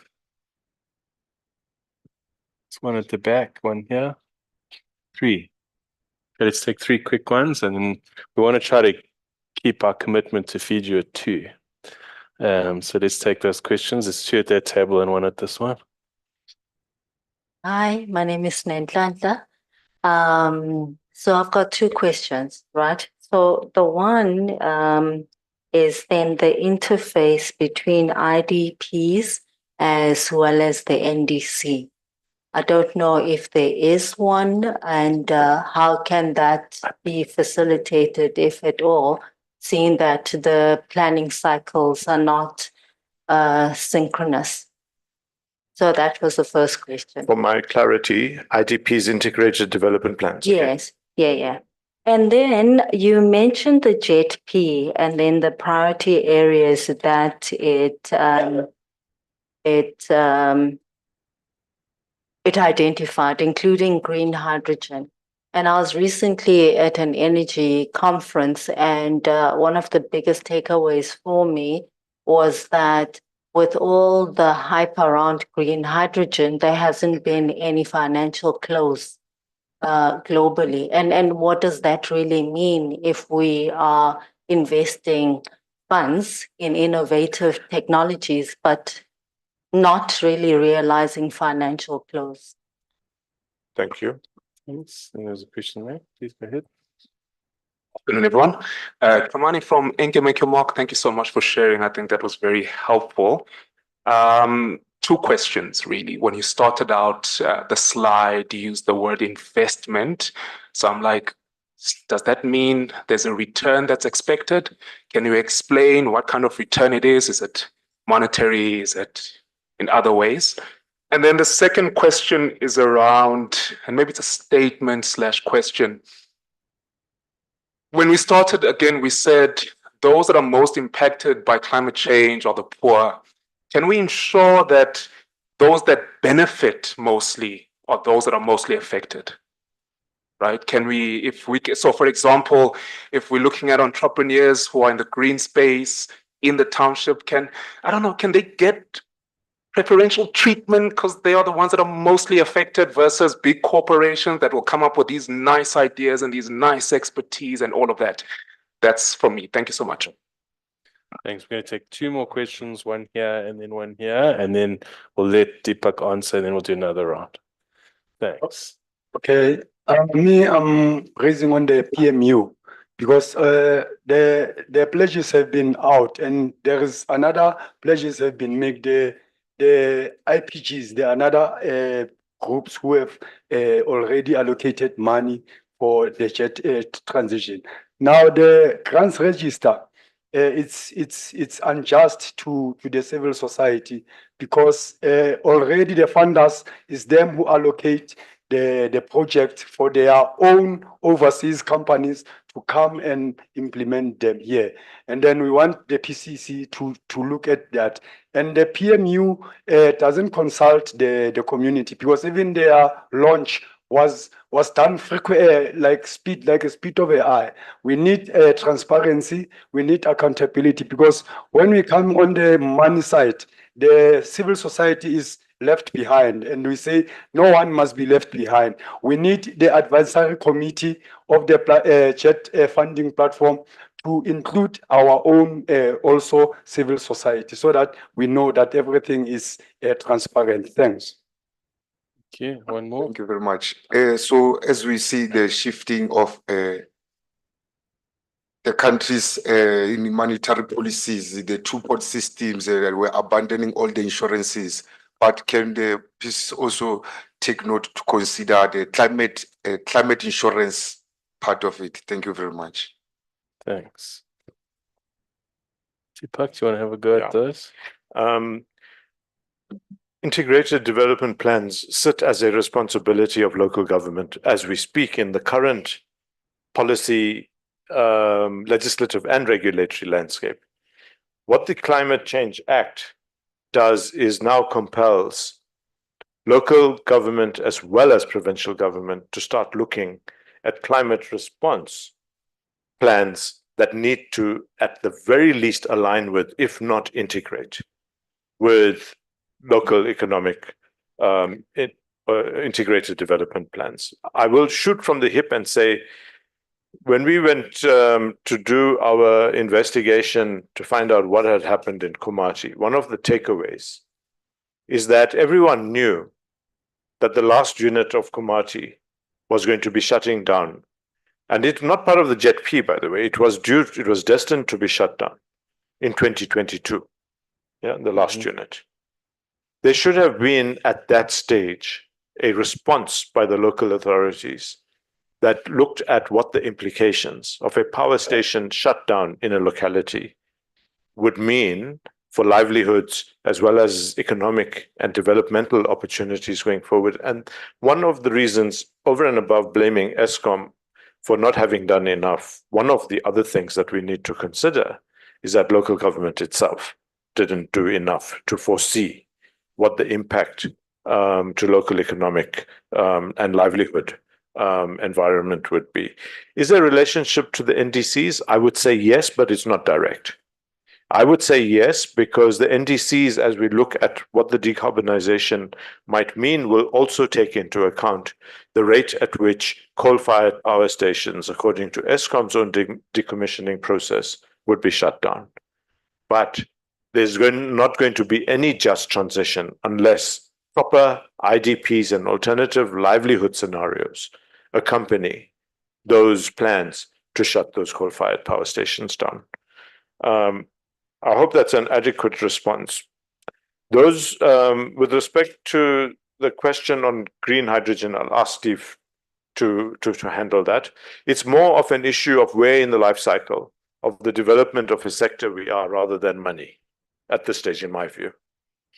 Yeah, I mean, I would just add that when we talk about economic diversification, we need lots of different investment opportunities in the economy. So we can't just talk about green hydrogen. We can't just talk about vanadium mining. We can't just talk about manufacturing of electric vehicles, because some of them will not happen. Right? Does that make sense? So we've got to be thinking about lots of different things that we can invest in that might bring us returns. Hydrogen is a little bit debated. So it is an absolutely critical technology for us getting to net zero.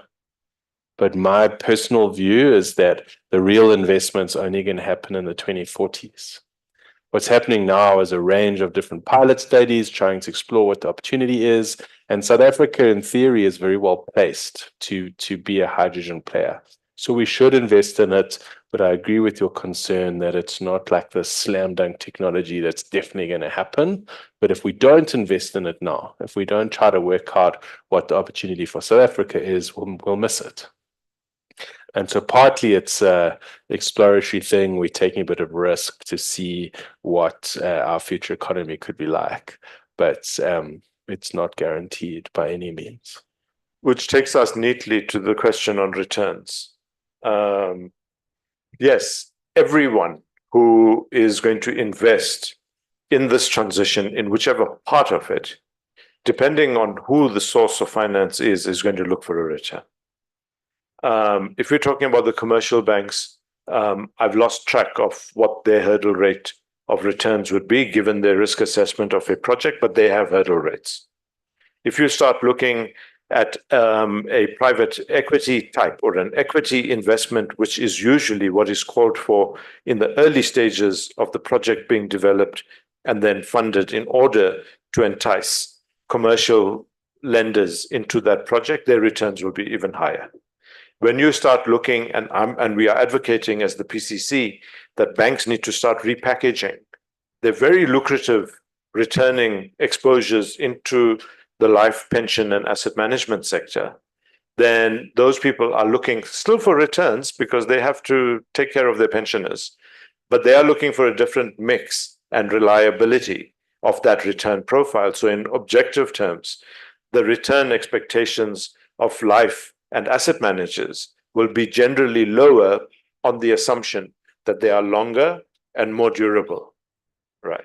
Government doesn't have a policy of investing in things without returns. They want returns that might not be financial, but they will specify what they expect to get. And it could be non-financial. It could be number of jobs created. It could be whether a local economic development plan increases the domestic GDP. I know we're looking at prosperity indexes as well.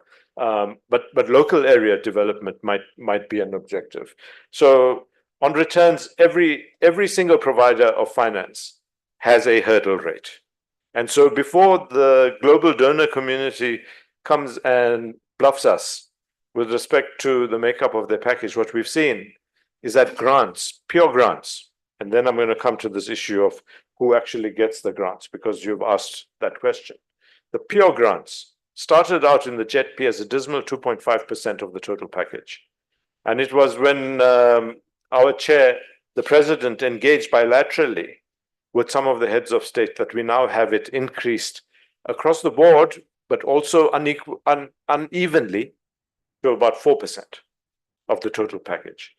Now, are those grants going to be utilized to alleviate the negative impacts on workers and communities in areas affected by the transition, or are they going to be utilized for de-risking as well as creating the environment in which those who are seeking a return can come and put money on top of that and still get the kind of return that they would get and invest in projects that they previously would not? And that is what the JTFM seeks to do. Coming back to your question, Unfortunately, the way in which those grants have been flowing are in the old-fashioned way. And that is actually grants being utilized for what is in overseas development aid terminology called technical assistance. And that technical assistance, unfortunately, comes prepackaged with a set of modalities, but also a set of procurement type of issues, as well as, in the case of certain countries, not all of them, a requirement to be utilizing technical expertise from that country to consume those grants. What we are doing with respect to the JTFM in taking it forward is engaging with one of those donors, and we're not going to name that donor, who has displayed a willingness to take a portion of their grant portion and put it into a just transition financing mechanism that allows for it to be utilized differently. So let me just say that as we advocate for more grants, we must also advocate for a transformation in the way in which those grants have historically been used and make them more fit for purpose and catalytic going forward. The register, it's under construction, under development, and I will be the first to concede, not on behalf of the PMU, because they are a sister organization rather than directly associated with the PCC, but better to have a register so that we can look at where those grants are flowing than not have a register. And so that as we look forward, we can hopefully constructively criticize the way in which grants are being utilized in order to transform, as I indicated, the way in which grants are utilized. There's a follow-up question. I'll come to you now. With respect to transparency and accountability, also a question that you raised, we make the point that in monitoring and evaluating where the flow of grants is, but also how we're doing with respect to the investments in all elements of the transition, the PCC, as I say, agrees with the concept that there needs to be a societally based element to monitoring and evaluation. And it can't just be a top-down response. We need to find a way in which communities, workers, social groups can also become part of the monitoring and evaluation mechanism and architecture. Final point, two-pot system. You made a comment, but we are advocating every single day for the life and the asset management industry. I and my team and I, every opportunity we get, we will go to the Government Employees Pension Fund. We will go to 91 as a private sector asset manager. We will go to the Public Investment Corporation and start arguing that they need, beyond ESG, they need to start looking at what the embedded risk in their current portfolios are, because they in large part have a substantial amount of investment in fossil fuels, whether it's exposure to ESCOM generation, whether it's exposure to coal mines, whether it's exposure to listed entities, for example, Sasol. They need to start looking at what the embedded risk is, and they also need to start on a systemic basis a process of rebalancing their balance sheet so that they can give some further impetus to a green transition. And then you had a follow-up question. Oh, the follow-up question is that I was on the meeting last week Friday of PMU, and I asked why they are concentrating on Mpumalanga. I understand Mpumalanga is a coal-fielded area, but the people in the urban area, in the coastal area, they are left behind. This money, which is supposed to be shared amongst the South African, is only concentrating on one province. We say, let even the communities have their own embedded, they must sell their own electricities because they always concentrate on what they want. Let's destroy the stigma from overseas that they choose what they want. We also in the location, in the township, we've got our own way of project and transition, like the solars, like waste management, things like fire. You know, we need those as part of climate-related issues. We need also to be involved, not to be left behind. We understand Mpumalanga is in crisis, but we also need the piece of this part of the grant. Thanks. We would agree with you without taking away from the fact that Mpumalanga has to manage its transition very carefully. So it can't be a case of, okay, forget about Mpumalanga because we take limited resources and spread it so thinly across the country that no one benefits. Yeah. So we advocate for a just transition component at local levels, both in response to energy security, which speaks then to the work that we're doing on socially owned renewable energy projects, and to find a way of getting communities, while achieving electricity and power security, also become owners and beneficiaries as in those assets, right? So we're doing that work. As we move to the Eastern Cape, there's no doubt in my mind anyway, that once the motor manufacturing sector needs to start moving towards electric vehicle manufacture, we need to start addressing the issue which links adaptation that comes as a result of the water issues in the Eastern Cape, but at the same time, the value chains needing to be transformed towards a new type of vehicle sector. And therefore, in the Eastern Cape, we're going to find a different mix of burning platforms. In eThekwini, I don't want to say much other than we need to brace, okay, for the kind of climate impacts that eThekwini and that whole eastern seaboard will face, and we need to find expressions of what the just transition for them mean. For the coal workers, both in the mines and in Eskom, we need to find answers as to what happens, reskilling, opportunities for early retirement, etc. So this whole issue of resources being required to make sure that our transition is just, absolutely imperative, but they take different shapes and forms in different parts of the country. Final point I almost forgot was the issue of what we call distributive justice. Yeah, and it's embedded. So the three justices, lest we forget, restorative justice, distributive justice, and procedural justice. They are firmly now embedded in our just transition framework adopted by Cabinet, and therefore has the power, in my opinion, of being a national unifying policy. And the distributive justice very simply talks about not only must we deal with issues related to restorative justice and pay lip service to people's participation, but we have to, on an equitable basis, allow the benefits that accumulate through the transition to be equitably shared. I'm not going to go into more detail than just enunciating that principle. Yeah. Thank you, Deepak. So I know there were other questions, but we are out of time. So can I invite you to talk to us over lunch? We'll all be hanging around. Is that an acceptable thing? Are you okay with that? Okay. So I want to wrap up very quickly. We're over time. Just to say thank you very much for participating. We really appreciate it. The NDC, I think what we've been talking about in these last two sessions is that unless we can have a common vision that we kind of unite behind, it's very difficult to imagine how we're going to make progress. How will we allocate resources? Who will benefit? And the NDC is a very important part of that overall conversation about how do we align on a common vision. So it's very important, we think, that you as civil society participate in that process. Hopefully this session has helped a little bit in setting you up for that.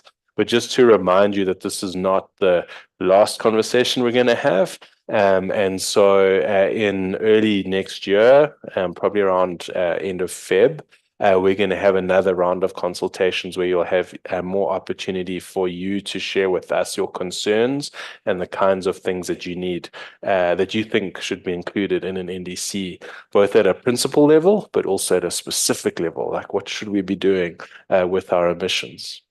So we look forward to those engagements. You're invited to engage with us in between as well. You don't have to wait for that. We've really enjoyed chatting with you today. And hope that you have a wonderful rest of the week. And please do stay and chat with us and ask us more questions and have some lunch as well. So lunch will be served just outside, little snacks. And once again, thanks everyone. Have a great week.